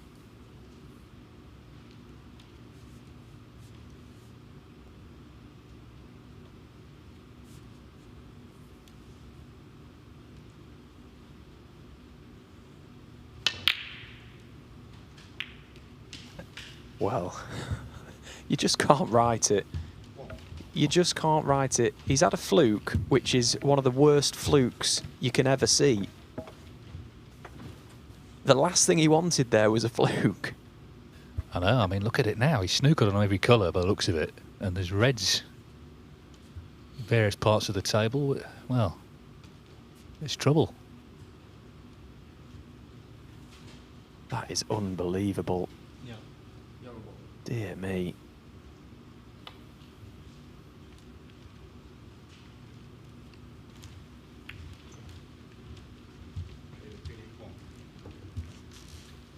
Well, he did well there because, as I say, it was trouble and didn't have many options really.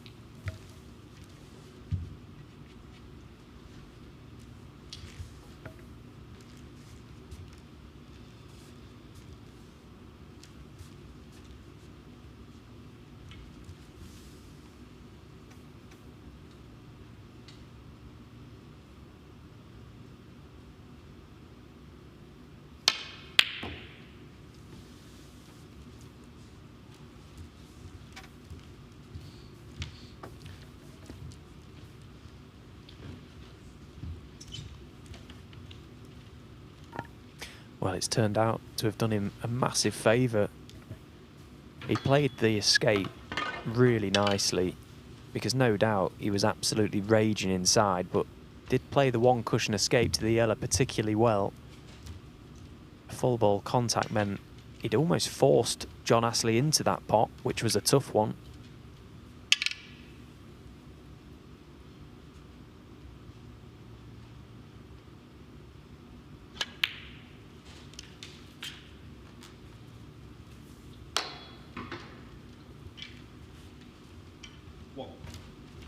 So he's just made 90 in the last frame, must be feeling good.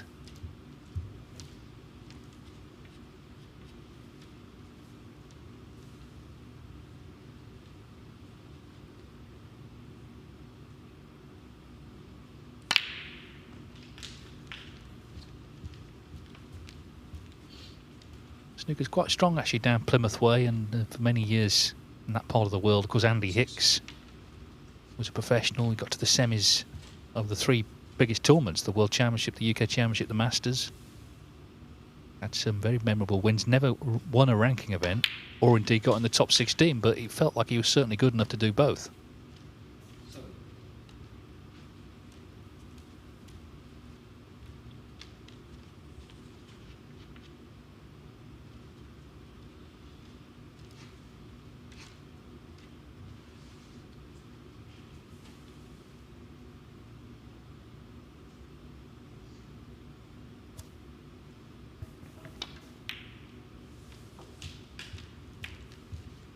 Yeah, one of my most heartbreaking defeats actually came to the hands of Andy Hicks on debut at the shootout.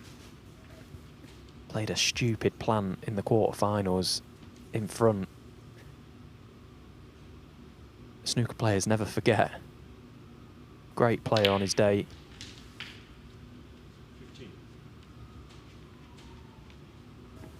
Yeah, and he was involved in what for him, because he's, you know, he doesn't get involved in trouble, but was an unlikely controversy with Quinton Han at the Crucible, where there was a bit of, well, more than a bit of verbal between them at the end, and the referee, Laurie Annandale, had to get between them to stop anything happening.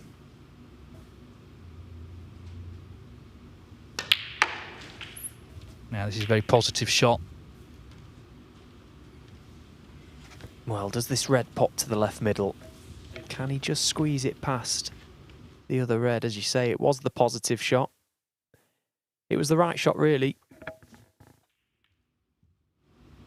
It's a good sign. It shows he's thinking well and trying to make things happen, not just expecting chances to come. It's in his hands now to go 2-1 in front. Playing much better than he was in the last match.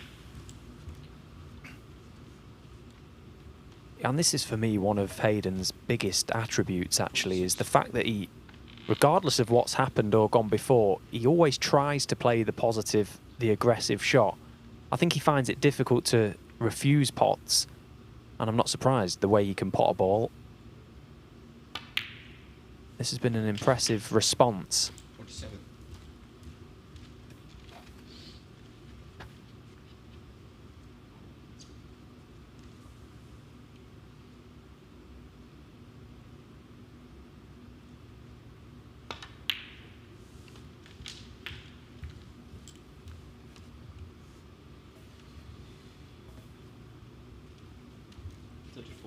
Well, still got the red to middle. Quite close to it, though.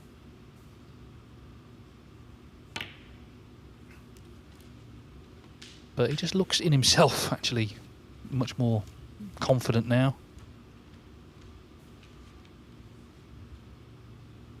Yeah, the shootout was his best event, actually, last year. Got to the last 32. Yeah, and you can see why. He's sort of got that game that you would fancy to do well at the shootout. Quick, sees the shots quick. Doesn't really spend too much time thinking and losing seconds, so you can see why he'd do well in that event. Going back to Blackpool, which was its original home this year. That'll be some atmosphere.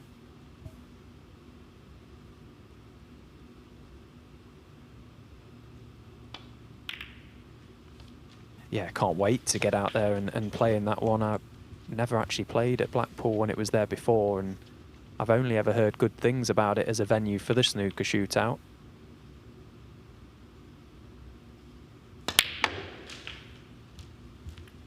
Of course, that event can do wonders for a lot of players, and I think Hayden's probably in that sort of category.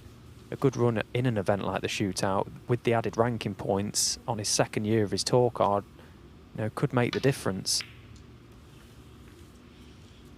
But he'd like that one back. Yeah, he didn't have much more to do to win the frame. Couple more reds.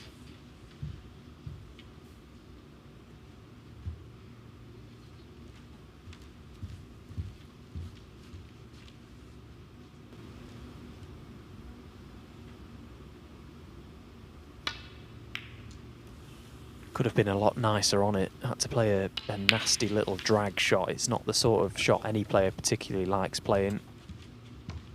Should have been much straighter on it. So, John Astley back to the table. 2 reds by the side cushion. Clearly the problem balls for him.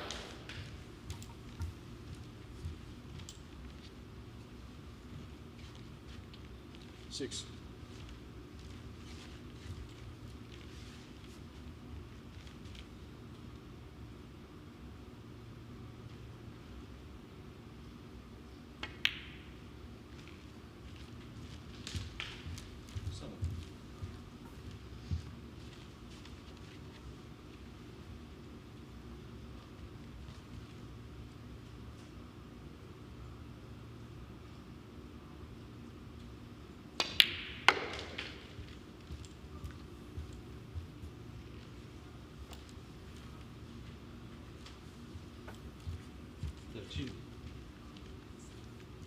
Well, the pot's the first thing that he's got to make sure he gets, and then he's looking for an angle off his colour. So 2 things to consider here.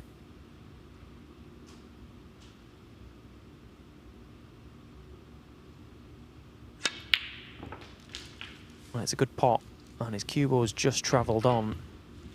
Not sure he can get into those 2 reds from where he's landed on this black. Might just have to take his medicine now and maybe take the black for the points. Player telling safety from the Reds.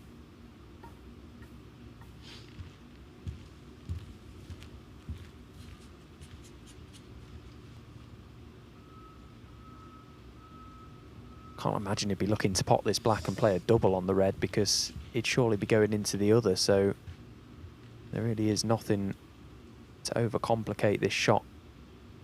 Pot the black, play a good safety.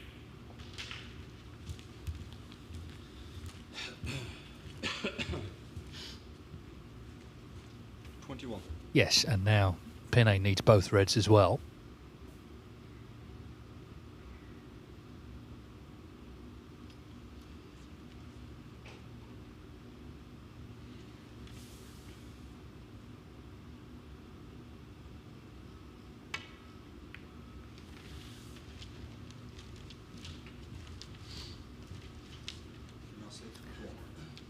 Didn't try and jeopardise the Reds there to get a good cue ball. Kept the Reds tight. A thicker contact may have meant leaving one. I mean, he has control of the table, John. He can just thin off these Reds again, try and get the cue ball back up onto the baulk cushion this time.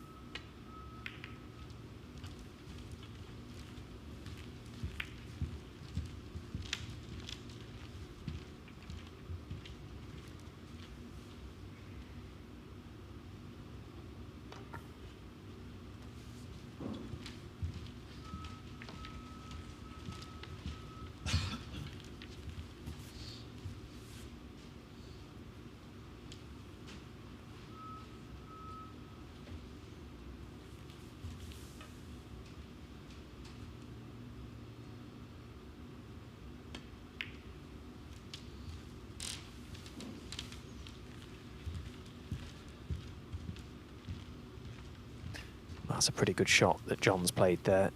Trying to force Hayden to promote that red on the side cushion. Of course, it's up to John to be the aggressor.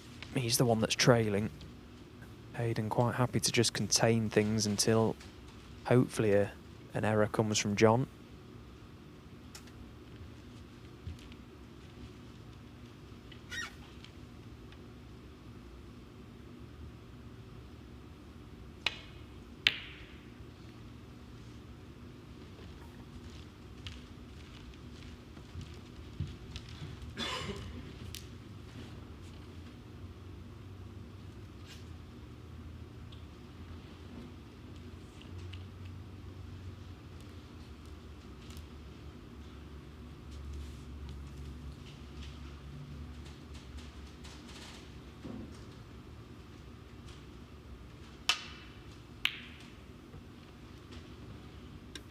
Well, this is a very, very good safety shot.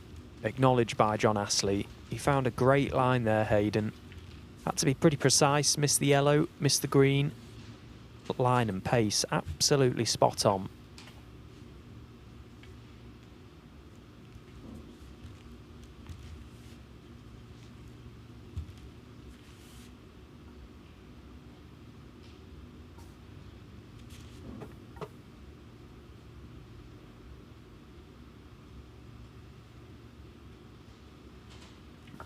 Now really he wants to try and rest up to that red on the baulk cushion. But can he get to it? He needs a big slide here. Yeah, good shot.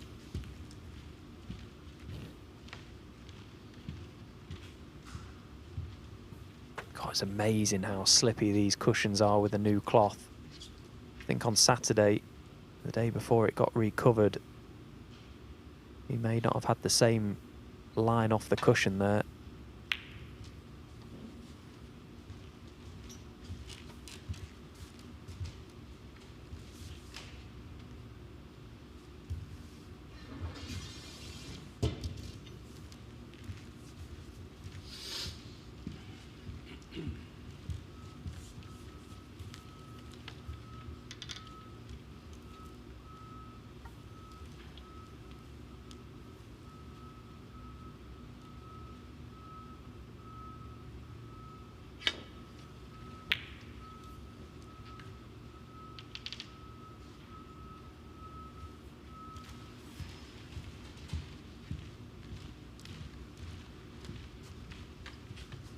sort of feel Ashley willing that red to keep running.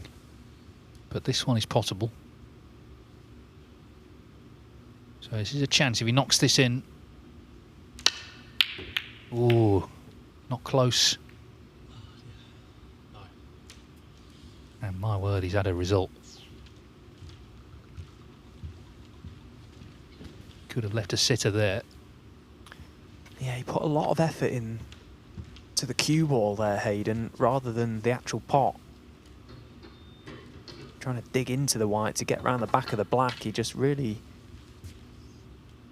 put all his eggs in one basket in terms of trying to get a good white. This red does pot though to corner, and he's pretty nice on it, John. Doesn't need to do anything with the cue ball. Oh, this is a chance now for another steal. He's nice on this blue. He's got the red down the baulk cushion, but the green being off the spot, the yellow being slightly off as well. It helps.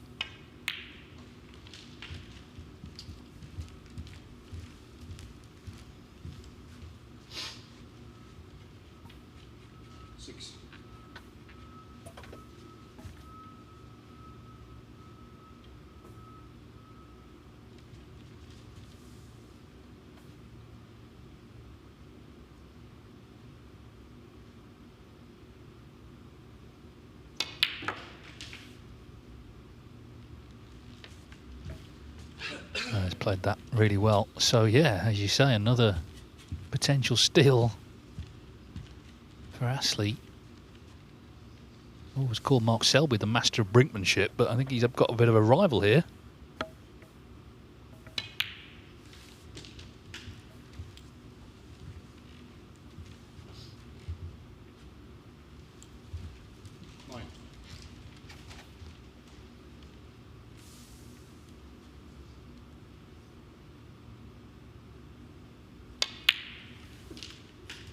Once again, really, another frame that he had no right to even have a chance to win it.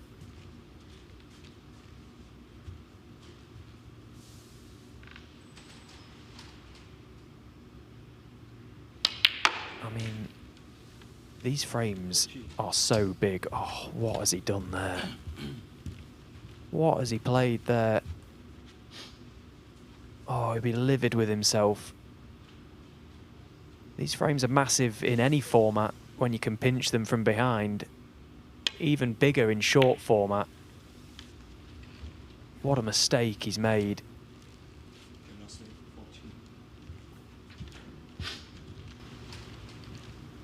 Just trying to punch this green up. Just get a little bit of work on the cue ball, and he just hit it a little too hard. That response on the cue ball, that spin that he had on it, just reacted too much.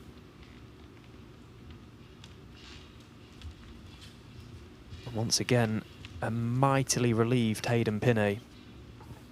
Just needs this blue.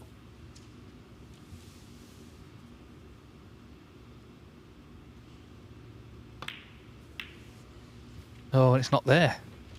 Wow. Well, go back to frame one of the day. Barry Hawkins, Mr. Blue, to the opposite middle against Ashley. Oh, that to me just looked like a complete lack of discipline from Hayden. It looked awkward for a left-hander, and he sort of played it in such a way where he wasn't set on the shot, just tried to push the cue through straight, wasn't down on it properly. Looked to me like he needed the extension on the end of the cue.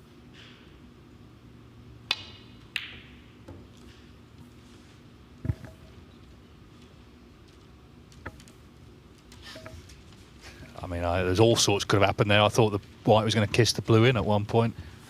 Well, it's become very nervy. Pinhey still just needs the blue. Ashley needs all three.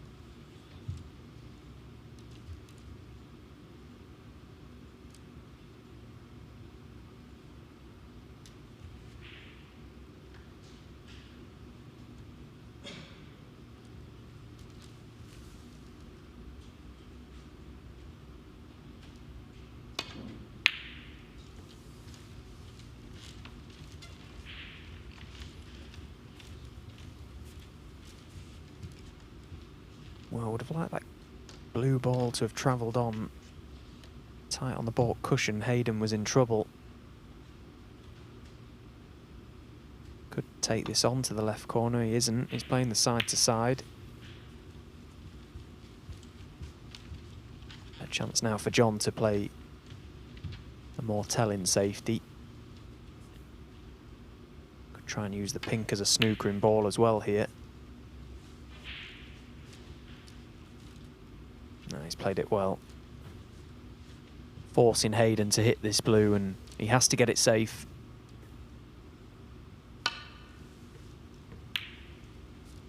Well, it's a good hit. He'll be happy with that result.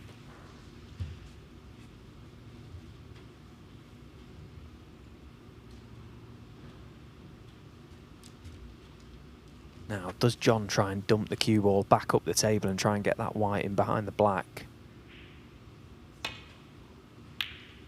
No, he's attempted it to the right corner, and what a pot that is.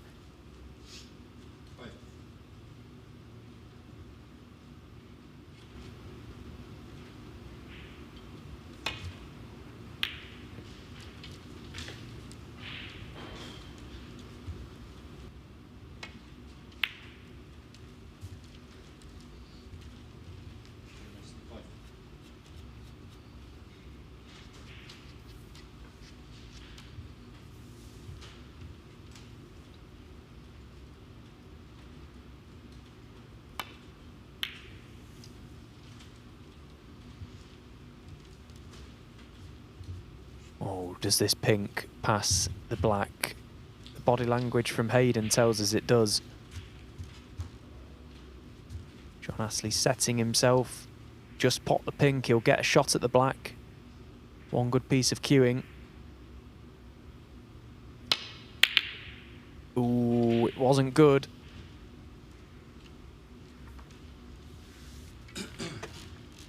Well, he's not left it on. And now the black is in open play, so in a way it favours him, but let's see. Such a dramatic finish. Oh, double kiss. Well, John Astley gets his chance to win a fourth frame of the day on the black. Oh, well, it looked like the double kiss always had a chance there. He wouldn't have played it, Hayden, if he'd have thought he was going to get it. A misjudgment.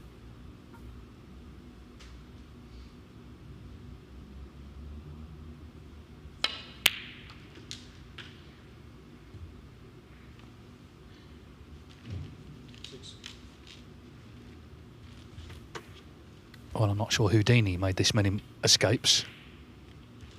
4 frames he should have lost. They've all come down to the black. John Astley has won them all. That was extraordinary. I'm sure he can't believe it, but delighted to get the chance. So John Astley leads 2-1.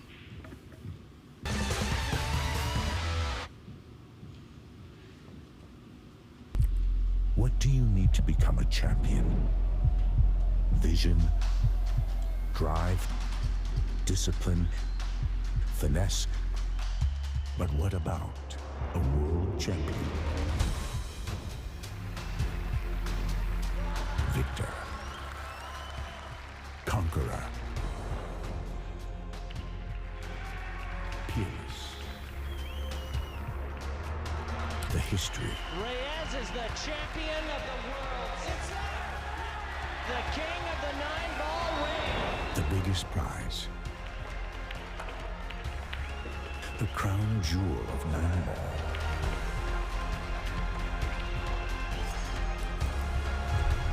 A return to the kingdom where a champion will rise.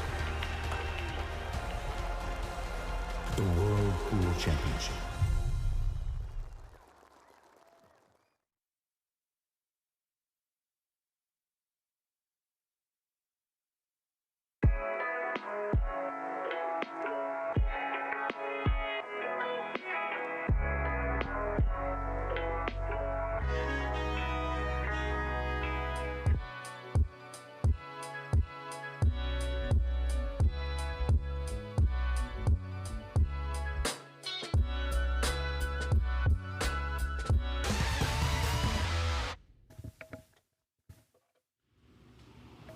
well, Hayden Pinhey had a hatful of chances, but in the end it was John Astley who stole yet another frame on the black. His 4th of the day. All the frames he's won have been on the black.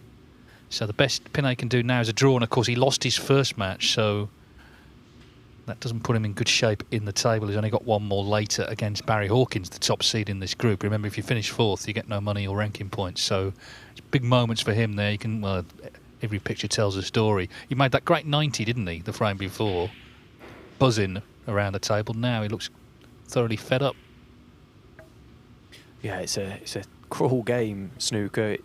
You've got to be pretty thick-skinned to play this sport, and we're seeing exactly why there.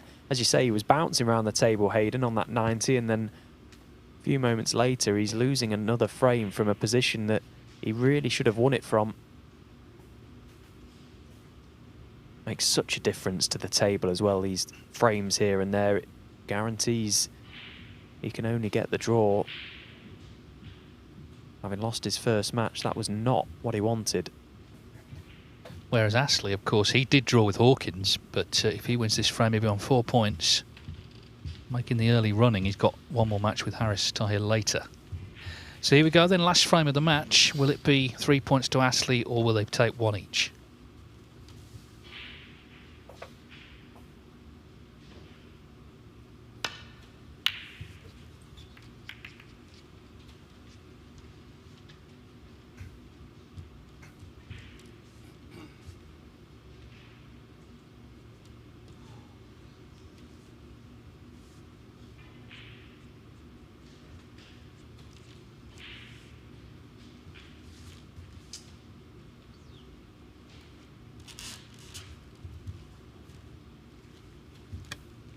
Pickpocket.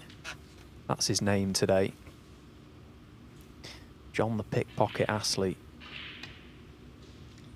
I mean, the law of averages would suggest that you're not going to win 4 black ball games, but that's what's happened. Incredible. And it's the way he's won them from positions. It's not like he's thrown away the lead and won them. He's clawed his way back into the frame somehow. Don't get me wrong, he's had help from his opponent as well.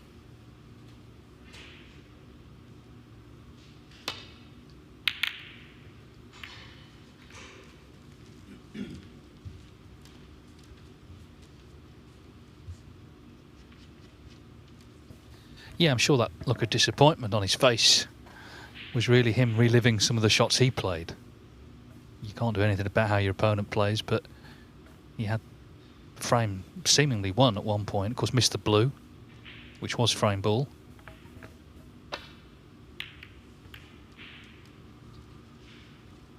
Yeah, I think that the most disappointing thing, or at least it would have been the most disappointing thing for me had I have missed the blue, is the fact that he didn't give himself the best chance to pot it anyway.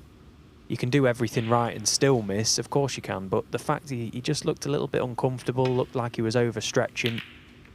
It wouldn't have been a difficult shot for a right-handed player, no way, but as a left-hander it was the wrong side really for him.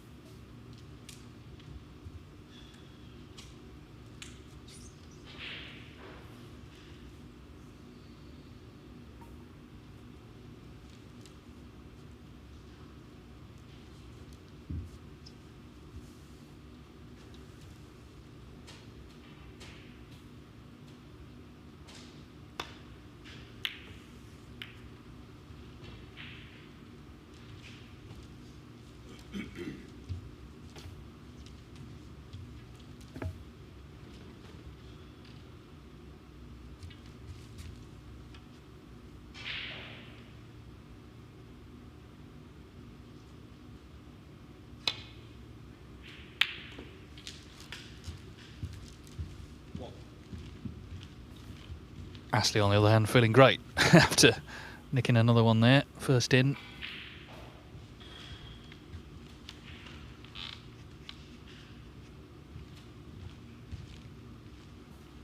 Well, this black's tricky. It's one of them that if you're going to go for it, you've got to fully commit. He's got reds to right corner that he can play on, just needs to nip into the cue ball, kill the pace. He's missed the black by quite some distance, but look at where the black's gone. as he covered all the pocket. It was a bit of a cutback, that wasn't as easy as it might have looked. Well, what's the damage? Well, he could get through. So, first good chance in this frame for Hayden Pinhey.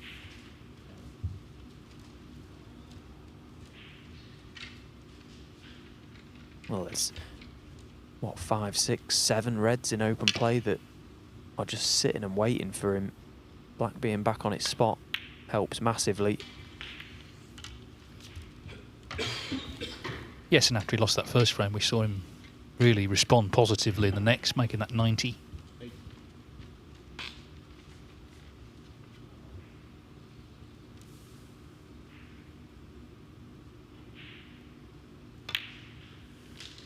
But, of course, after Hawkins drew, Pinhey, the second seed in the group after Barry Hawkins, had the chance with the back-to-back matches to take a grip on this group, and he's not done that. It was amazing actually looking at this group this morning. As you say, Hayden's the second seed, ranked 106th in the world. Barry Hawkins, the highest ranked player in this event.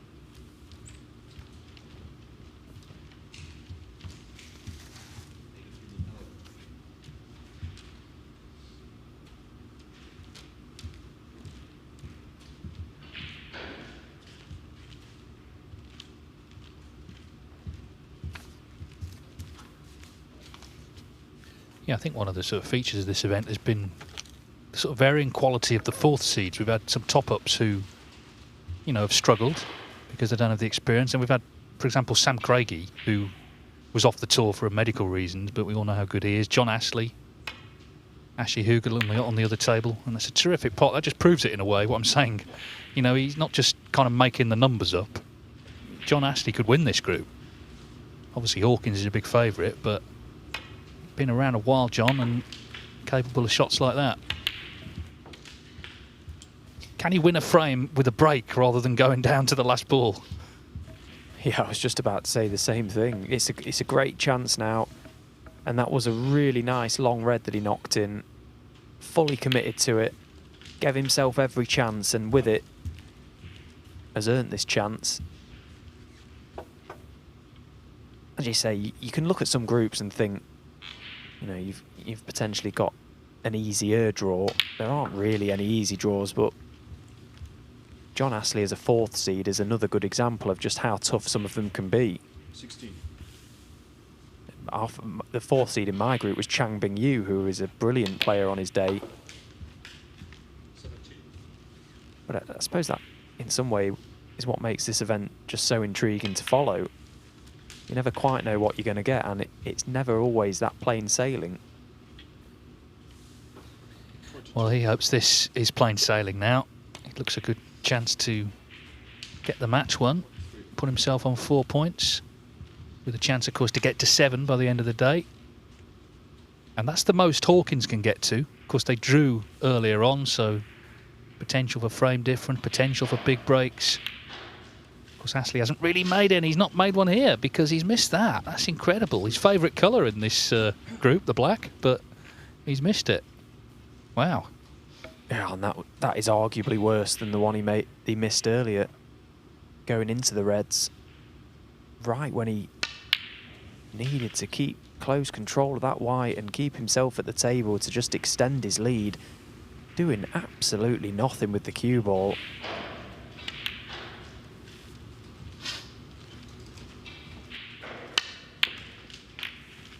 Oh, and Hayden's played a great shot there. Left himself nice on that black to just come off the side cushion the cue ball into those reds. He's opened all 4 of them.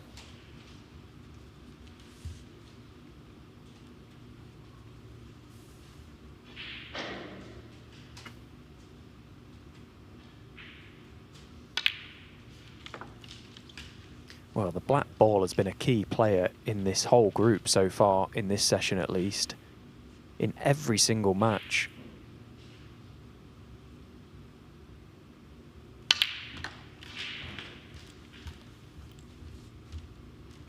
Yeah, in cricket they have WinViz, which sort of throughout the match tries to predict who's the favourite. I think if we had it in this match, in this group, it would have been broken by now, because just as you think you know what's going to happen, something unexpected does, and it still can here, but the pendulum swings back to Hayden Pinhey. It's in his hands now to try and get the draw. He's not going to win this group, but of course he wants to finish as high up the table as he can. Got to play Hawkins later, where he'll be second favourite.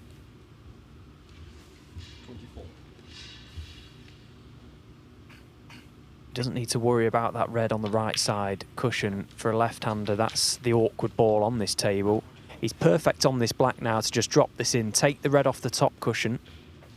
That then gets that problem out of the way, and then the two reds in open play with high-value colours will be enough for him.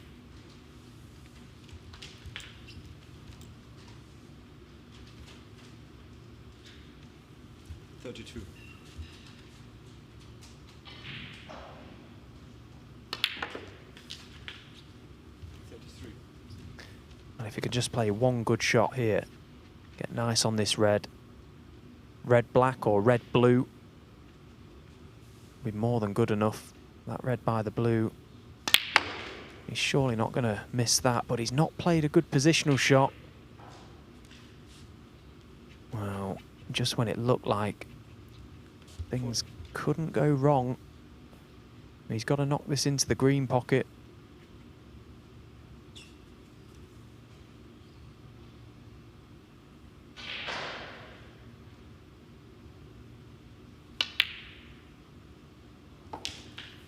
Fantastic pot. Yes, he's not made things easy for himself, but this to lead by 34, red and a colour, should be 2-2. So it's been eventful, but just make sure now, because we know if there's a chance to win a frame on the black, then John Astley's the man. 47.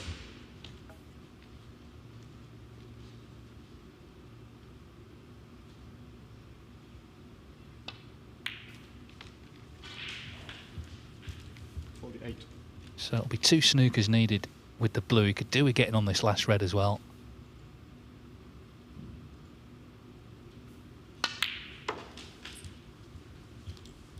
And he is on it. So just drop this in. No heroics here. And that should be that.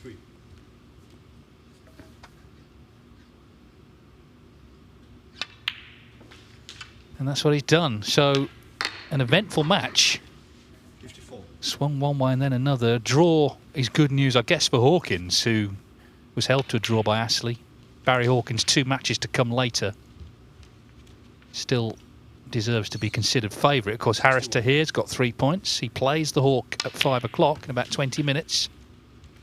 So that's a big match there.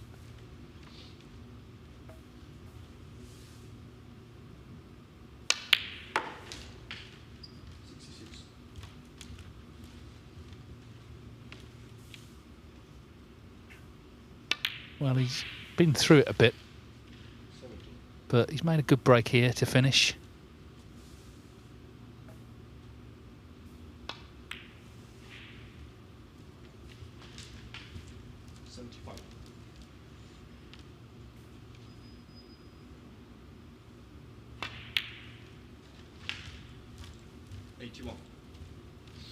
But I guess overall a disappointing session for Pinhey, because from 2 matches he's taken just 1 point. But that's a fine clearance nonetheless, and it means it's honours even John Astley with a second draw. So he takes 2 points from this session. 2-2 it all finishes. So we can just show you what we've seen here. Yeah, 2 draws there, and as I say, Hawkins has come out the session actually okay, because of the other results. On the other table, it's very tight. David Lilly with 4 points. Ashley Hugel also 4 points there. So that's all to play for. Remember, Zhou Yulong is the top seed, but he lost his first match. But of course, he does have 2 more to come. And we don't have long to wait now. We're about 20 minutes away from the start of the evening session. we kick off with Barry Hawkins, Harris Taher. So do join us, just time for a cup of tea, and we'll be back at 5 o'clock for more from the BetVictor Championship League.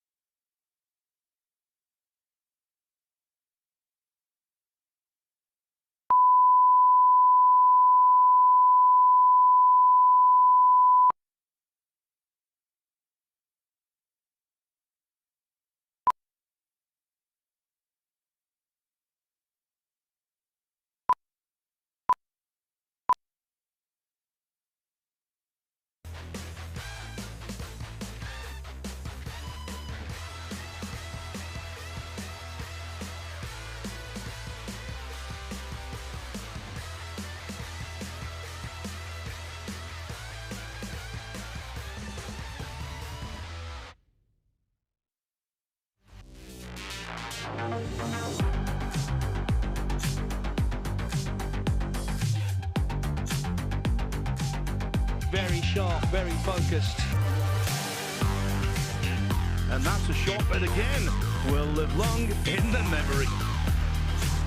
It's just ridiculous. Absolutely ridiculous.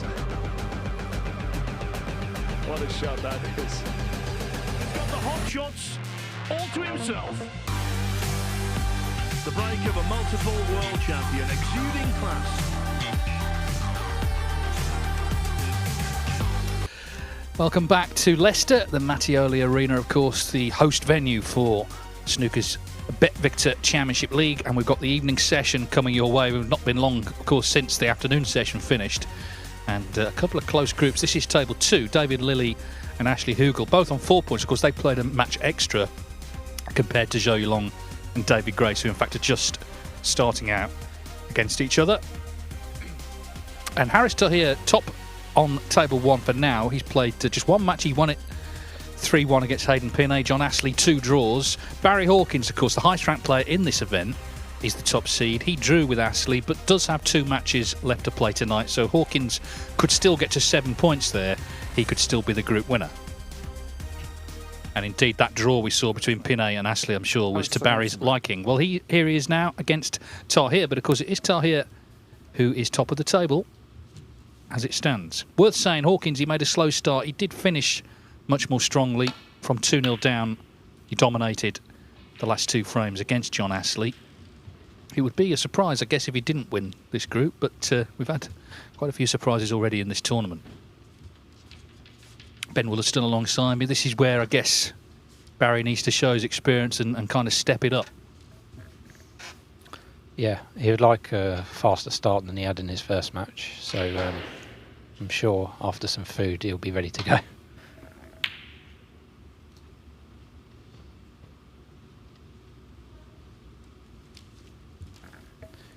Caught that miles too thick, so that's why the white's not come up into the bulk area, and he's left a pretty straightforward red for Harris.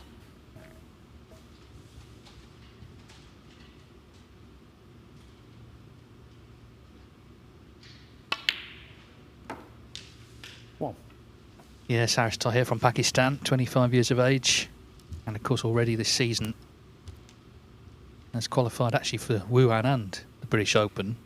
British Open he beat Ken Doherty. Wuhan was supposed to play Luca Brissell, but he just didn't turn up. Ooh, wow.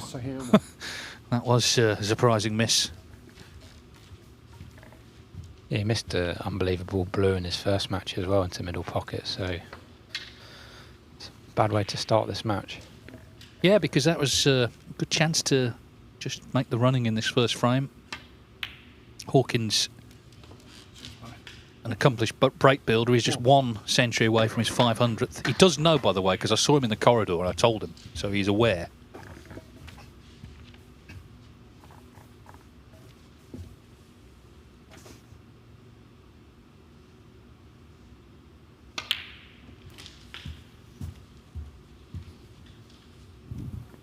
Show you along David Grace. That's table 2, and you can watch it on the Matchroom Multisport YouTube channel. And that's, again, for Zhou Yulong, a must-win match, and probably will have to win his last against David Lilley as well. 9.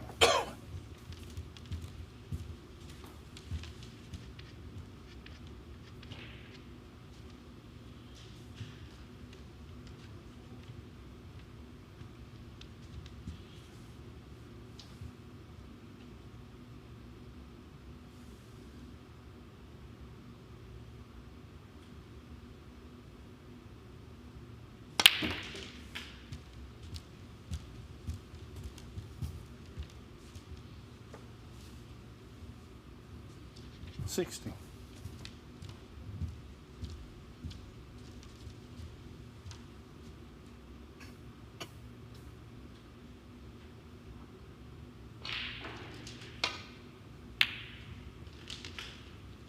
$70.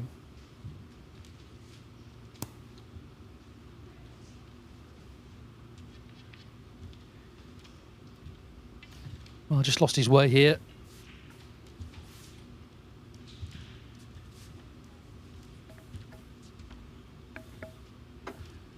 The draw obviously wasn't the result he was looking for first up, but results since are actually quite favourable to him.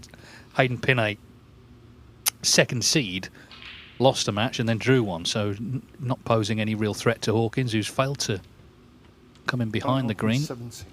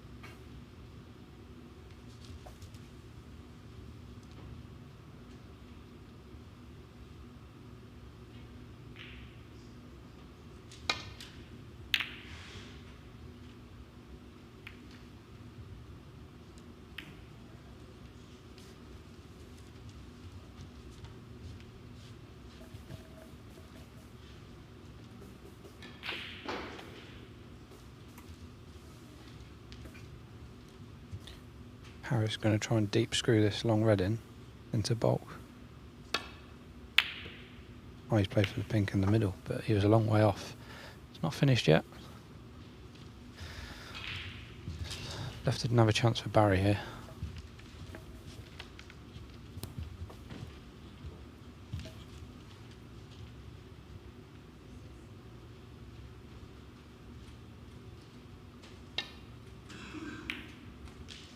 One.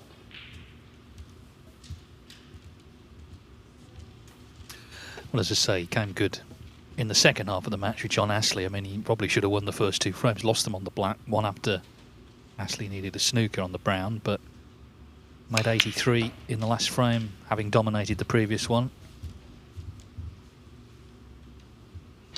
That's the thing with the real top players, and of course Hawkins, number 9 in the world. You're never really that far from them completely raising their game.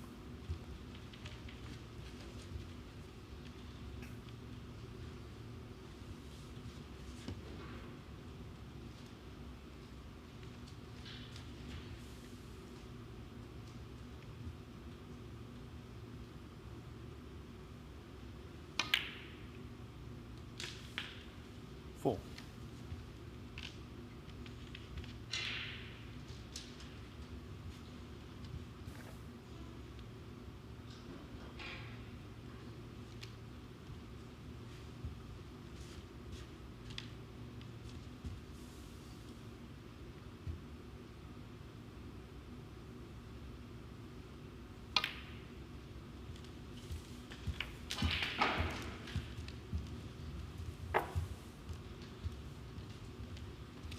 Ten.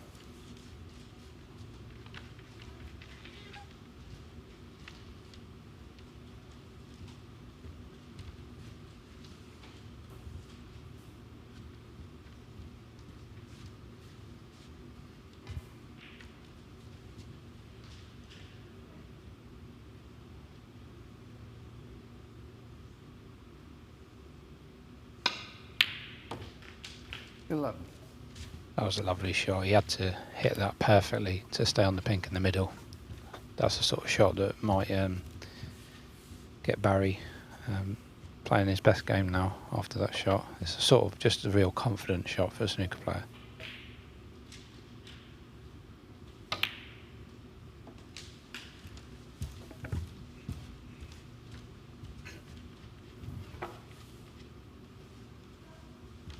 Seventeen.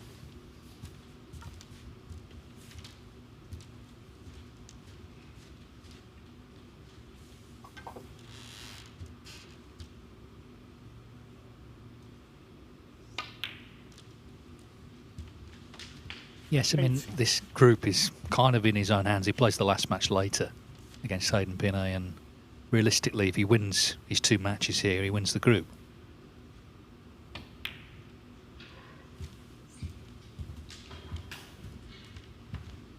There is the carrot, of course, at the end of this event, the champion of champions place. And in fact, that tournament will be held here in Leicester in November.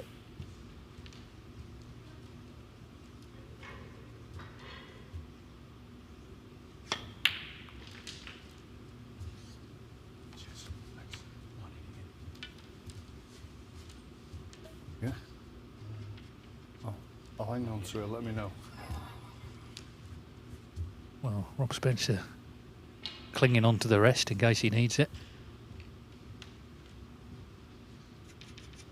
Yeah. 25. Remember Barry was playing, it was Mark Selby, wasn't it, in this event? Rob was refereeing and it was an equipment malfunction and they got fit of the giggles, although he won't be laughing at that one. Cheers, buddy, thank you. You don't normally miss many with the rest, Barry. He's not one of the best.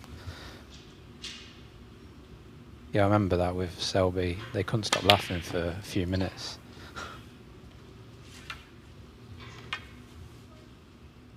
Yeah, and when they had stopped Rob, you could see hadn't got over it. Of course, he's got to be the man in the middle, the sort of official stone-faced, but he was struggling to be stone-faced.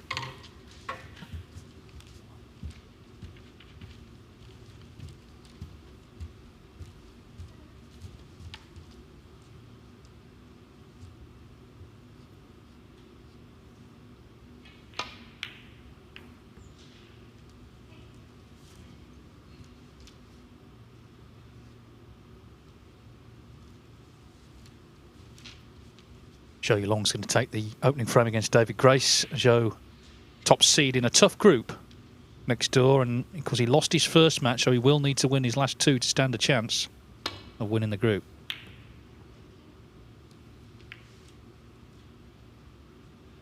Foul. By Hawkins 4.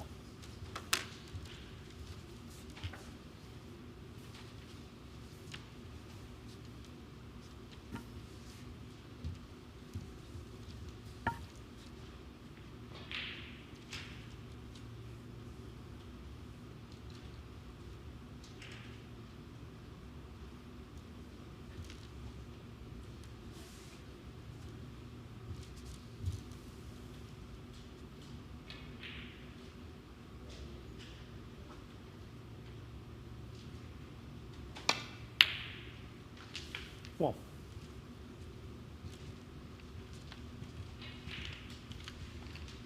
well, another good pot. The black would make it a 53-point lead with 67 on, so edging closer to securing the frame, albeit in bits and pieces. Surely he will do that now. And that's what it's all about, getting to 3 here and then trying to win his last match as well. 9. I think all day the players have felt the cushions are playing a bit soft, the table's being recovered.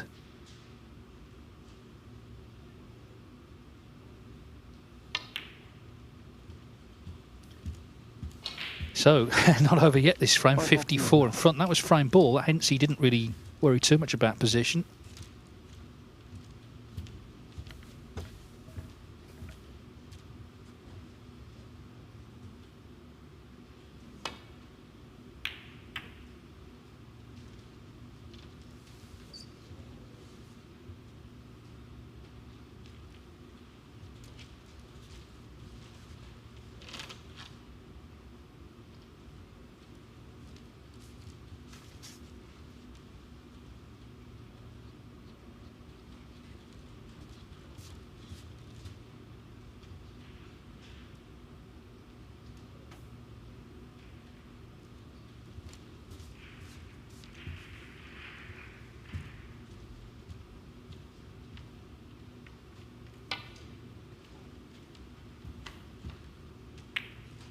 Foul.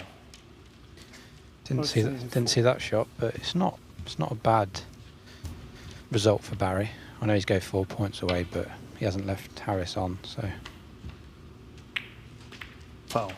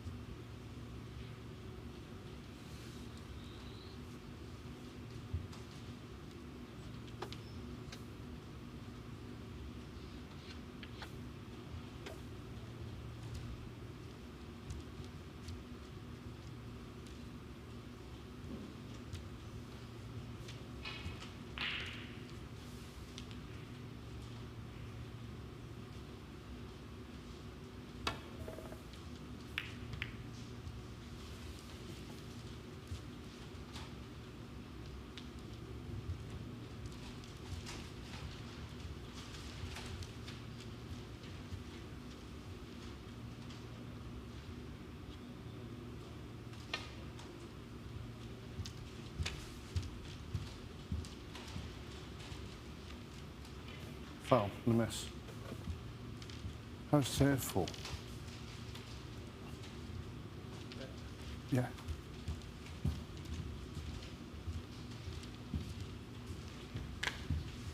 Oh, yeah, I'm not sure where that's... Could you see any of the reds? Yeah. There? Yeah, okay. Harris? Yeah.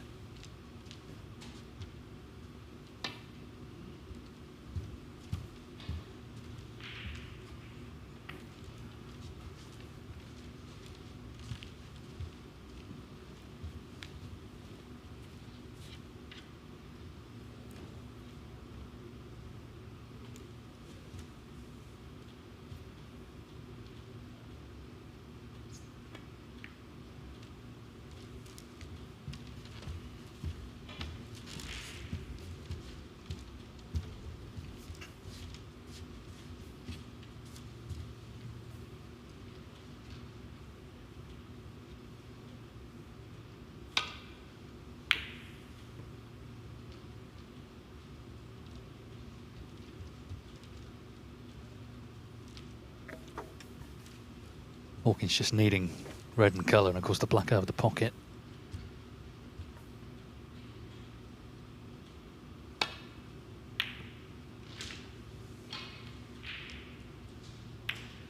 One.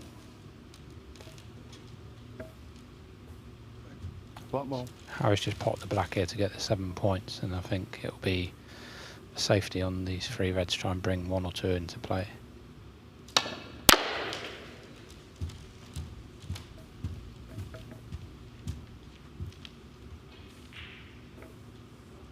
Eight.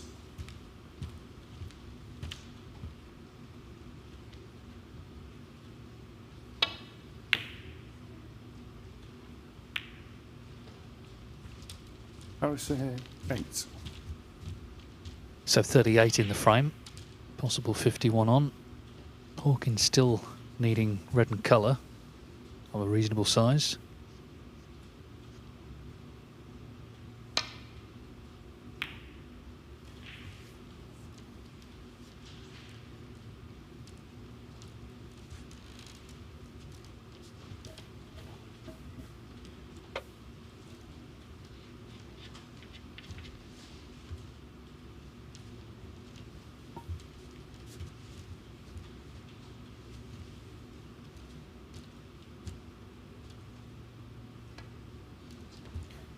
I think this might roll off with, yeah, wow.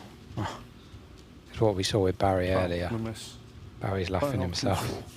I didn't think it was going to stay straight at that speed.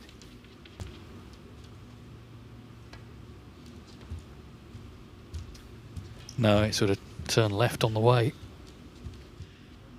Now then, a chance at the red. Not to be.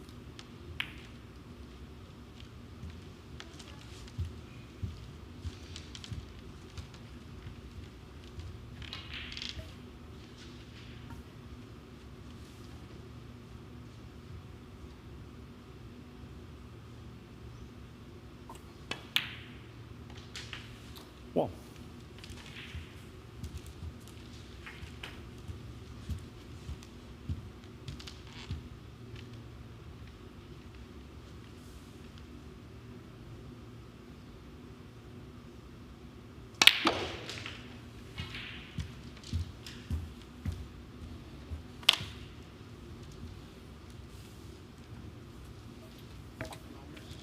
Yeah, 8. Forced that really well to get on this red. He's left himself a nice angle to get out for the black.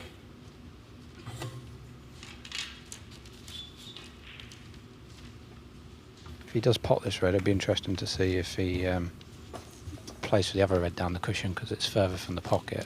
He might do, or he might feel like the safety is the best option on the last red.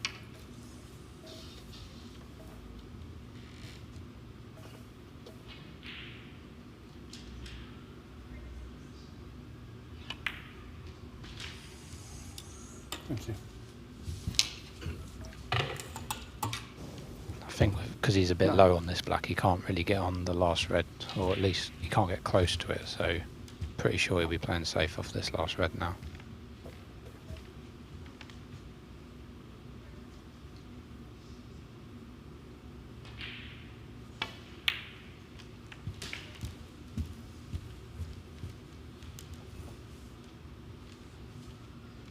60.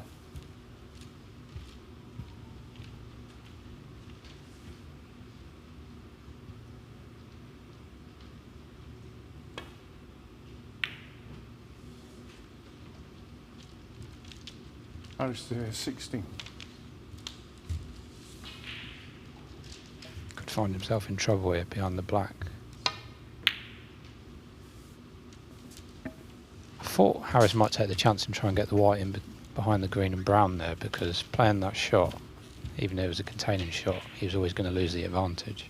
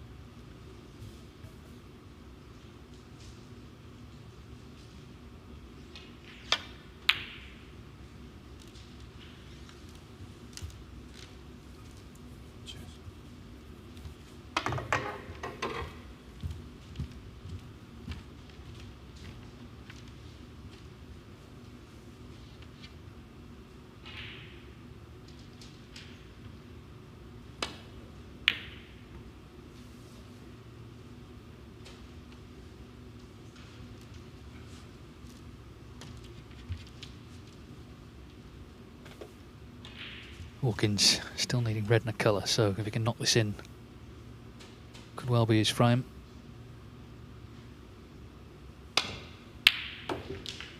What?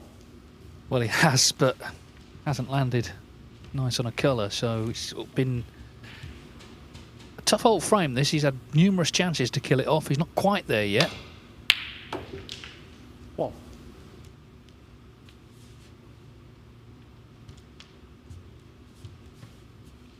At the moment, Taher can tie 27 behind, 27 on.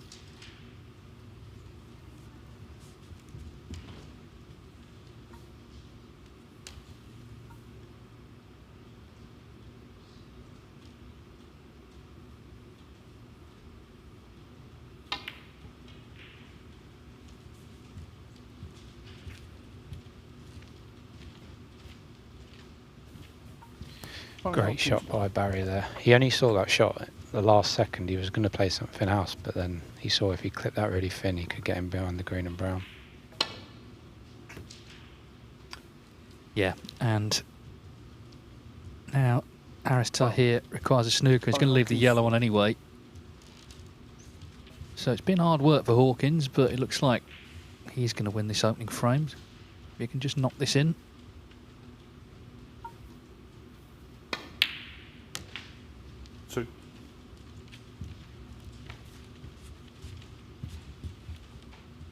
Two snookers needed.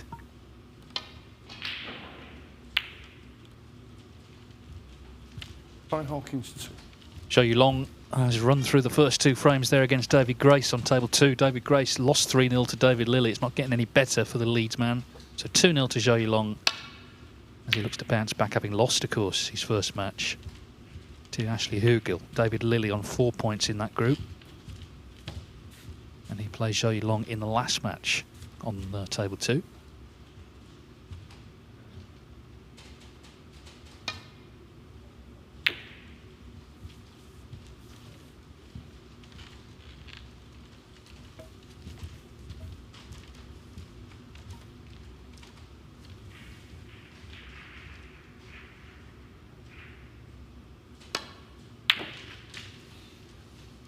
Three.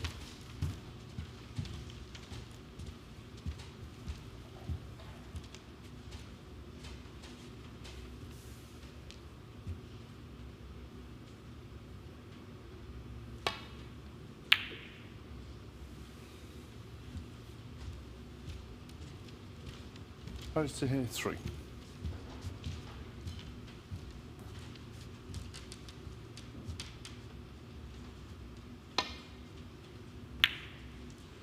Oh, hang on. Wow. Goes to here 4. Well, there's one of them. Yeah, unbelievable mistake from Barry there. You never want to give a foul away when you're not even snookered. Well, of course, he lost a frame. It was on the brown, actually, to John Astley, who needed a snooker. Foul. But that was, I Harris guess, Tahir even more clumsy when he wasn't actually snookered in the first place.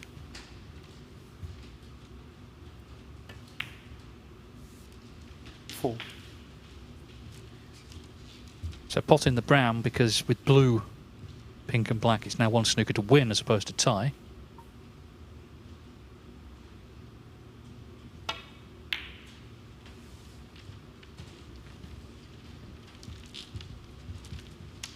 Harris Tahir 4.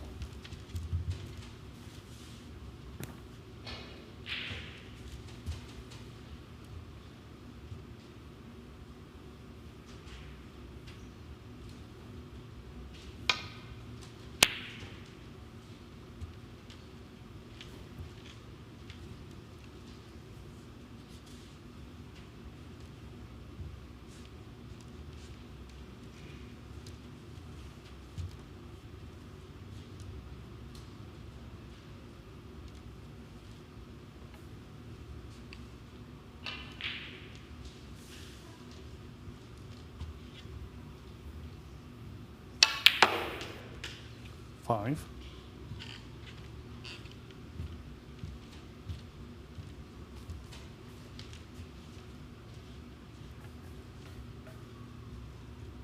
It's always risky trying to get a snooker with just pink and black left, because normally you only get one chance, because then your opponent just keeps rolling the pink towards a pocket.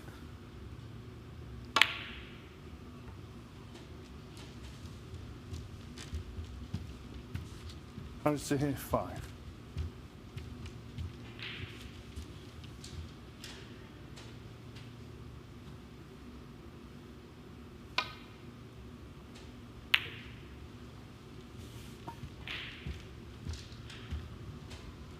Barry trying to nudge that black even safer.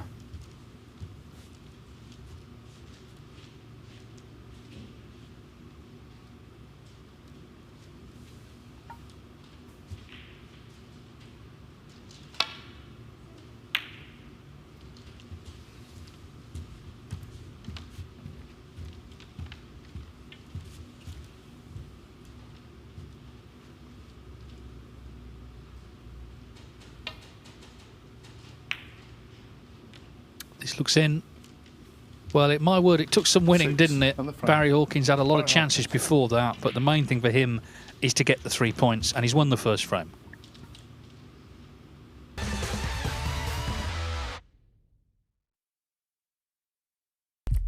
What do you need to become a champion? Vision, drive, discipline, finesse. But what about a world champion? Victor, conqueror, peerless. The history. Reyes is the champion of the world. It's the king of the 9-ball ring. The biggest prize. The crown jewel of 9-ball.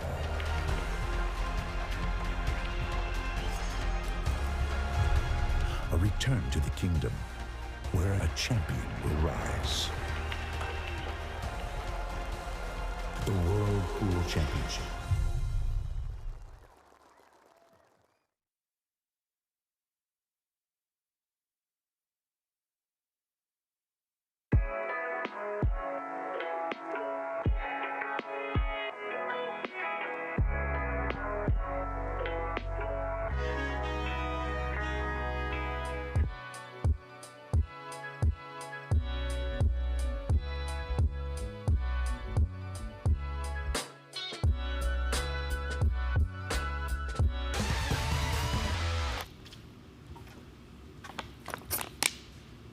So Barry Hawkins, the top seed, is having a mixed day in terms of performance, but he did win that first frame, having drawn his first match, remember. So this group's still up for grabs, but if he can win this in his last match, then Barry Hawkins to break. he's surely going to be the group winner.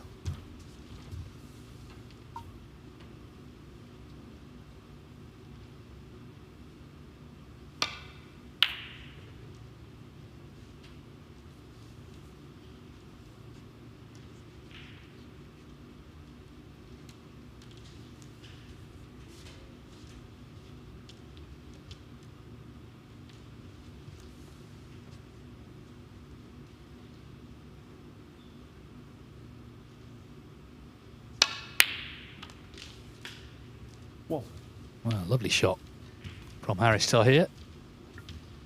Bearing in mind, you know, we saw him miss that blue in the first frame, which looked unmissable, and then he knocks that in.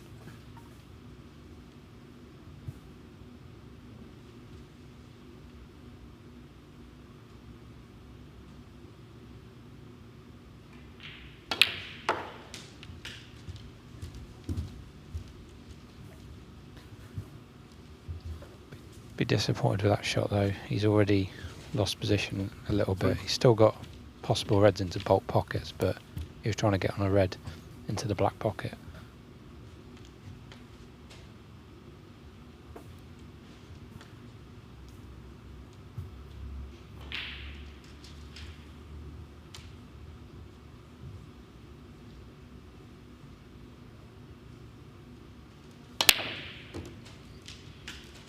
Wow, he definitely hit that hard enough. That was a great pot. Well, it's been an eventful break of 4 already. Can he now just keep ideal position and make a few here? Snooker is very popular in Pakistan. They've had a lot of leading amateur players over the years, and also a few professionals. No. So it's great to see him representing his country on the World Snooker Tour. Did he get on through Asian Q School, Dave? Yeah, and that's not easy. There's a lot of really talented players, obviously a lot of Chinese players in that. So it's an achievement just to get on tour. Yeah, I guess it would be mainly Chinese players. Obviously, Thailand's got a rich history in snooker as well. And then I guess India and Pakistan as well. 70. Well, meanwhile, just looking to open a few up here and keep this break going. Looks like he's got a red to right middle.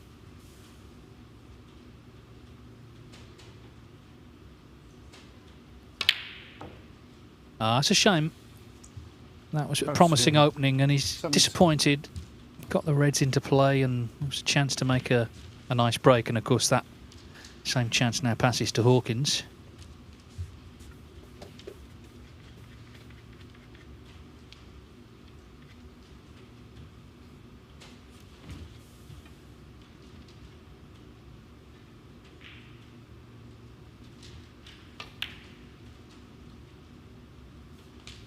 Well.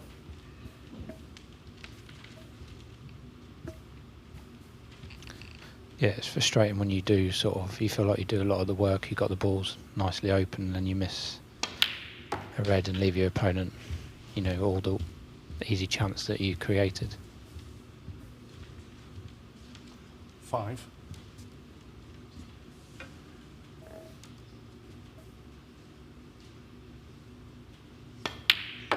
Six.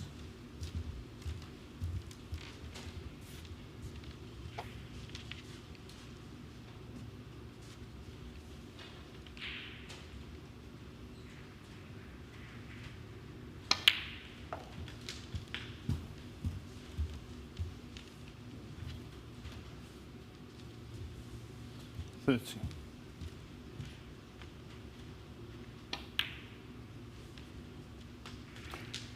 40.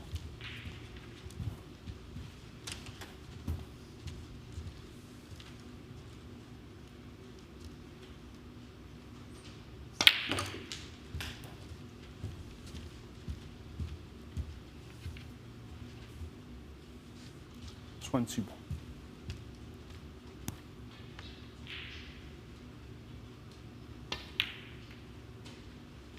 22.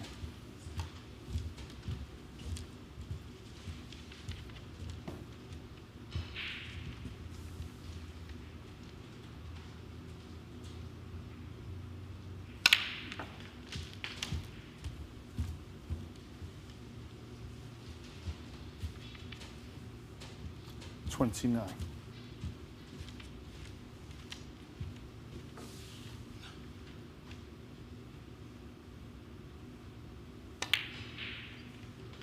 30. 40.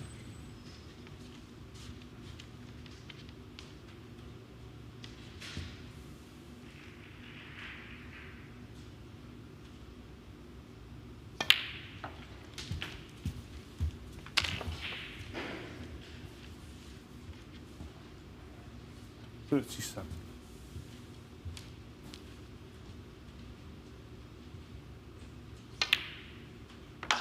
38. So, Hawkins looking good, but just needing to focus because that last frame he was looking good and it became a right scramble in the end.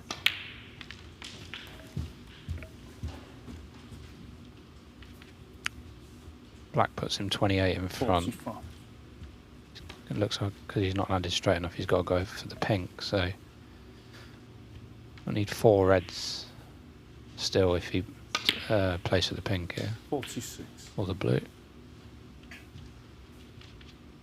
David Grace has won his first frame of the day on table 2. Zhou Yulong leads him 2-1, and if Zhou only gets a draw there, then he's certainly not going to be the group winner.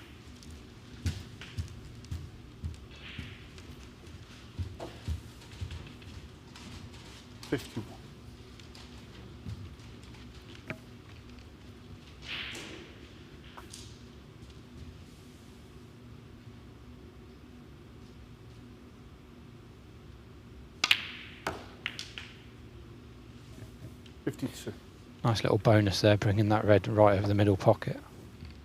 Yeah, and now not only a golden frame winning chance, but also to make this 500th career century, which would be a nice milestone. Worth seeing this shot again.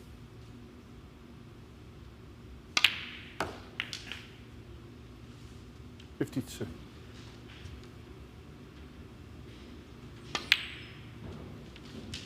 Does though put Judd Trump's achievement last season into perspective, doesn't it? I mean, Barry's had a terrific career and been at the top level for a long time. 500 centuries, only 15 players would have done that. Judd Trump last season made 107 in 1 year. 64. And trousered the £100,000 bonus in the process. 65. Yeah, you feel like there's only 2 or 3 players that can possibly do that 100 centuries.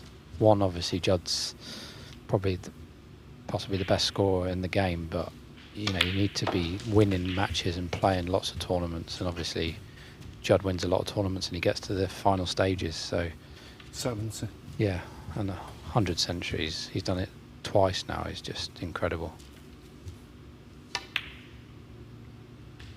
70. Red just drops, so it's about getting on this last red now if he's going to do it and join that elite club of 15 players to have made 500 in professional competition.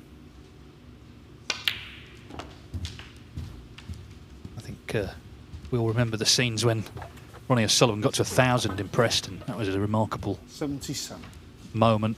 It was actually the last frame of the Players' Championship final, so it won him the title. And of course, last season, both Trump and John Higgins got to 1,000 as well. Neil Robertson's close. Mark Selby's quite close as well.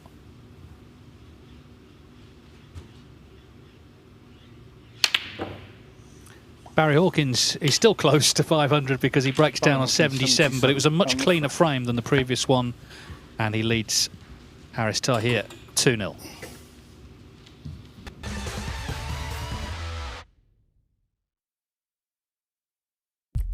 What do you need to become a champion?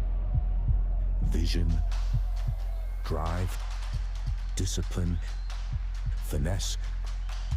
But what about a world champion? Victor, conqueror, peerless. The history. Reyes is the champion of the world. It's the king of the 9-ball ring. The biggest prize.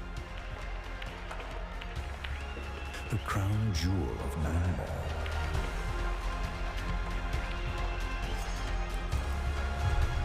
A return to the kingdom where a champion will rise.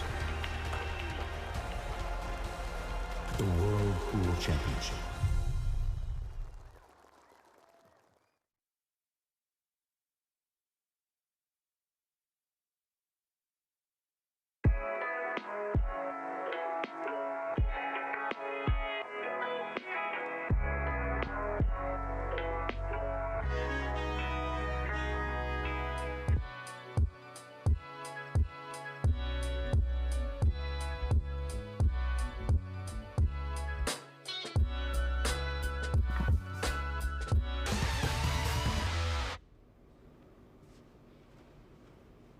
now we can show you table 2, show you Long 2-1 up on David Grace, but of course it was 2-0. And show you Long lost to Ashley Hugel 3-1 earlier, so he's the top seed, 30 in front here, needing to win this match. He made breaks of 57 and 84 to lead 2-0. David Grace made 71 in the third.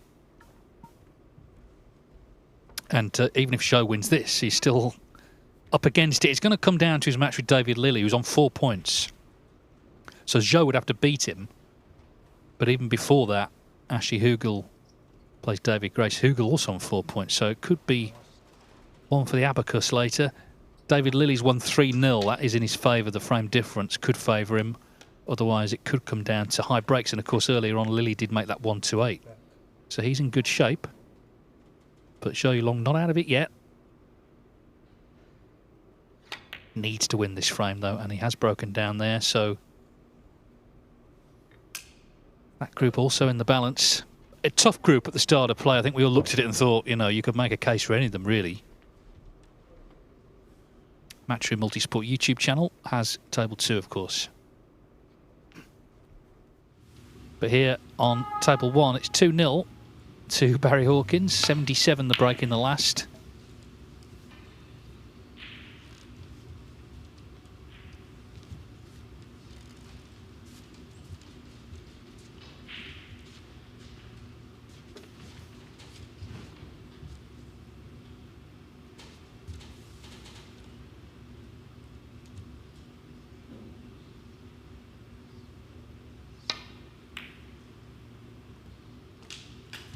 One.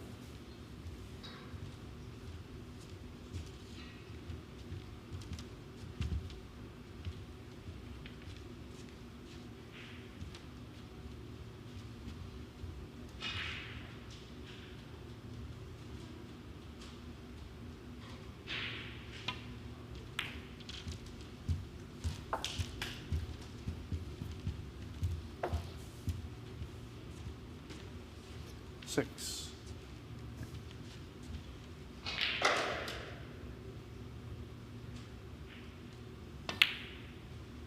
7.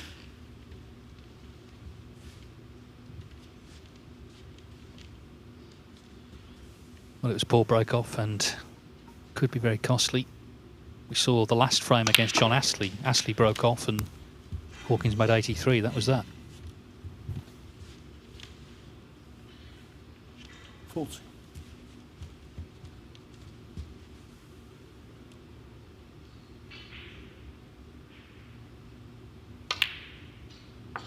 50.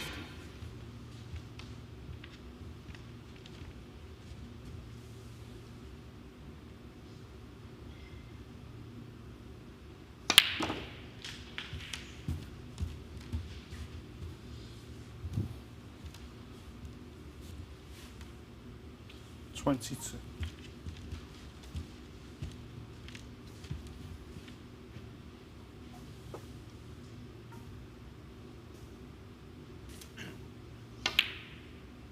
23. So this is a shot that could decide it. You can get a nice split. It could be away here.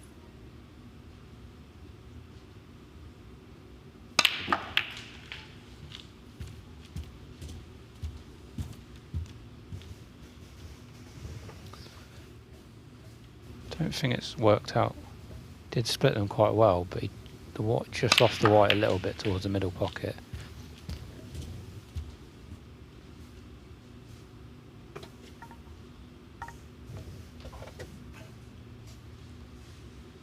Yeah, so just a safety shot from Barry.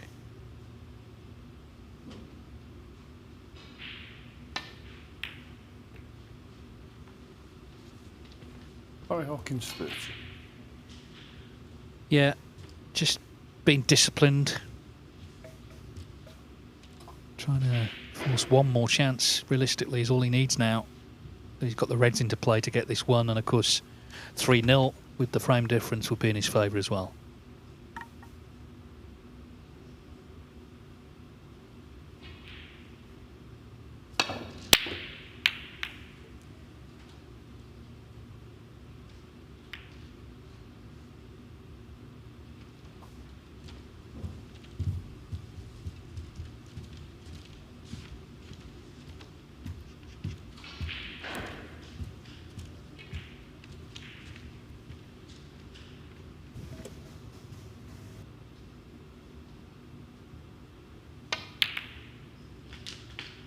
1.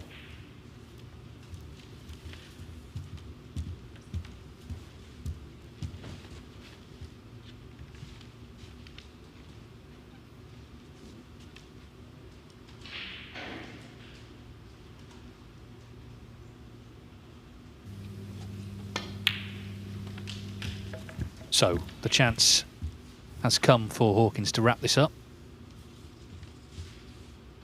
8.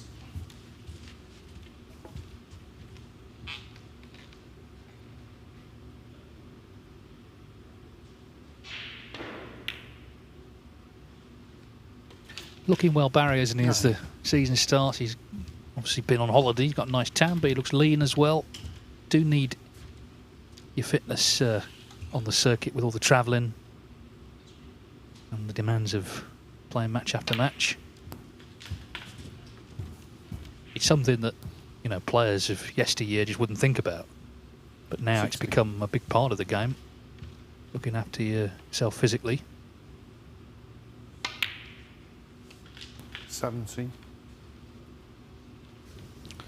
Yeah, it takes its toll. It's a long, long season. You do start to feel it during the end of the season. I quite, you know, after the World Championship, I'm quite glad of the break, to be honest. 24.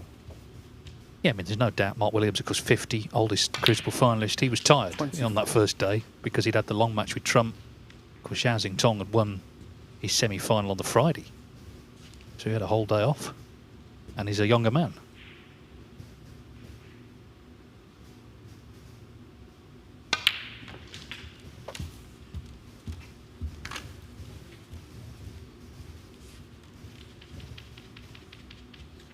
$32. Checking the scoreboard. Not far away. A couple more reds should do it.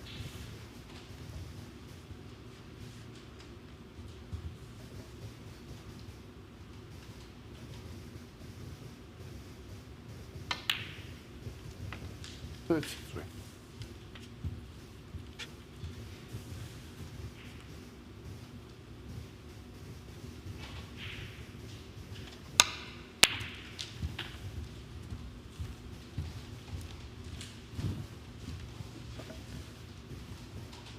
$38.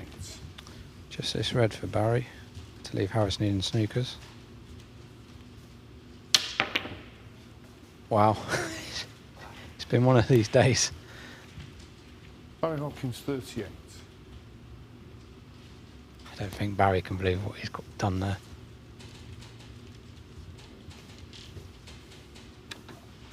It's like the old what happened next on Question of Sport. I mean, I don't think you would have foreseen this necessarily. And like you say, that was frame ball.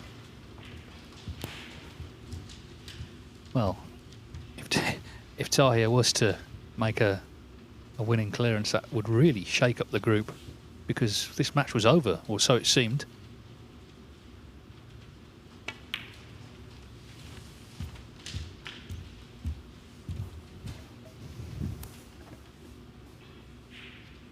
$8.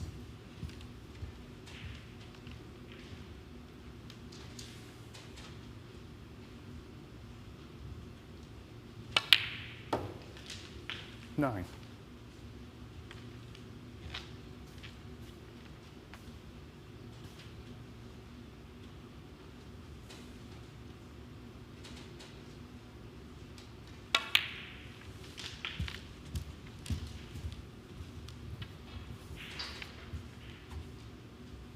Doesn't look like damage was done 16. to the tip. It's more inside his own head if he were to lose this frame. There's still a lot of work to do for Harris Taher, but like I say, the match was basically done there.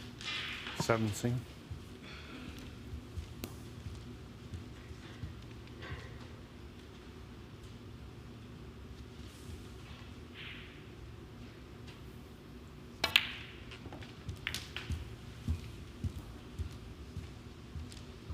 Tried to bring at least one of the safe reds into play. It hasn't quite worked.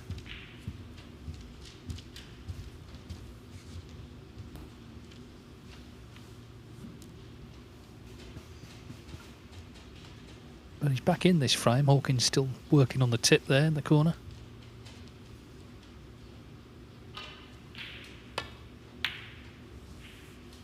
It's a big shot. He had to get that, really, and he hasn't. So 24. That's the end now.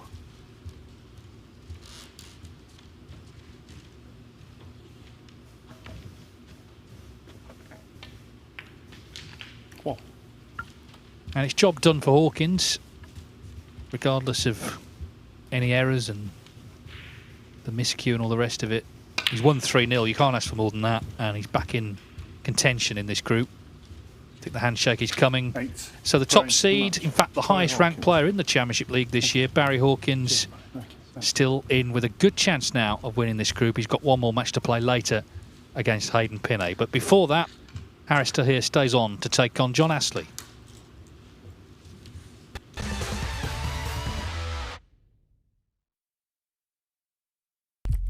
What do you need to become a champion? Vision, drive, discipline, finesse. But what about a world champion? Victor, conqueror, peerless. The history. Reyes is the champion of the world. It's the king of the 9-ball ring. The biggest prize.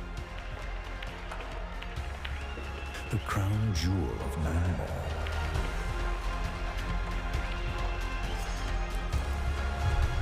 A return to the kingdom where a champion will rise. The World Pool Championship.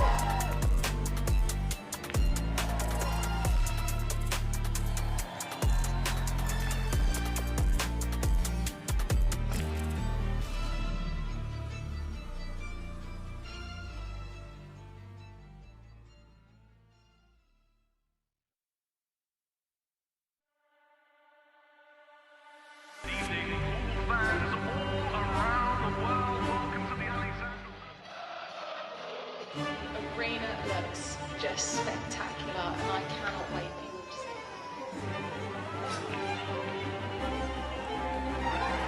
Julius, don't worry. Yeah, there's plenty of the guys that need to be ready. We're the champions. You need to come take it. I mean, you want to follow me in there now? Yeah, I know you're ready. All we've been doing. So best officer. Can you speak English, but please speak? Because I ain't understood a word you said.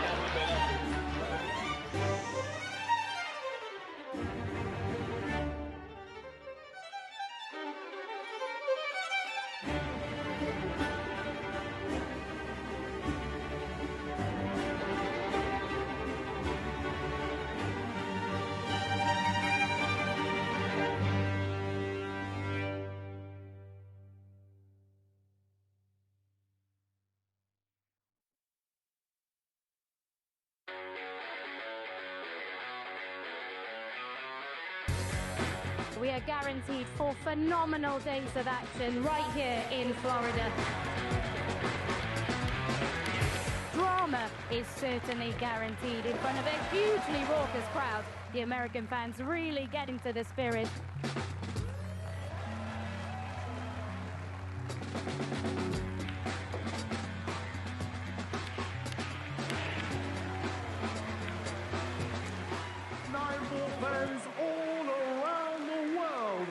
So much history, so much prestige, and it all comes down to this.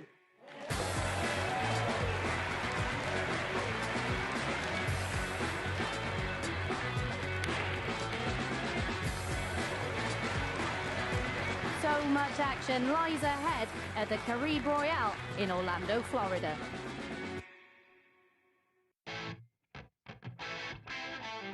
We're back at the Harris Resort in Atlantic City for the US Open. It is one of the most prestigious events in the calendar. Record breakers, history makers. It's that time. Let's play 9-ball.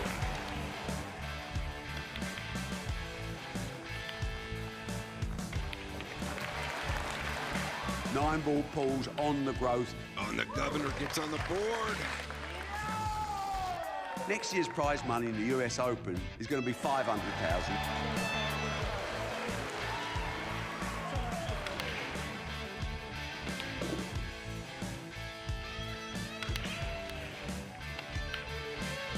The man they call the Ghost has left everyone for dead.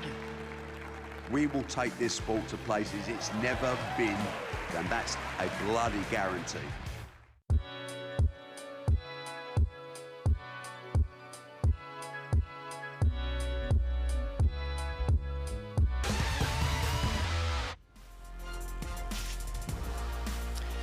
So things bubbling up very nicely here at the BetVictor Championship League. This is how Group 20 looks over on Table 2. David Lilly, probably the star performer of that group so far, was looking good for 2 matches played, 2 matches won, but for a fight back from Ashley Hugill to take the draw. So Ashley and David at the top of the table, 2 matches played, sharing both on 4 points, all to play for over on Table 2. And a similar story here on Table 1. This is Group 1.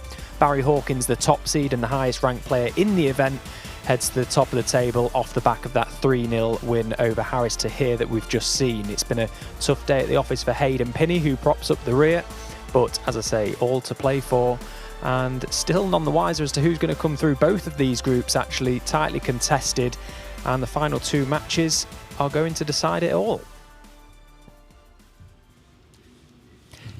Remember, there's prize money and ranking points up for grabs for everyone, bar the player that finishes bottom of the group. So, as I say, it keeps the players honest right to the very last match.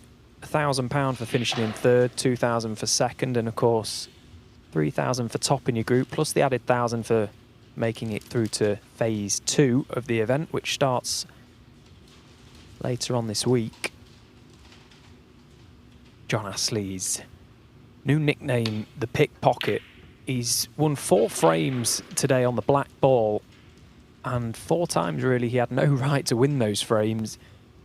He's in contention still to come out on top of this group. Came into it as the 4th seed. 2 matches played, 2 matches drawn for John Astley. Needs a victory, you feel. As for Harris Taher, it was looking quite rosy earlier on. Second match of the day, got the win, and with it the 3 points over Hayden Pinhey. Wasn't able to make any inroads against the Hawk though, so you feel that this is a must-win game for him.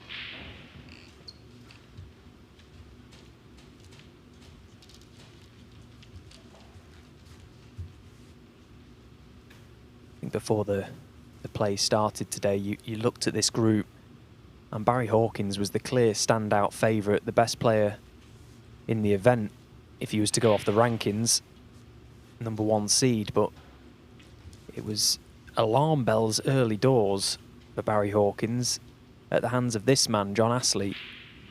He was 2-0 to the good over Barry. And it's amazing how quickly these groups can turn around, and amazing the swings that unfold throughout the day. And it's good that it's going to come down to the last couple of matches. Yeah, especially the way Barry lost those 2 frames against John. Just incredible. He missed the blue to win the frame off the spot into middle pocket, and then he lost the frame where John needed a snooker on the brown. So yeah, he did really well to keep his head really and get the draw.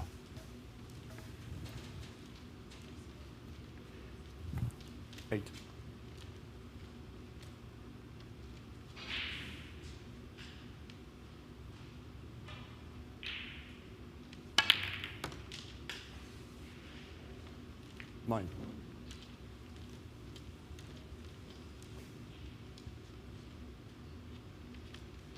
The penultimate match over on table 2, just getting underway. David Grace taking on Ashley Hugill, and Zhou Yulong managed to convert that match just finished over there into a 3-1 win over David Grace. So what that does mean is David Grace, 2 matches played and 2 matches lost, will not be progressing to phase 2.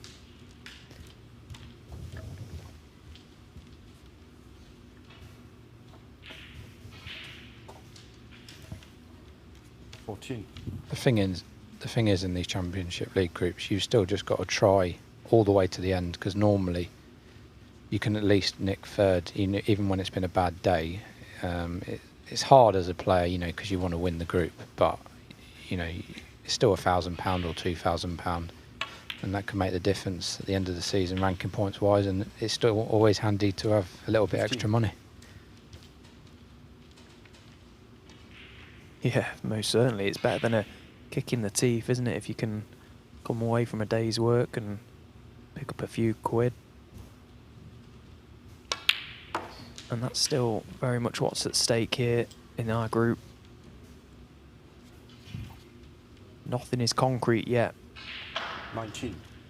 Because you do see it, and I see it in some of the players. They lose their first match and possibly their second, or even a draw, and they know they're out of being able to win the group. And then in the third match, they're just going through the motions really quite often. But you know, you just be good to tell them, you know, just try to the end and win that last match. And normally, if you know, going into the last match, you're not normally guaranteed bottom. It's very unusual. So you know, you just got to play right to the end.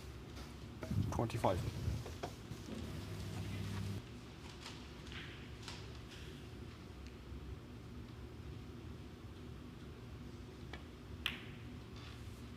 So this now is a good early chance for Haris Taher. Nicely in amongst the balls, red's nicely spread. Mr. Black off the spot earlier on, and it was a very wayward black. Won't want something similar to happen here. Needs to just keep his focus, keep his intensity high. 33. I suppose John Astley, all day today, he's been a danger man for everyone. Not a member of the World Snooker Tour, but has been in the past. Got a lot of experience under his belt, and probably see this as a free hit today coming into it. Finished 22nd on the Q School Order of Merit, so probably not going to be that many opportunities for John Astley to compete in professional events this season. Chance to just let his arm go and get a few matches and possibly some prize money in the bank. Whereas for Haris Taher, it's the complete opposite. Second year of his tour card with work to do.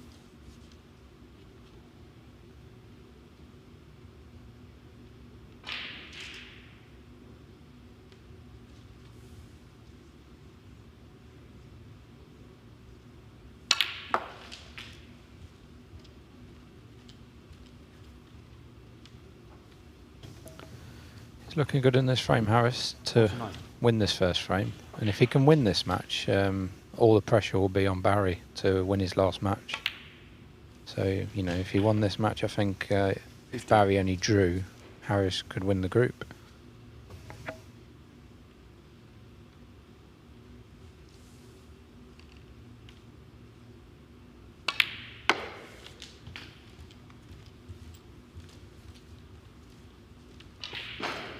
Yeah, absolutely right.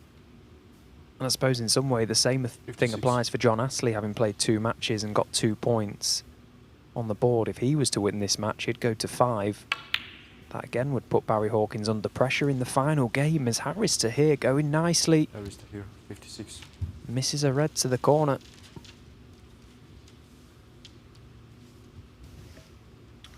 Yeah, it's been like that a lot today. When players are just 1 or 2 shots away from clinching the frame, it just doesn't seem to end, and then it goes on. You know, some days you get like that at snooker, you just can't finish the frame.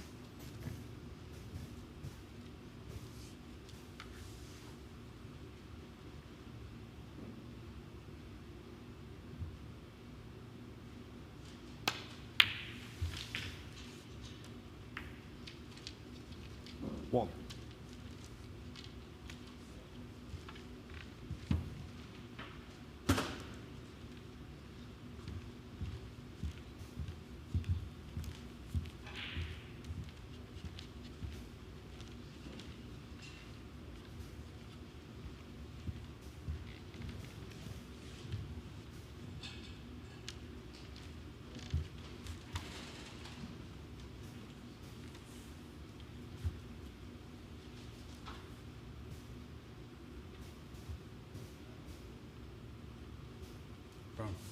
Brown ball.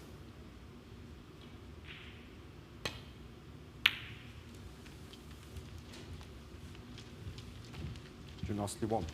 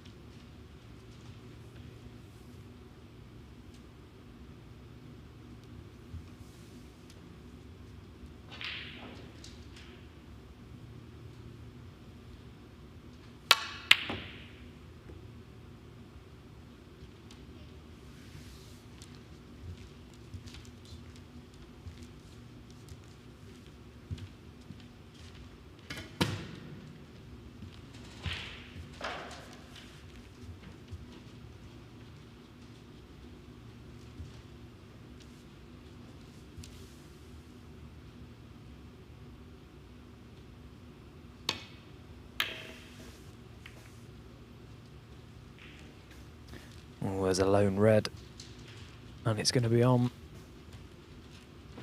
Just wasn't quite able to control that little cluster he was playing safe off, and it's always a danger. It's one of the key differences at the top level of professional snooker. Getting a good white, getting a good cue ball into baulk isn't always a good safety shot. If you're not able to contain the object balls, it can present a good chance. So Harris Taher already with a big lead in this frame, looking to just put the finishing touches to it.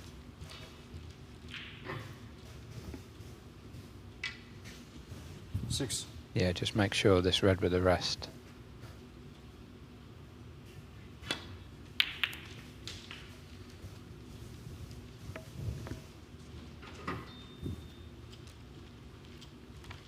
Seven.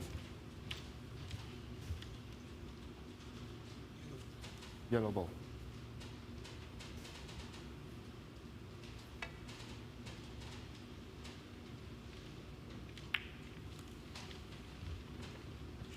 There is the here 7. I didn't entertain getting on a red from that yellow.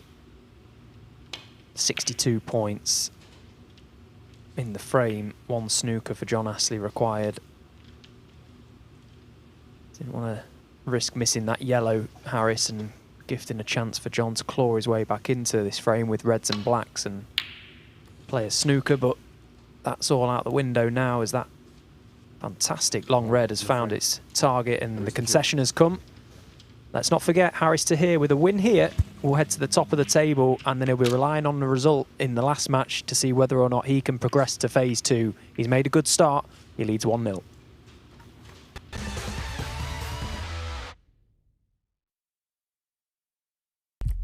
What do you need to become a champion?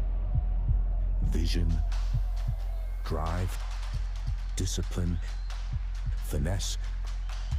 But what about a world champion? Victor, conqueror, peerless, the history. Reyes is the champion of the world. It's the king of the 9-ball ring. The biggest prize. The crown jewel of 9-ball.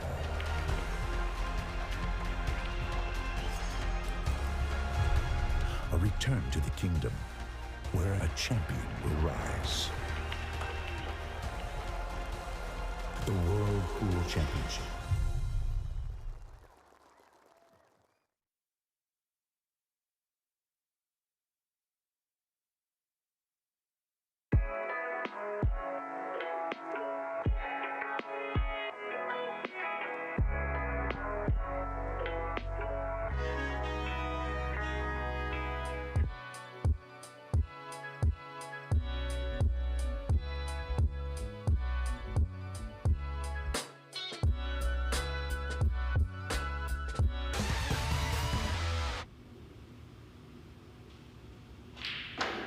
One 0 Harris Taher then here on our feature table, leading John Astley.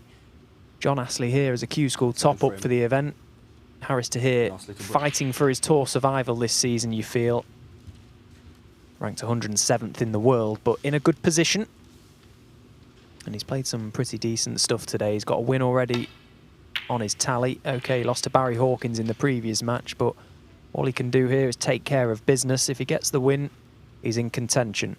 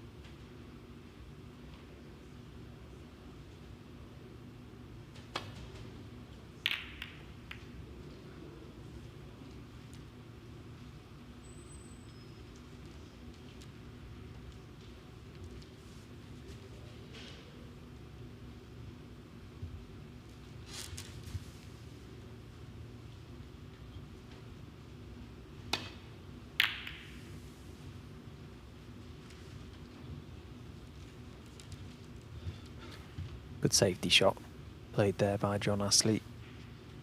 Opting for the thicker contact on the pack, purely to open the reds, a more attacking shot, but also to get the cue ball over the left side of the table. Cut off any return down the right side. Plenty of traffic. Just wonder if this is the time to maybe try and pot yourself out of trouble.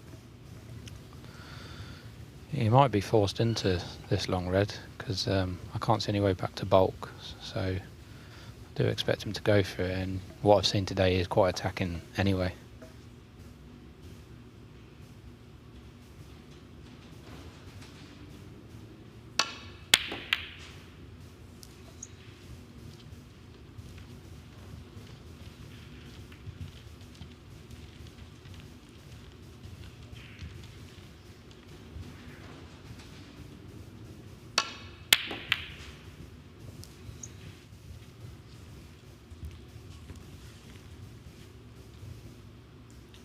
Yeah, once he missed that long red, because I think he played a cannon on the red to the black, it could have landed worse for Harris. He's not left John a lot to go at here.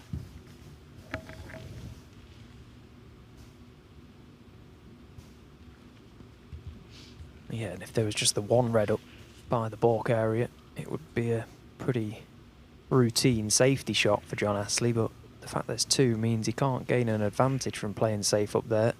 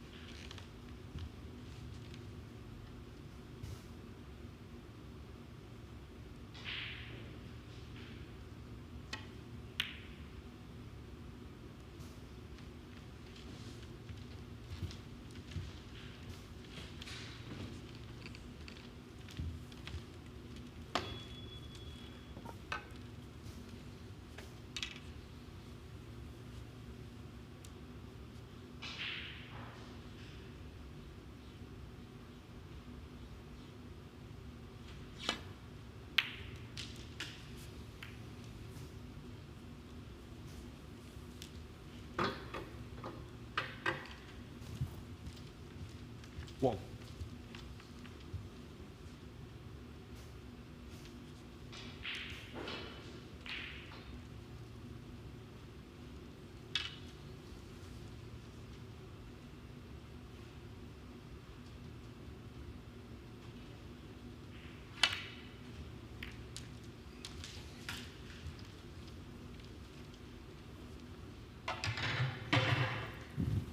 Six.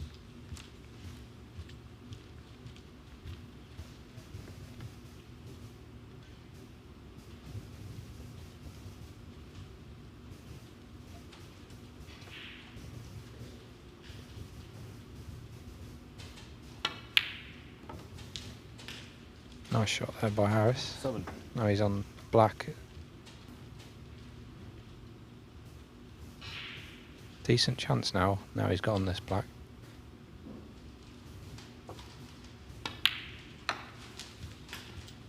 Yeah, let's not forget he got himself nicely in that opening frame. Broke down on 50 odd. Wants to try and cut those little unforced mistakes out of his game. If he can try and kill the frames off in one visit, puts your opponent under so much pressure. 15. Just sends a little message to them. Would have liked to have been a little straighter on this black.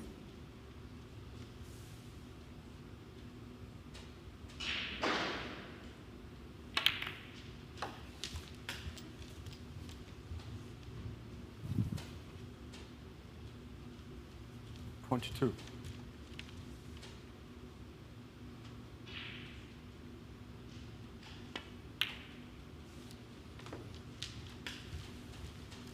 Three.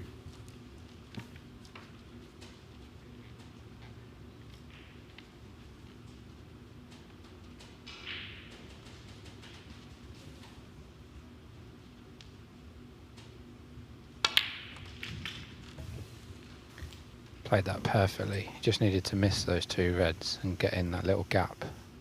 30.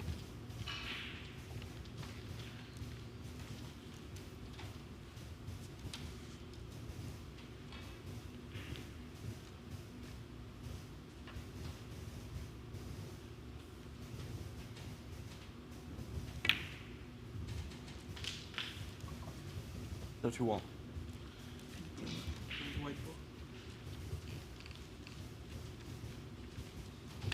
There was an anxious moment there as he struck that red. He took an extra second thinking it was going close to staying out. Caught a lot of that knuckle. Is that the cue ball clean? Just reset, go again. There's 6 reds in open play here, and that'll be more than enough to get over the winning line. No cannons required now.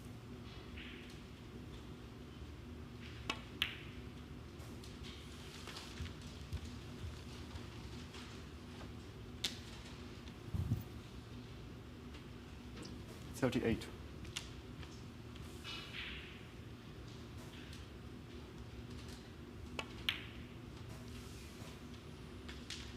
$39.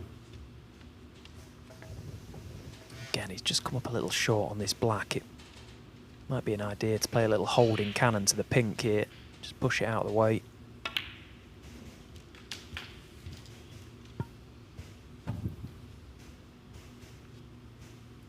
$46.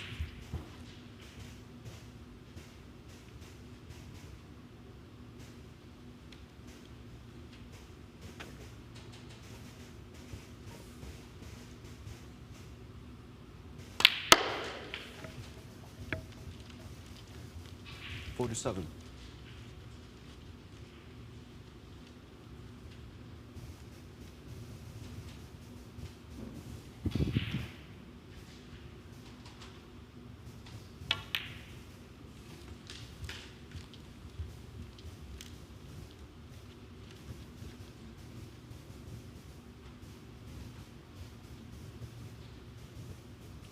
$53.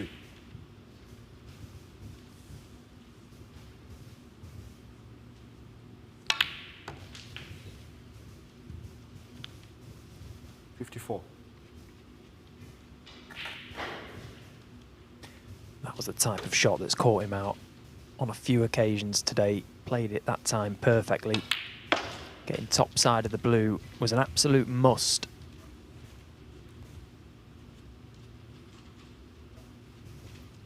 $59. Bit surprised he played the cannon there, but he's luckily got queuing through the gap of the two reds there, but he has come wrong side. Because it looked like the red to the right of the pink went, and he only needed that red in the middle and one of those other reds, and it would have freed the other red. You don't want to go into the reds unless you have to, really. Yes, so ultimately it's come down to this. That little decision that he just made there 65 meant that this red is now to be played from distance. One more red and high value colour required. Safely in and safely on the black. Yeah, it struck that nice.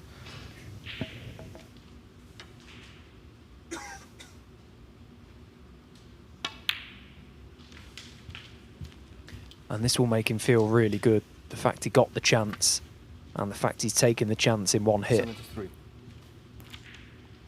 Been a positive start to this match for Haris Taher. Looked very, very good. Yeah, the key shot on this break was about the third or fourth shot where he was near the side cushion and he rolled that red in to free the black, and then it always looked like a good chance after that one shot.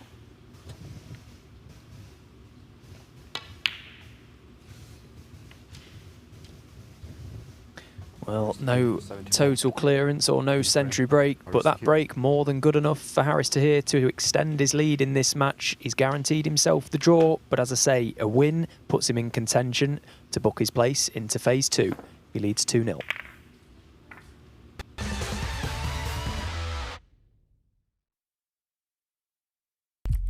What do you need to become a champion? Vision, drive, discipline, finesse. But what about a world champion? Victor, conqueror, peerless. The history. Reyes is the champion of the world. It's the king of the 9-ball ring. The biggest prize. The crown jewel of 9-ball.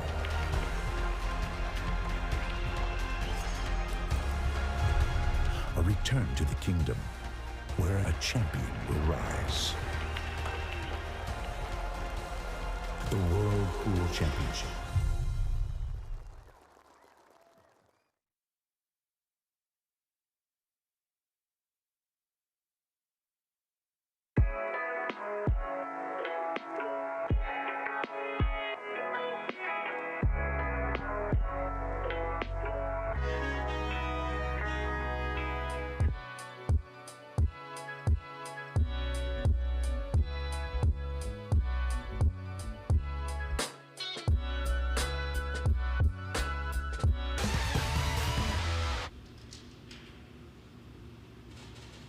Breaks of 56 and 74 from that man there, Haris Taher.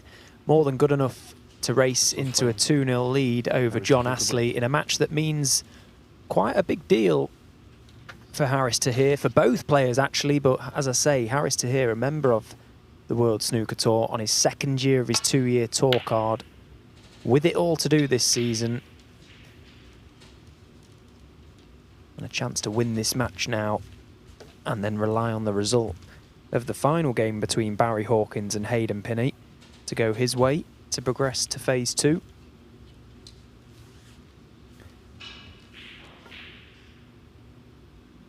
John Astley's matches today have all ended in 2-2 draws. He'll be hoping he can find something here. But we were saying earlier, upstairs, the draws, they don't really seem to do too much for you out there. It's the wins, the 3-pointers that make the difference in the table.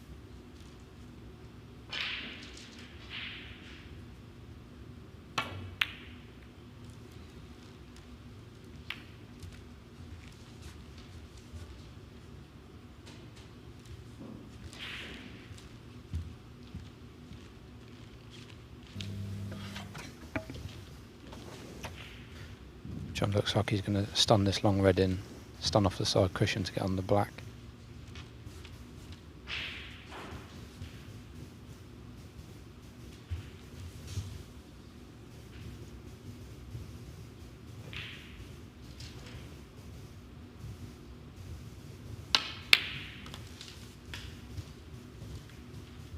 One.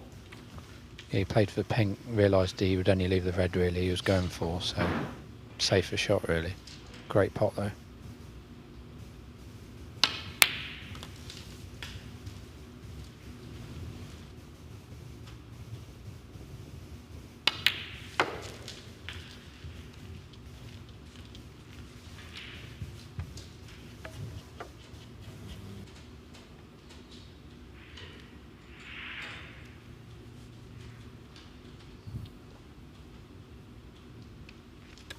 Over on table 2, David Grace has had a pretty torrid time of it today. He's played 2 matches and he's lost them both, but he's going nicely in his final match of the day against Ashley Hugill. Actually, the final match of the day for both players. Made a good break in the first and in again in the second.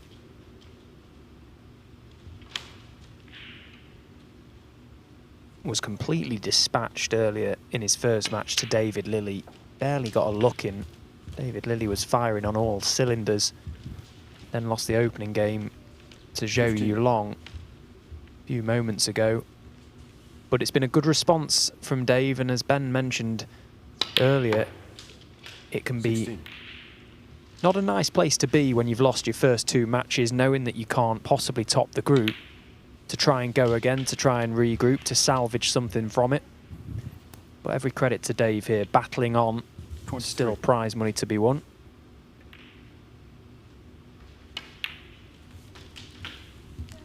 $24.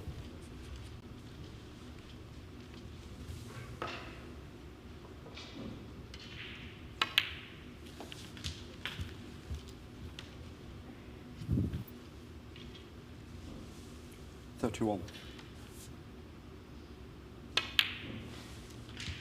32.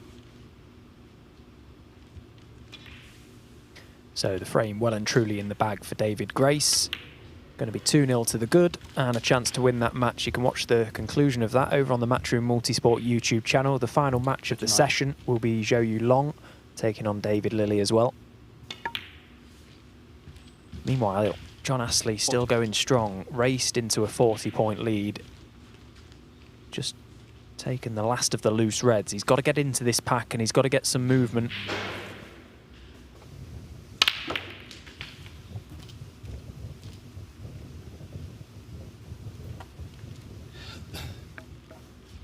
Not too bad. It didn't look good most of the time, but then it's just landed last minute on this red into the middle pocket. He seems to have picked up his speed in this break, I've noticed, from what he's been doing today.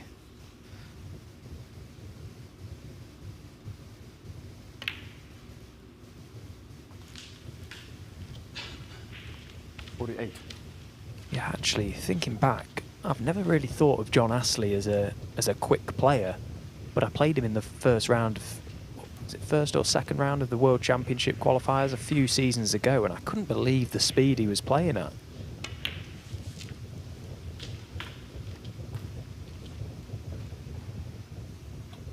I think on the whole, most players 55. play better when they play with a more fluent pace. They all know the shots, and sometimes they can kind of get in the way of themselves a little bit.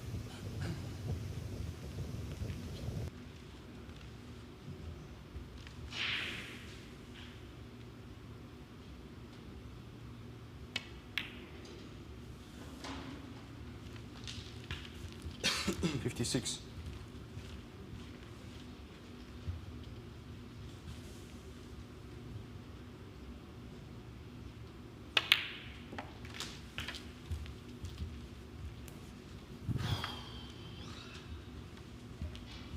$63.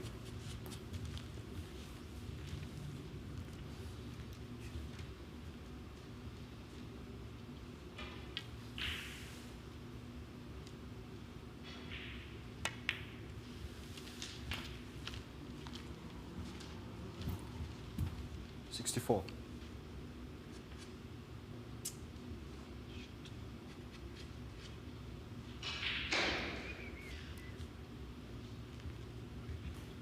it doesn't seem to like the angle he's got on this yellow. And a moment ago, he played a little cannon into a red at the back of the pack, just pushed it safe.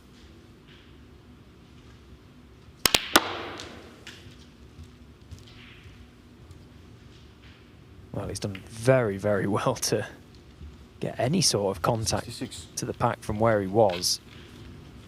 Look at the work he gets on the cue ball here.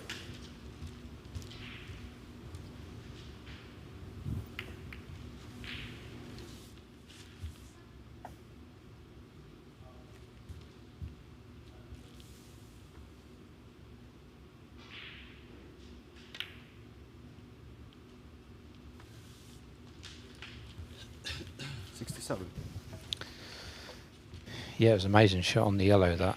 I didn't think there was any way he could keep the break going, but he did. Showed a lot of cue power on that yellow.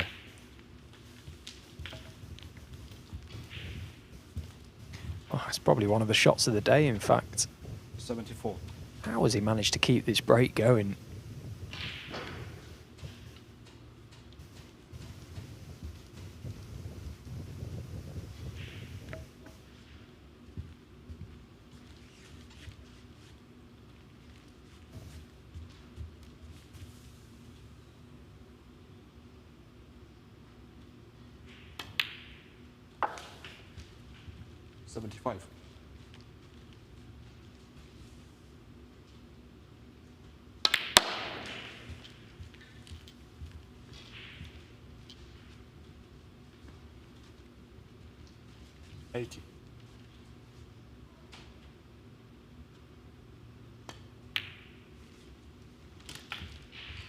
Eighty-one.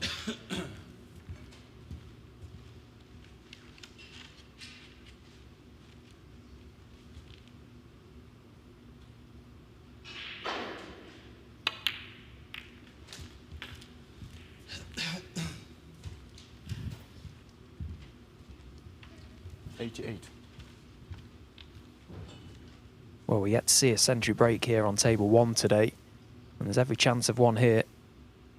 What a break this has been from John Astley. That yellow, 89. most definitely the shot of the day. Okay, it was a great chance to win the frame, but the fact he was able to keep the break going from that yellow, fantastic shot. Here it is again. Look at the reaction he's got.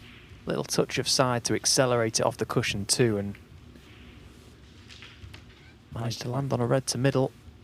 This pink then for the century.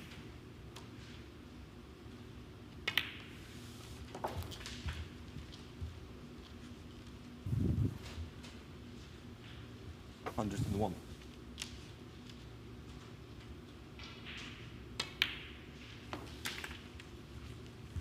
102.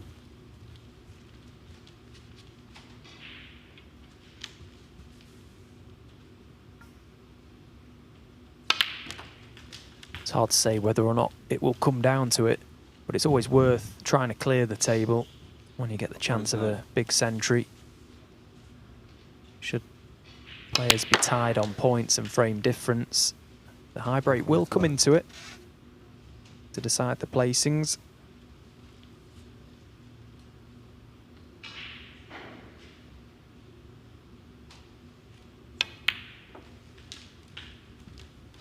$114.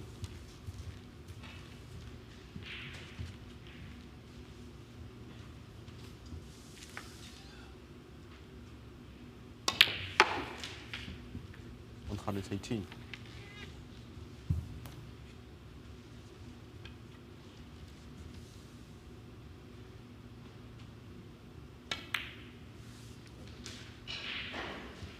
$123. Not happy with the bounce he's had off the cushion there.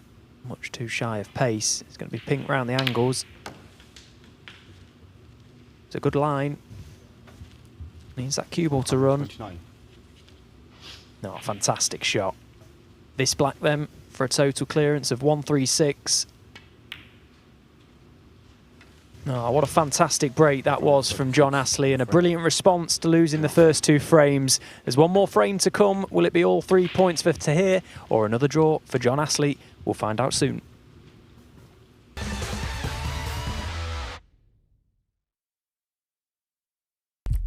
What do you need to become a champion? Vision, drive, discipline, finesse. But what about a world champion? Victor, conqueror, peerless. The history.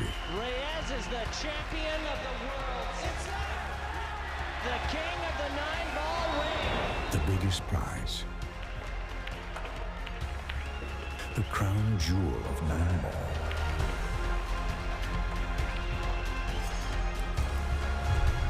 A return to the kingdom where a champion will rise. The World Pool Championship.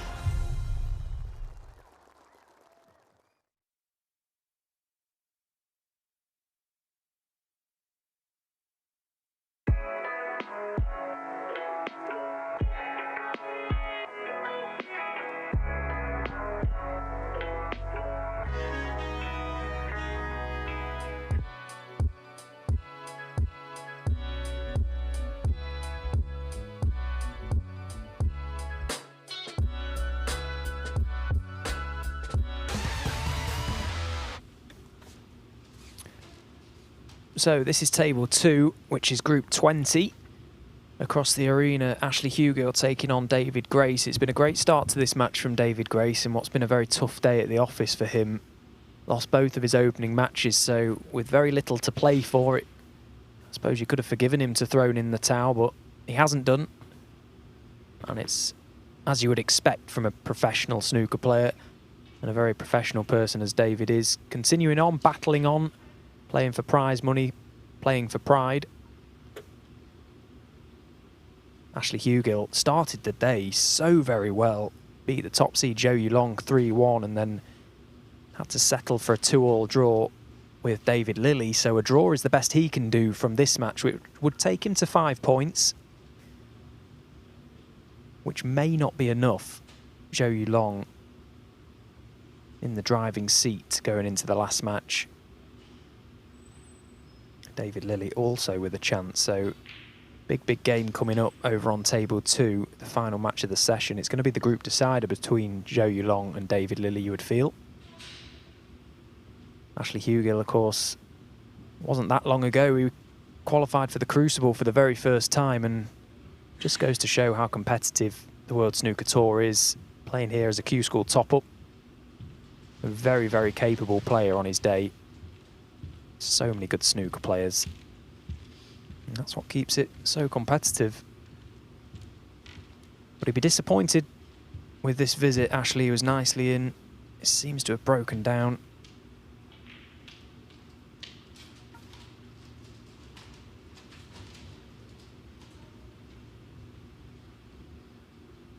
Still a few more days of phase 1 to play.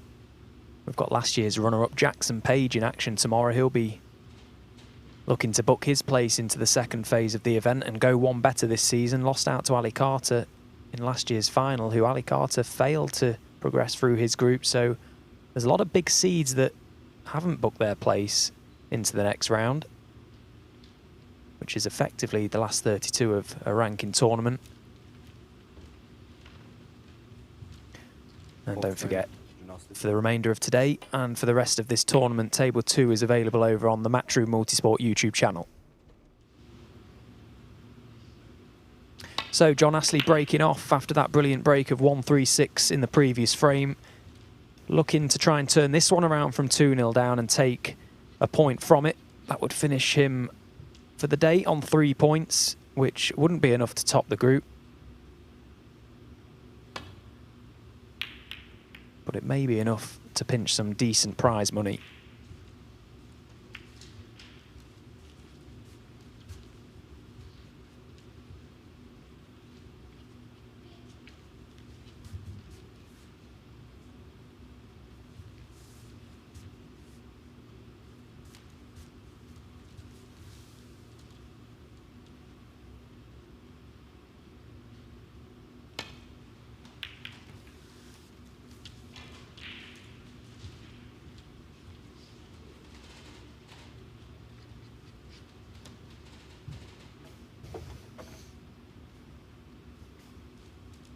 Nice safety shot there from John.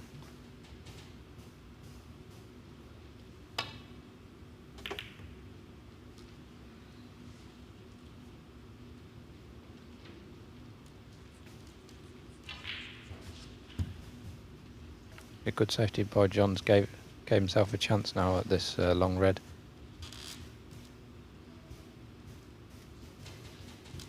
I think that triangle would take it into the other red on the cushion, so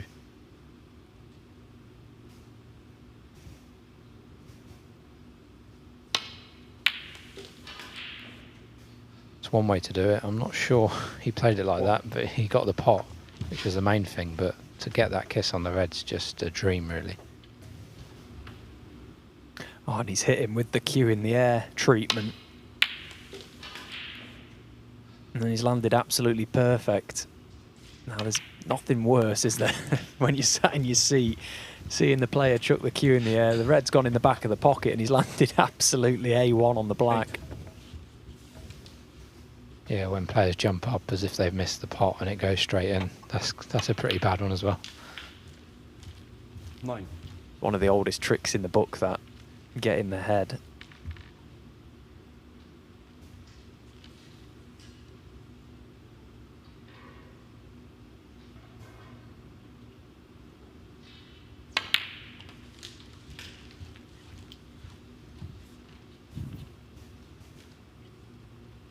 $16.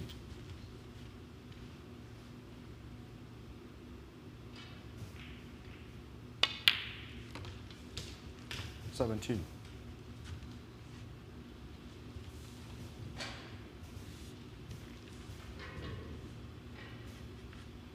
Not the best pack of reds to go into from this black, with it being flat. It's tough to get any movement on the cue ball.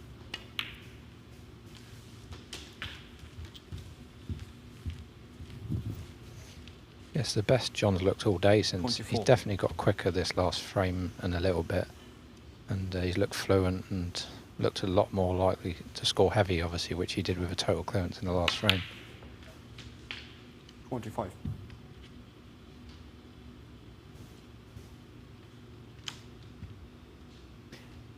I think he's analysed this table and he's made the decision that he's not going to go into those 6 reds above the black from the black.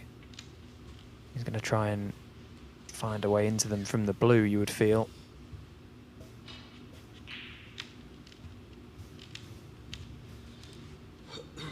Although he's running out of options and he's running out of reds.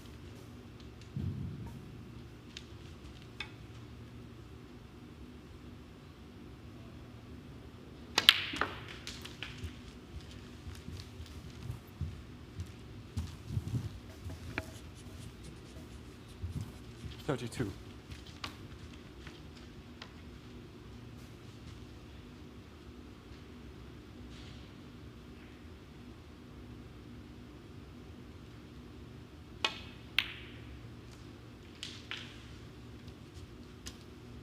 $33.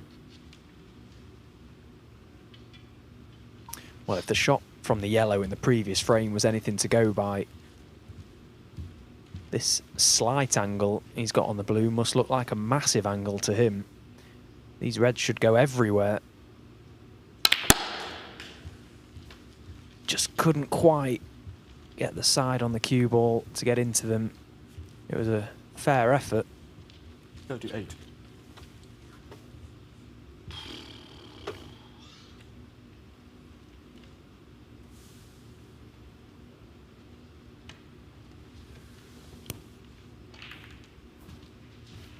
Nasty, 38.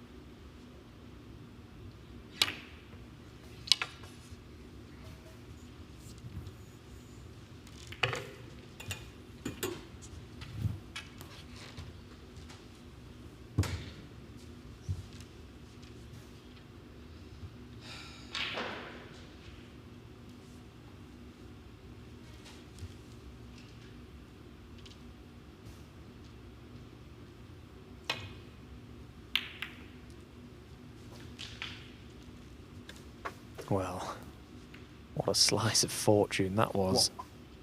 Played a pretty decent safety shot. Catches the top of the black straight into the corner. May only amount to one, but he's got firm control of this frame now, already with a lead.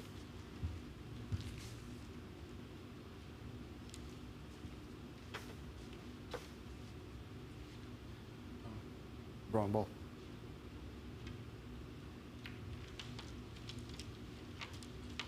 Dynasty 1. Now, I just wonder if Harris Taher will be tempted to go for this red on the right side cushion. Be guaranteed on the black. Might not leave anything if he misses it. That's a good shot, but it was a very, very poor shot from John Astley to even leave that as a tempter.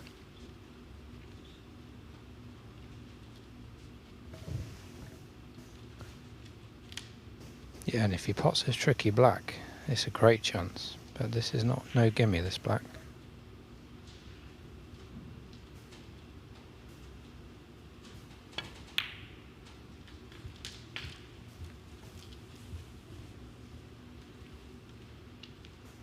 Yeah, John, if he'd have got a snooker on, if he'd have snookered Harris on all those reds, it would have been really difficult to get that safe. So, yeah, it was a poor mistake to leave that in, even though it was a great shot by Harris. He shouldn't have had the chance.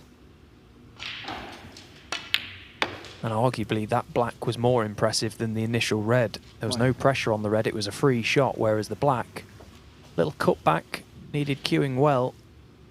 If it had missed it, he would have lost the frame. It was a very good pot on that black, and now he does get the chance.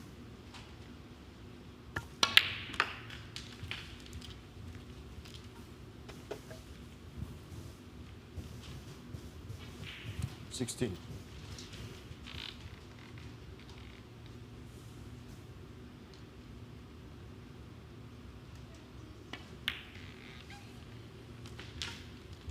$17.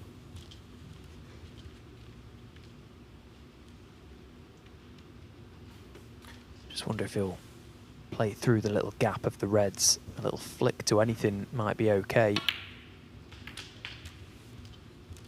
Should still be on the red at the back of that little cluster of three, and in turn that will open the other two to the right corner pocket. When those two are removed, this really is a great chance now. 25. It's been a really fluent match, different to most of the matches on this table today. It's been really quick, been a break in every frame so far.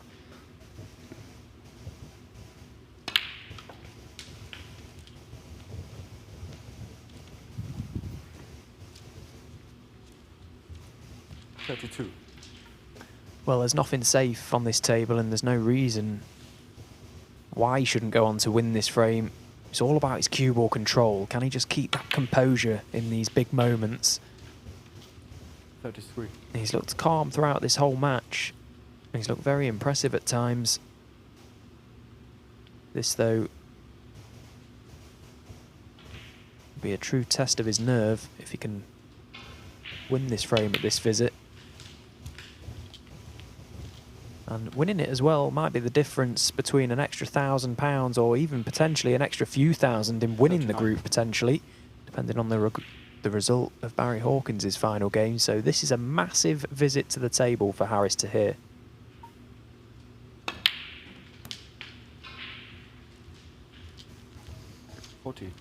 Just pot that slightly thick, and that's the main reason why he's not got right side of the blue. So you want to leave it as easy as possible at this stage, and just we'll leave this red from distance now.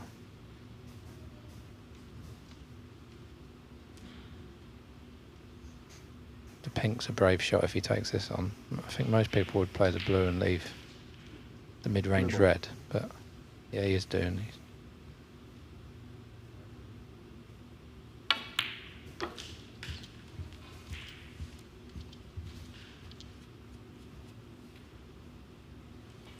$45.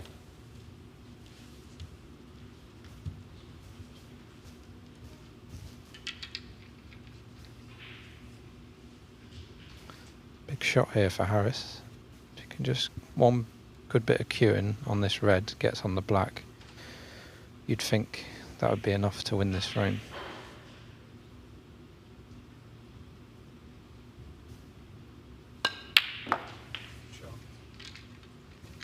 He's got the perfect angle on the black. Just to stun off one cushion to get on these two reds. Yeah, he'll probably be feeling that that was the shot. Now he's just got to hold himself together.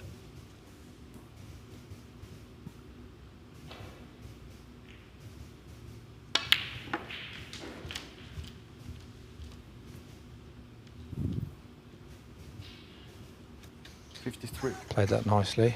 Played it absolutely perfect. So just these two reds, two blacks will need John needing snookers.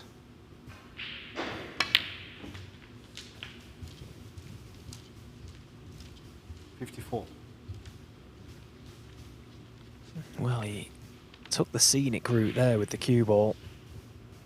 He's just asked himself a little question here, cueing from the side cushion.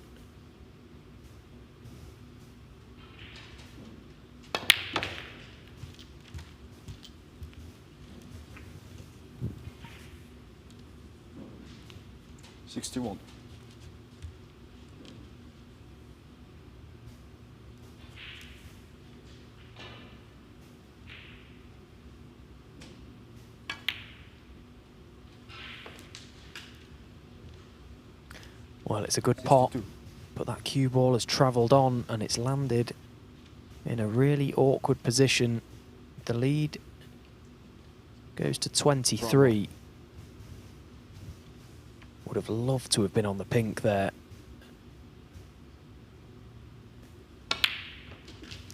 It's a good pot on the brown. He needs that cue ball to run. So this yellow 66 is match ball.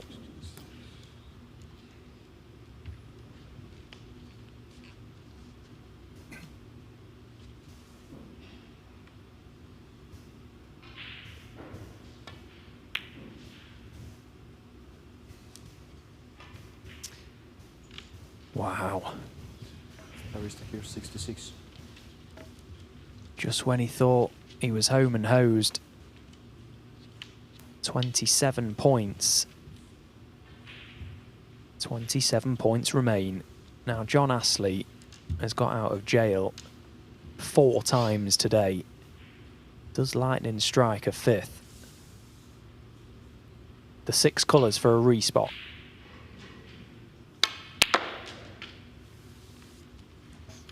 Played that perfectly. I think that was the key shot there. He could have underscrewed that or overscrewed that yellow to get on the green. It wasn't straightforward, so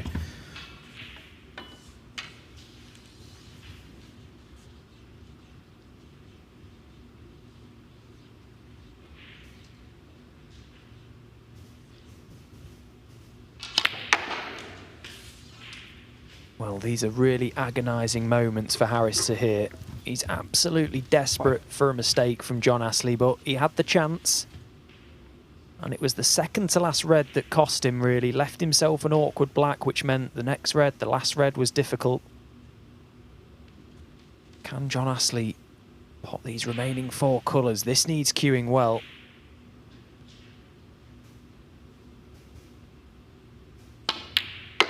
Oh, when he's absolutely pured it. yeah, he didn't overhit that. You tend to overhit that shot and hit it too hard, and then you lose your cueing.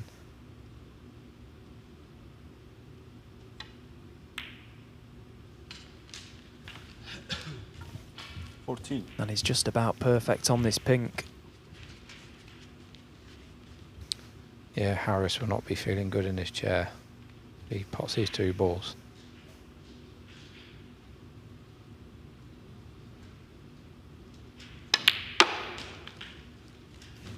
Looks absolutely perfect. I have a theory as a snooker player. If the person who chucks the frame away, I always believe they can't win the coin toss. So let's see who wins the coin toss here. Lastly 27. John Astley has done it again. Another black ball finish. Unbelievable. Haris Taher must be feeling terrible sat in his seat. And that was a great little colour clearance. It was far from straightforward, those 6 remaining colours from John. You decide. Wow, I got it wrong. I always believed that you always seem to play the first shot when you're the person who should have won the frame. Didn't work out that time. Well, Haris has got to try and pick himself up off the canvas quickly. That was such a good break up until that point. As we mentioned, just broke down towards the very end of that break. This is such a big moment for him. If he can win this frame, he's got a great chance of progressing. He's gone for the double.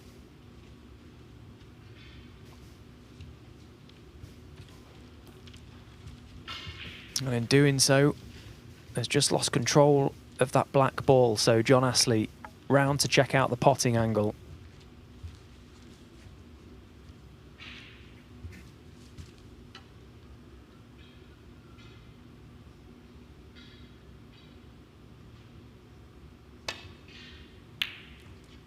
And in it goes. What a pot that was from John Astley.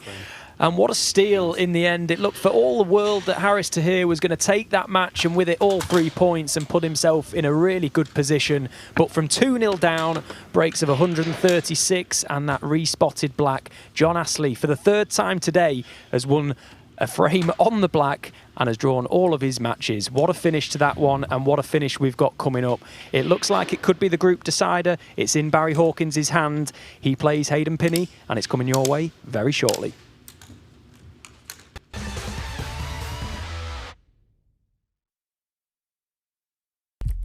What do you need to become a champion? Vision, drive, discipline, finesse. But what about a world champion? Victor, conqueror, peerless. The history. Reyes is the champion of the world. It's the king of the 9-ball ring. The biggest prize. The crown jewel of 9-ball.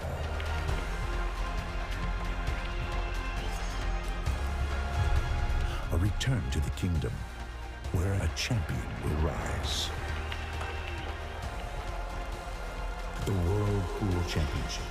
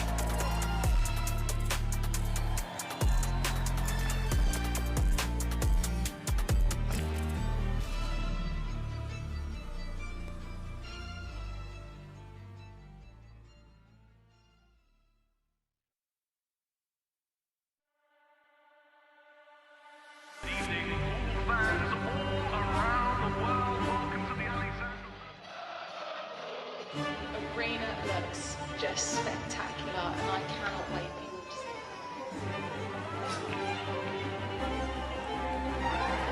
it. You just don't worry. Yeah, but plenty of guys that need to be ready. We're the champions. You need to come take it. I mean, you want to follow me in there next? Yeah, I know you're ready. All we've been doing is Can you speak English, but please speak? Because I ain't sure what you said.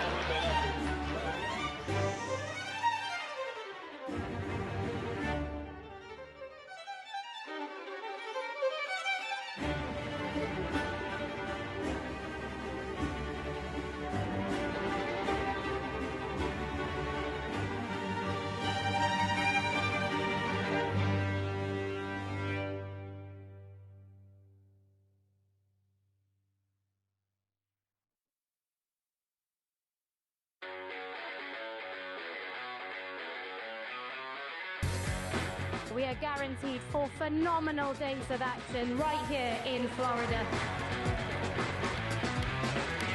Drama is certainly guaranteed in front of a hugely raucous crowd. The American fans really get into the spirit.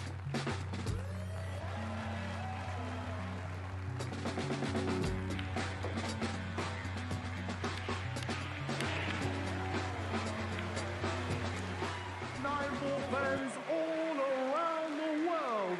There's so much history, so much prestige, and it all comes down to this.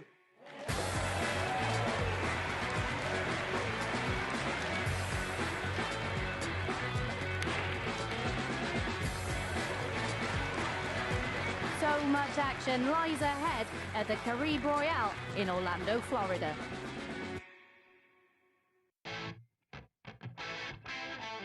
We're back at the Harrah's Resort in Atlantic City for the US Open. It is one of the most prestigious events in the calendar. Record breakers, history makers, it's that time. Let's play 9-ball.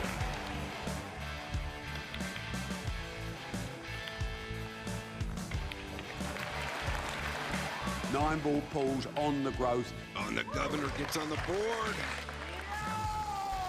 Next year's prize money in the US Open is going to be $500,000.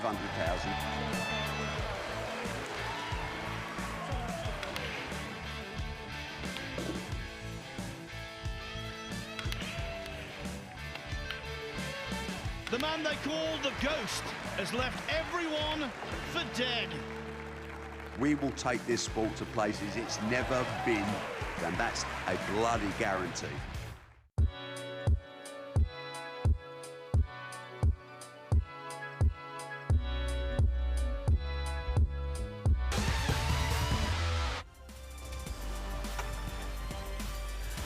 So it's been quick-fire stuff here this evening, and we're coming up now to the key match for Barry Hawkins. Of course, lost the first 2 frames this morning.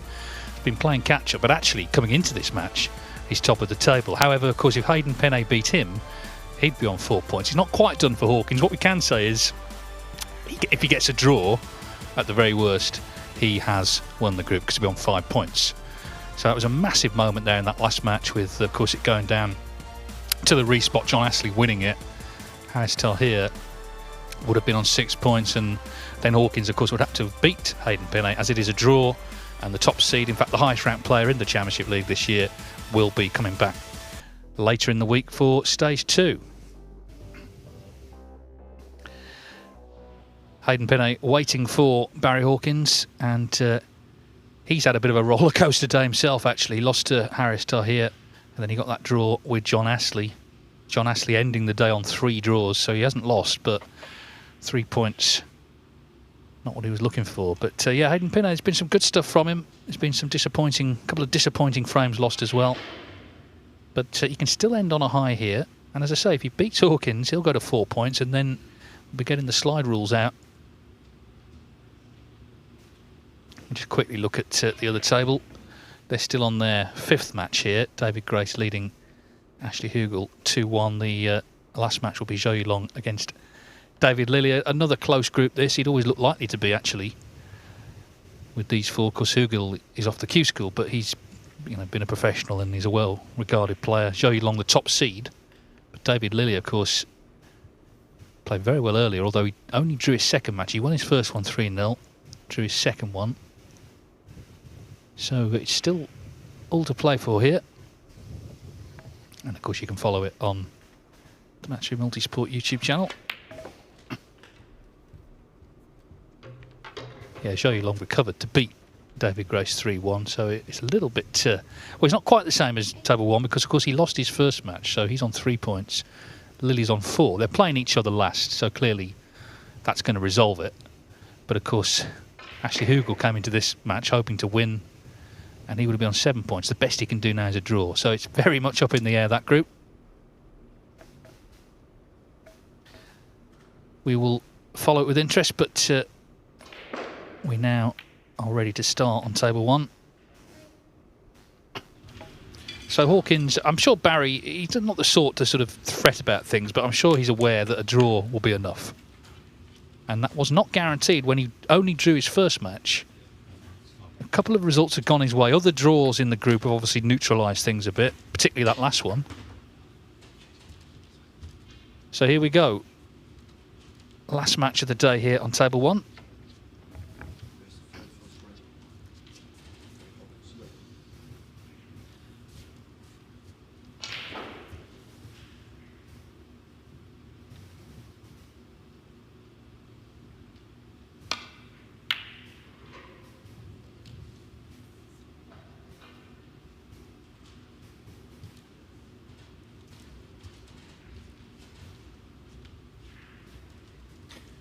Just shows what a classy operator Barry Hawkins is, and it was the way in which he lost the first 2 frames of the day for me, and the way that he's responded to that. I could name probably 70%, 75% of the tour that may have crumbled having lost the 2 frames that he lost first thing. Managed to salvage the draw and then backed it up with a 3-0 victory in his next, and that's why he's in this position. That's right, yeah, he lost 2 black ball frames, as you say, but has won his next 5 frames and has made some nice breaks along the way, 56, 83, 77. So he's improved as the day's gone on.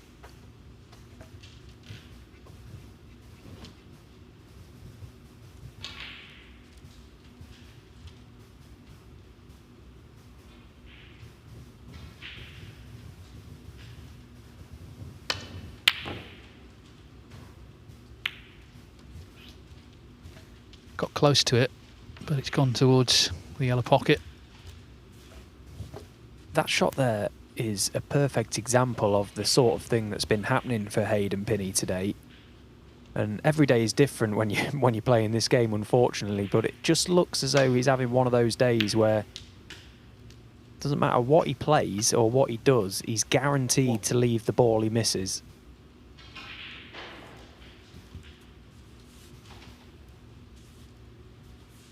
And no doubt, by his own admission, he's been poor today, Hayden Pinhey. He has struggled, which obviously doesn't help. But the run of the ball does make a difference too. You tend to find that, though, when you're struggling, the run of the ball always will go against you.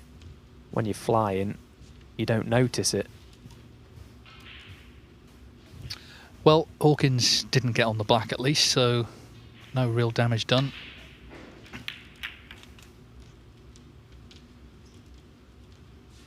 Yeah, it's a big match for Hayden Pinhey because, as we know, Haris Taher is on 4 points, John Astley 3. At the moment, Pinhey 1, so he's going to finish bottom if he doesn't win this match. And that means no prize money, no ranking points.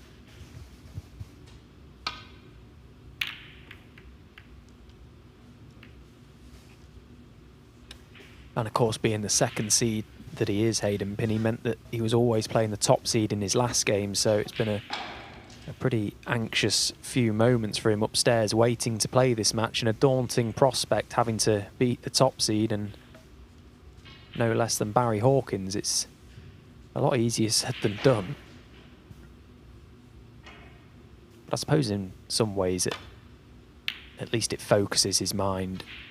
He'll know that it's not been a good day, and I suppose if he leaves here beating Barry, he'll probably feel a lot more optimistic about it.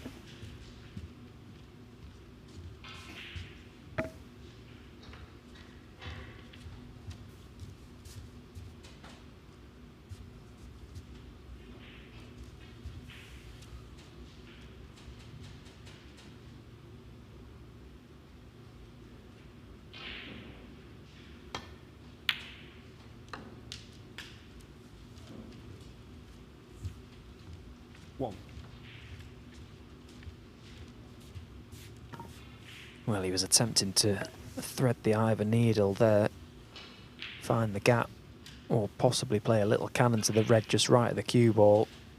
Hasn't landed on the black, so once again, just the single point and the safety shot, which has been played very nicely.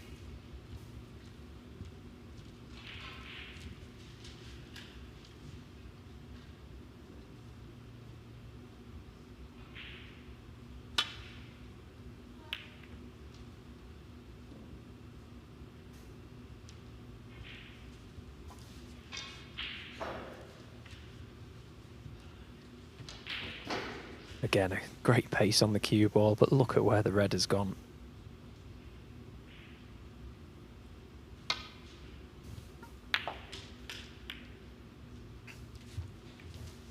Well, Barry seems pretty intent on winning this frame with single points.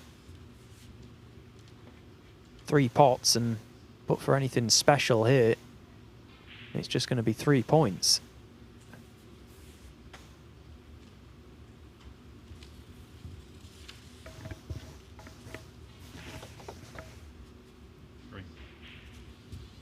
Green ball.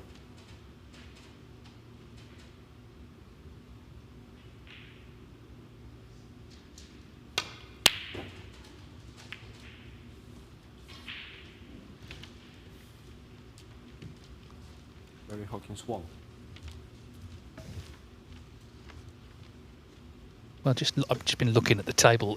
Pinhey's got to win 3-0. If he does, he wins the group. So it's quite high stakes because he could finish last, he could finish top.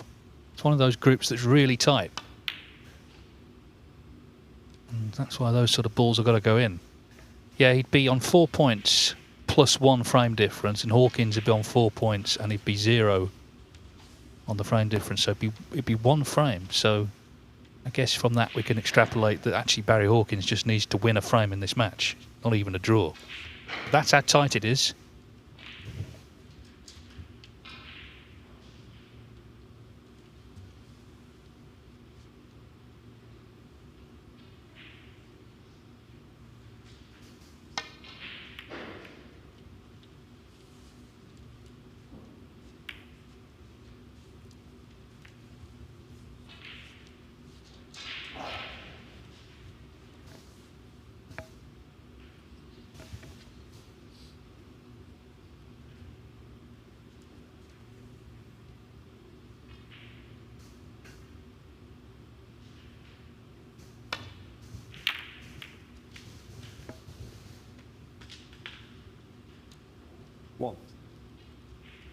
Well, I'm gobsmacked that red hasn't held the lip of the pocket and stayed over it. That's what's been happening today. I'm sure Hayden will be absolutely delighted to see one of those reds go in. And look at this for a table now. What a messy start to this match.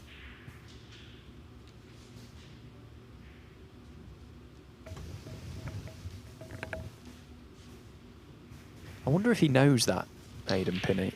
If he was to win 3-0, he'll win the group. It's the sort of thing you would hope that he knows, but at the same time, maybe the added pressure. Yeah, also, I mean, it can drive you mad trying to work it all out, looking at the permutations, and sometimes there's one thing you haven't factored in. I hope he knows he can still win the group. Ashley Hugill is going to draw 2-2 with David Grace. So another draw there. That's his second. Puts him on 5 points. As Hawkins makes contact. So the group's going to be decided in the last match between Zhou Yulong and David Lilley.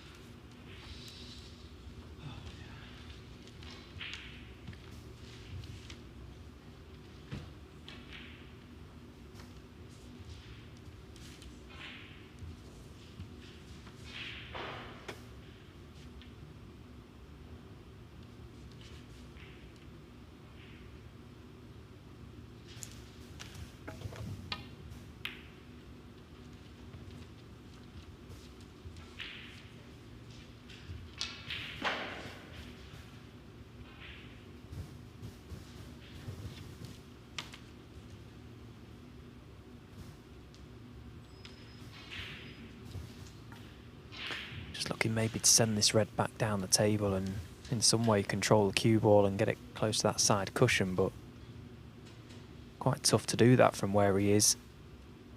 And it's not easy playing any sort of telling return. Struggling to find a way for Hayden to get back to balk here.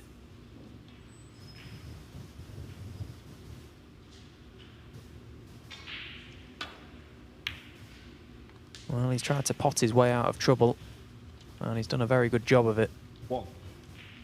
Now, the green is potable, clearly, but from where he is, there's not much value there for me.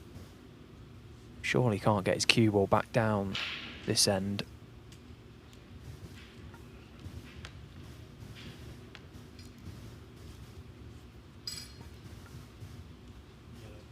Yellow ball.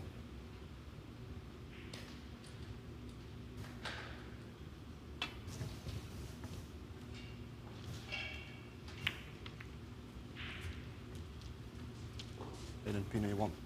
Cagey start then.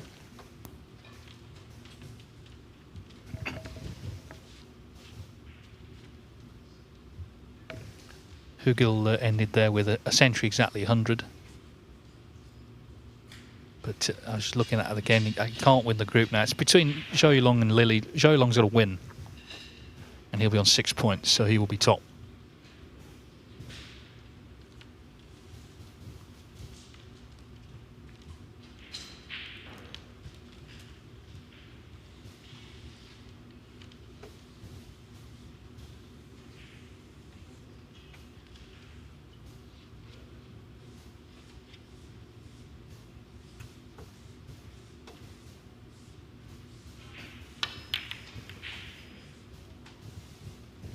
Well, that certainly opened things up.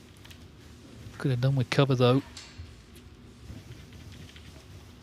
Yeah, and playing the attacking safety shot. He was desperate to not leave anything for Barry because he's bought reds open. Green's hanging waiting as well. But he hasn't been able to pot the red, so that safety shot selection from Hayden Pinhey has worked out in his favour. He's got a chance, and the table all of a sudden looks quite inviting.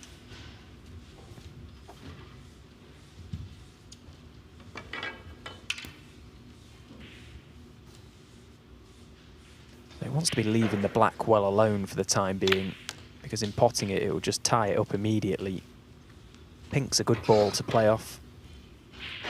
Wouldn't mind getting the blue, if anything, just out of the way. Back on its own spot.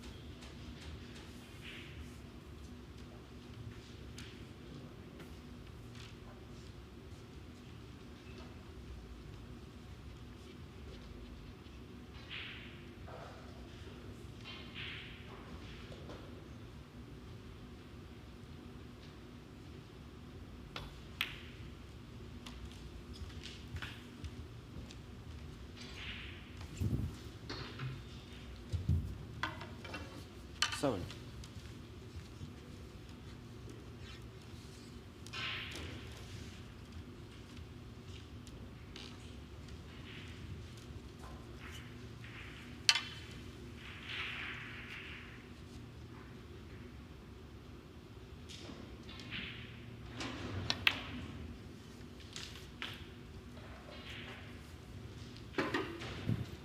Eight.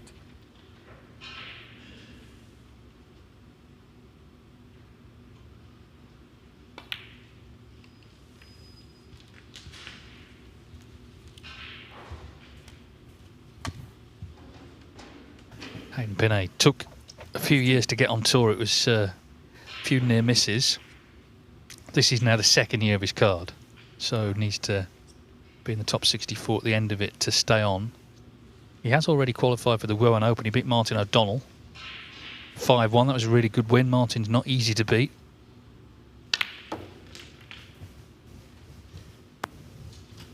Well, he's played a great shot there because he walked himself into a bit of trouble. Hayden Pinhey left himself an awful angle on that red, but as it happens, has played a very clever shot. He's brought another red into play as well.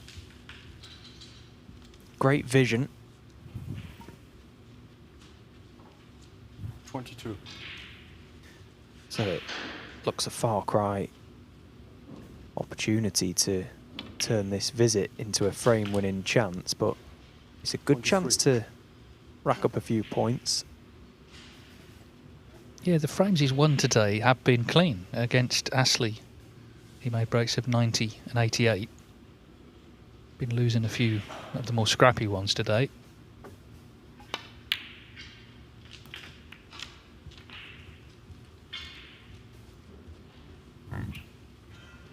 And again, he'll be pleased with the outcome of that shot. 29.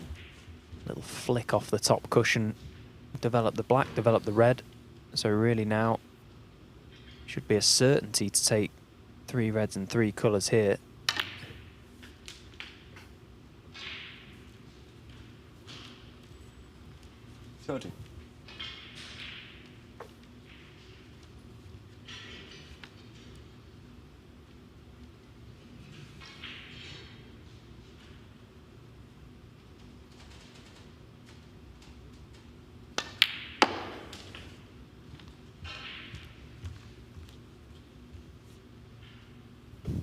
Now, if he takes 2 reds and 2 blacks, he'll be 51 in front, with just 51 remaining.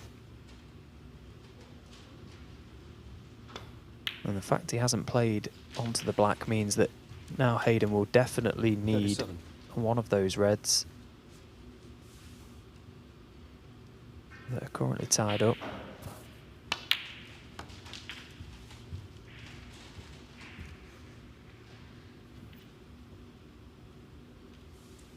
Three.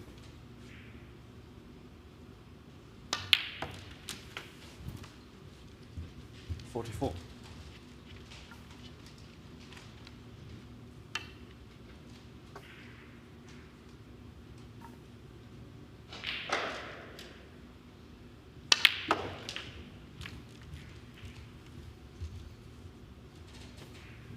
Yeah, so I don't know whether he knows if he can win the group or not, but it looks like he's about to win the first frame. He's got to win 3-0, remember?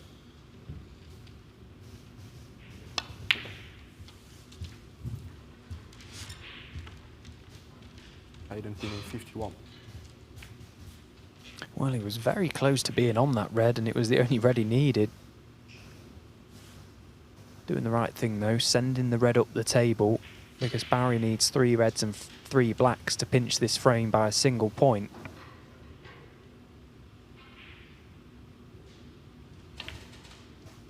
Yeah, I thought he was on it. He didn't sort of give anything away, whether he was or not, but clearly not.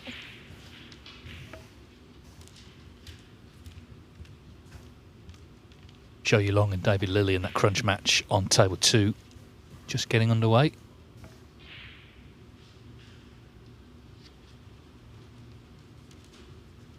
I think we've seen today, if you get a few draws, it can really narrow the group, and it's happened on both tables. We had 3 draws on this table and 2 on the other.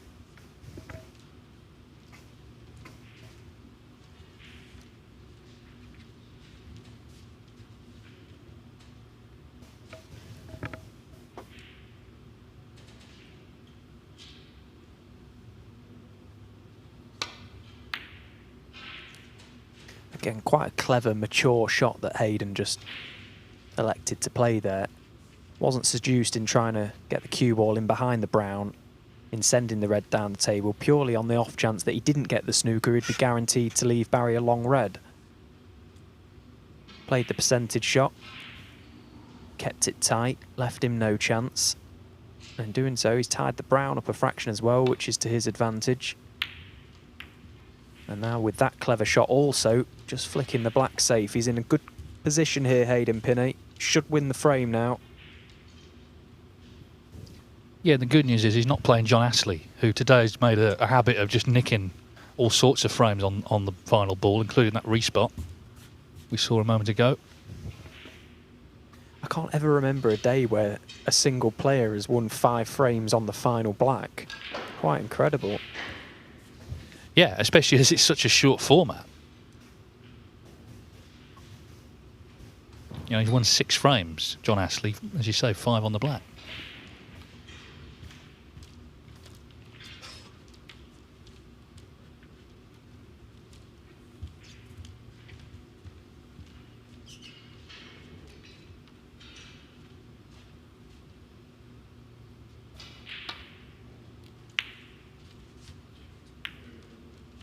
Oh, he was up very quick there. That's a mistake. The last thing he wanted to do was send that red onto the black. Having just put it safe a few moments ago, he's now redeveloped it for Barry. Thank you very much.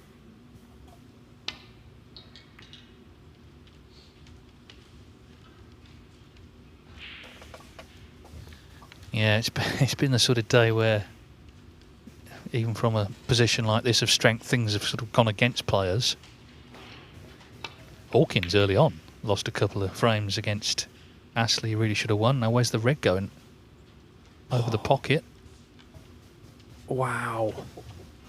Wow, what a result he's had there. He's played a very bad safety shot. That red should have been nowhere near this corner pocket. What a result he's had. He's landed right on the green. Barry's got to hit this red. He's got to pot it, and he's got to get on the black, so not much.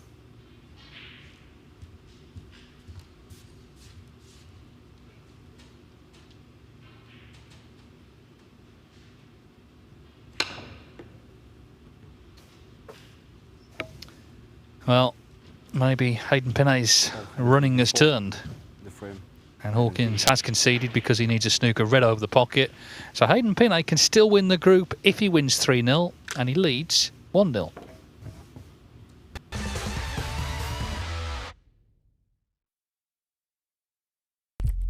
What do you need to become a champion? Vision, drive, discipline, finesse. But what about a world champion? Victor. Conqueror. Peerless. The history. Reyes is the champion of the world. It's the king of the 9-ball ring. The biggest prize. The crown jewel of 9-ball.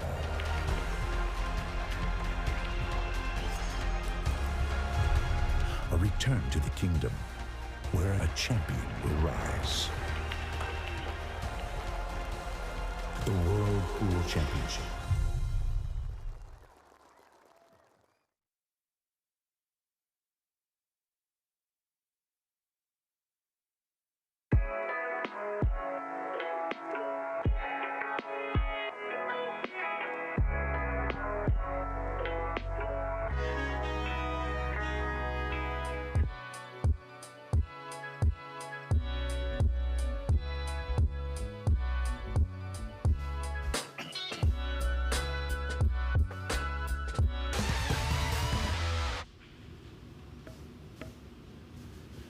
Crunch match in this group, and it's still all to play for Hayden Pinhey with an outside chance of topping the group. He needs to win 3-0 against Barry Hawkins, the top seed, and he is 1-0 up.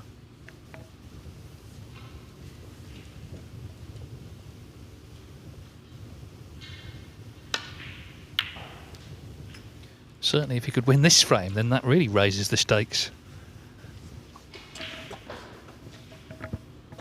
Yeah, it was quite a scrappy frame, that, very untidy, and not the sort of frame that Barry wanted to see. But I suppose in some way it was probably the sort of frame that Hayden wanted to see, because it just prevented Barry from getting his arm going and finding any fluency in amongst the balls where he's so dangerous.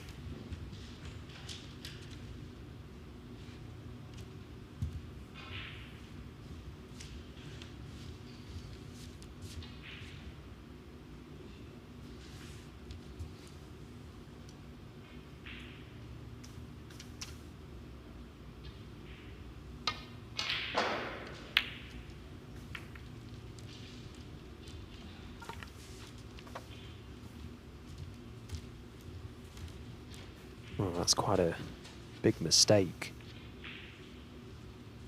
Don't know whether the cue ball failed to travel on its intended path, but there's no way that Barry played the cue ball into those reds, so either way it was a bit of a shocker.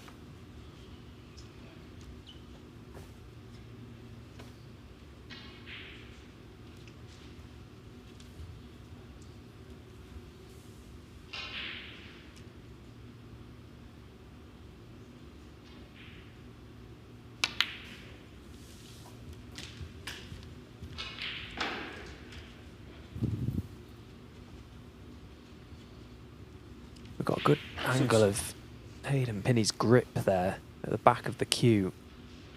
He's one of very few players that holds the cue right at the back. couple of fingers sort of overhanging the butt of the cue, which, if you've ever held a cue like that, provides a different sort of feel, something that he's clearly used to.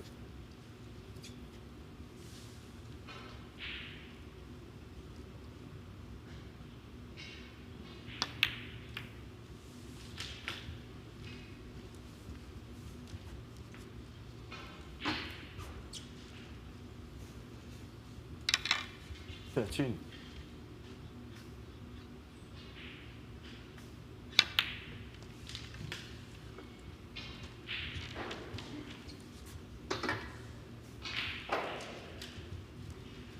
Tune.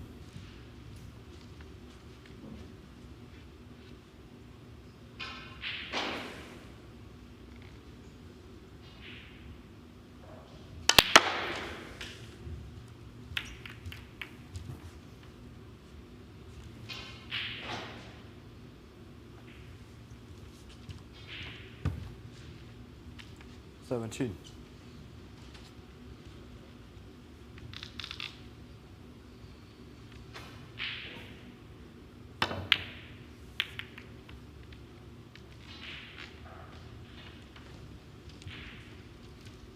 Pinhey, 17.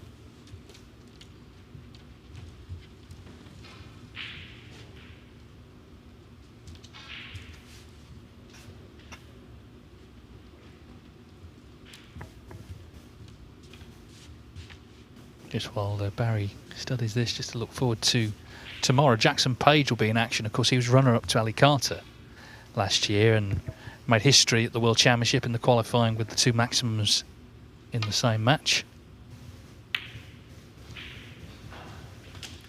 Oh, Hayden Pinhey 4. Hawkins goes in off. Yeah, he's in a group with Zach Richardson, Jordan Brown and China's Lu Wenwei. And on the other table, we've got the 12 times women's world champion, Rhian Evans, Martin O'Donnell, Gao Yang and Tepchara Nu. That'll be an interesting one. O'Donnell v Nu. Bit of a contrast in styles. I wonder if one will cancel out the other and there'll just be a never-ending game of snooker. Well, let's hope not, because we've got to play again Wednesday with another group.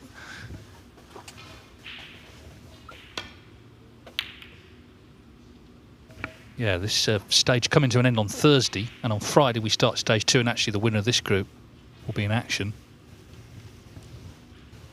The players can request when to play. Obviously, it's not easy to absolutely accommodate everybody, but I think Hawkins has maybe done it the right way. If he's going to play all 3 days, it's over the course of just over a week. So he's had his holiday, and now it's back to business. Shanghai Masters coming up, so he's looking for a little tune-up ahead of that. Huge event, invitation event, won last year by Judd Trump. And actually Barry's got Wu Yiza, a very dangerous opponent. He's in the next stage of this as well, for the right to play Ronnie O'Sullivan.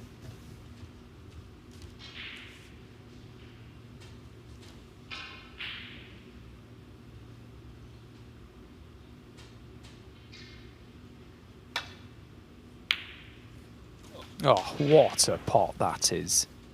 What? Deary me. That was so well struck from Hayden. He came round and had a little look at potentially what, if anything, he was leaving. But look at this for a piece of cueing. And he was up and round. He knew as soon as he struck that red was going in.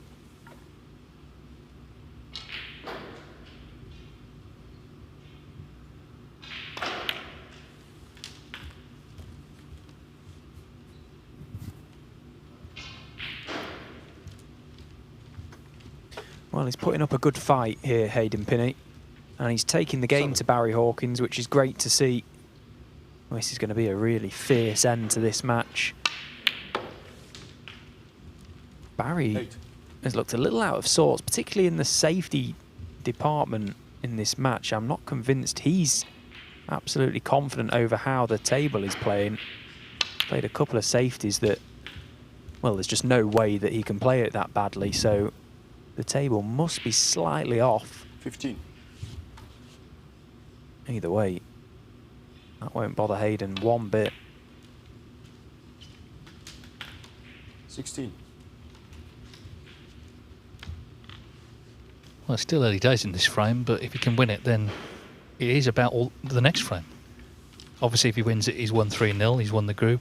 Hawkins needs a frame out of the match, so if he wins it, he's won the group. 23. It's great to see these groups go down to the final game, but we could be about to see it go down to one frame. It effectively becomes a one-frame shootout. Well, I said in frame 1, when Barry Hawkins missed that blue to win the first frame against John Astley, will we look back on that later in the day? Because it was a big moment. I know he got a draw out that match, but had he won it, he would have set the pace and by now he would have won this group. Now the little bounce. It's okay. Well, are things starting to turn for Hayden? It's been graft. I think that's probably the best way to describe it. His day today, he's had to really fight for his chances. He's had to fight with his emotions. Earlier on, he may have planted that red into the middle pocket, but things are starting to turn.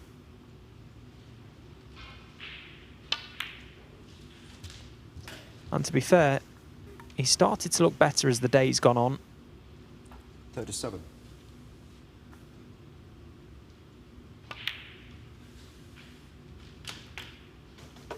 38. Won't be pleased with that positional shot, though. What sort of angle has he got on this black? Are any of those reds potable? The one extreme left will go to the middle. That might be his way out of this.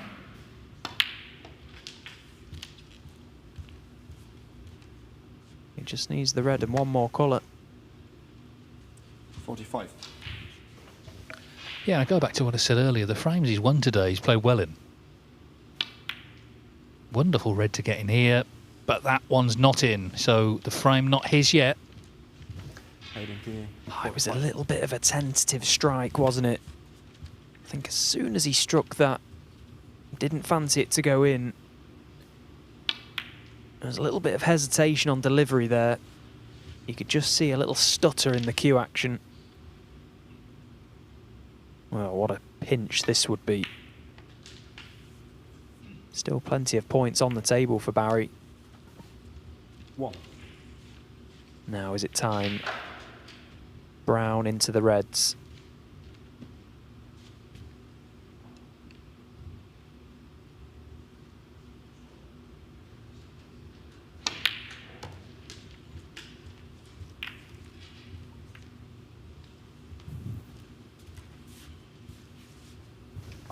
Great effort. Split nicely, but the cue ball has not landed great.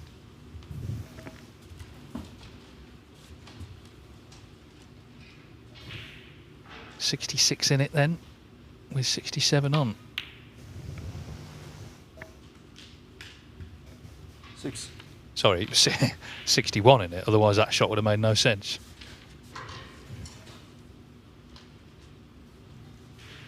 Well, the break's coming to an end, but Hayden Pinhey is going to be welded to this yellow. Oh, wow. Look at that.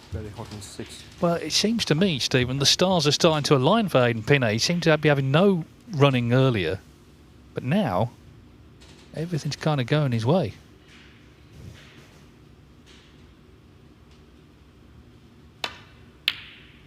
Well, that is incredible.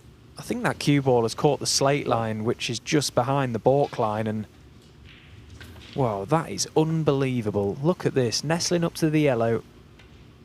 Well, you can clearly see the white's gone. It's caught the slate line. What a time for that to happen. And Pinhey knocked in the long red, so this is his frame. Will it be his group? 4. Did not seem likely. I'm sure he didn't think coming in tonight, we just one match to play, this match against the top seed, that he had any chance. But if he wins the next frame, he has won the group. So great drama here.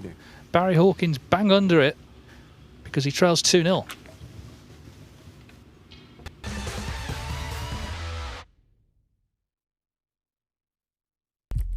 What do you need to become a champion? Vision, drive, discipline, finesse. But what about a world champion? Victor. Conqueror. Peerless. The history. Reyes is the champion of the world. It's the king of the 9-ball ring. The biggest prize. The crown jewel of 9-ball.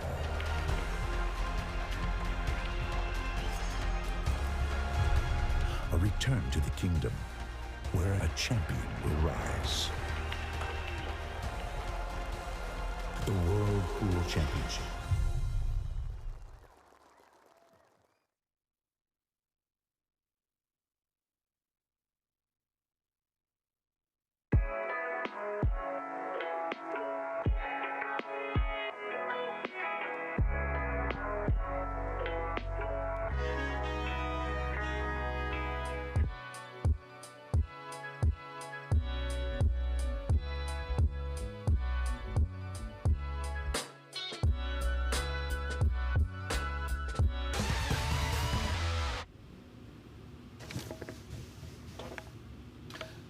So Hayden Pinhey, and I don't know if he knows or not, but if he wins this frame, he's won the group. Hawkins to break. Depends on how much delving into the various machinations he did before the match. Sometimes it helps just not to look at it, just try and win.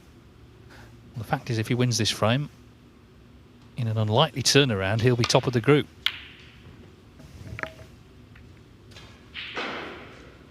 Just to clarify how that is, he'd be on 4 points, and he would be +1 in terms of frame difference, whereas Barry Hawkins would be on 4 points, but he would be level in terms of frame difference because he won a match 3-0 earlier. He would have lost one 3-0. So the frame that Pinhey won against Haris Taher looking big, and again a great red to get in.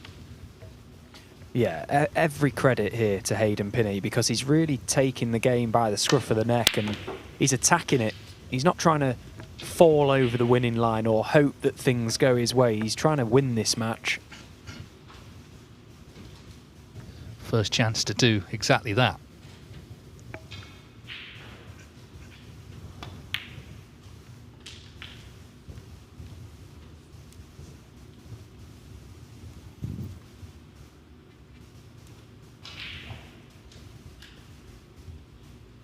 Gone too far for the red to left corner, looking now at the one to right middle.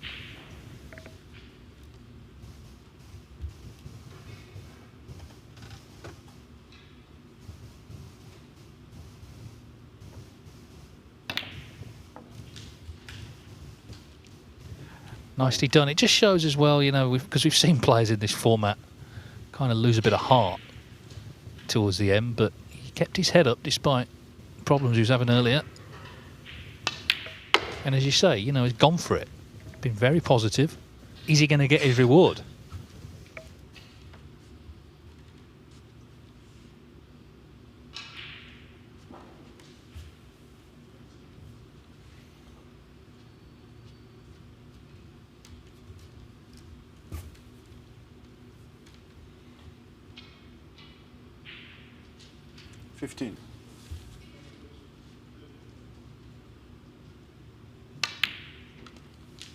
Yeah, he's playing the right shots as well and he's fully committing to them.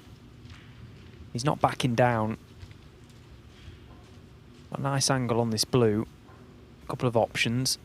Would love that black in open play, but I don't think that red's potable.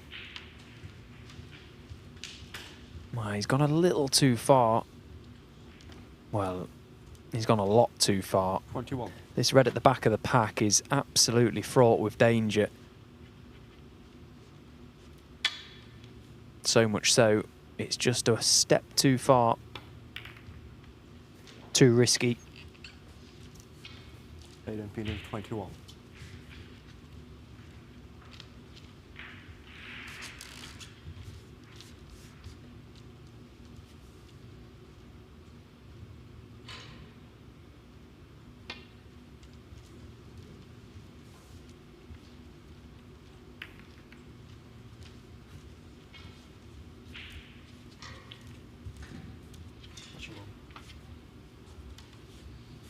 David Lilly has won the opening frame against Zhou Yulong, so Zhou Yulong's going to have to now win the last 3 there if he is to survive into the next stage.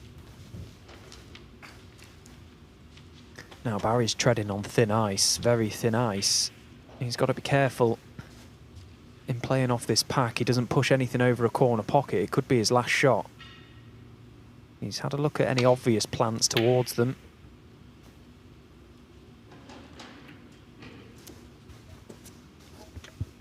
And he's left the red.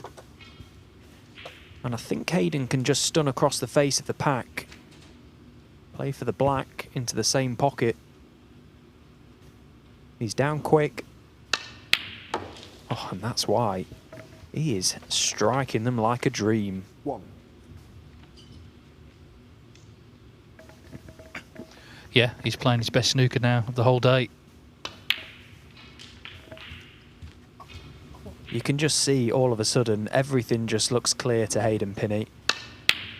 He took no time at all to get down to that. It was almost in before he'd struck it. You just got the feeling that he was going to get close to it. What a chance now this is.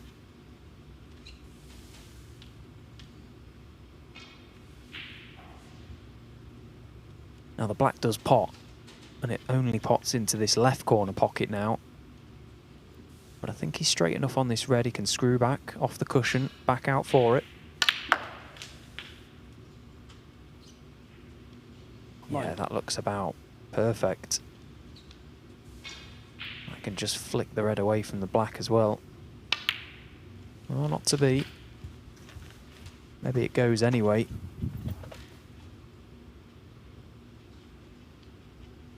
Got red to middle otherwise. 16.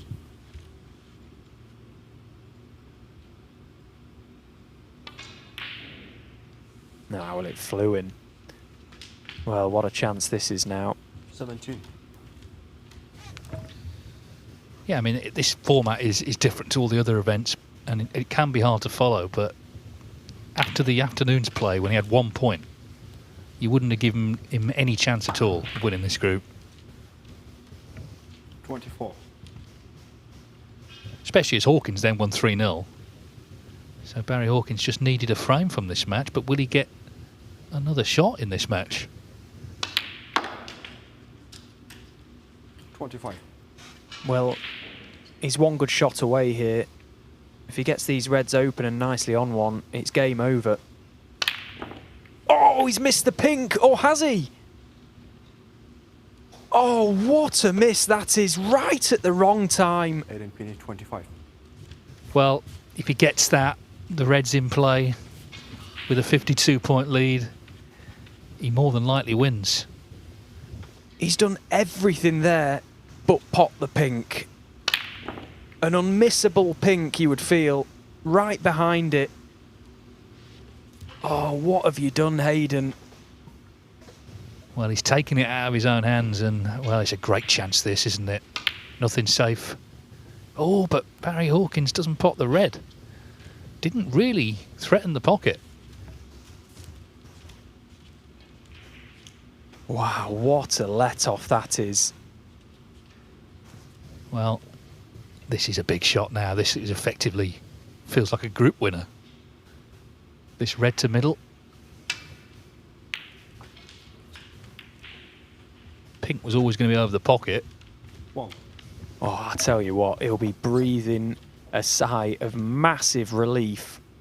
He's just got to get on a red here.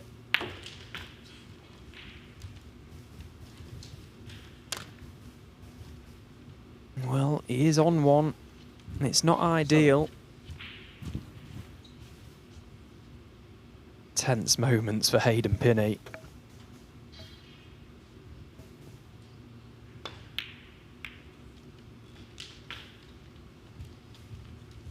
Well, he's got the pot on the red. He's on nothing but push that green safe. Tuck him up behind the yellow. Get some insurance. Well, I'm surprised. Okay, he's got the snooker. Barry's got to hit this and get it safe. But if he does, I mean, he's got no insurance, Hayden. Thought he might have pushed that green to the side cushion.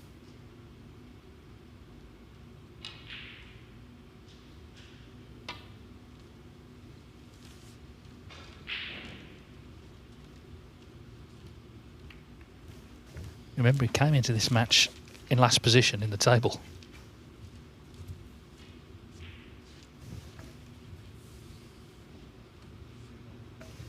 Another chance here.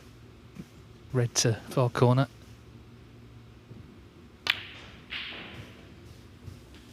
And he's back in, and that could well be the winning shot.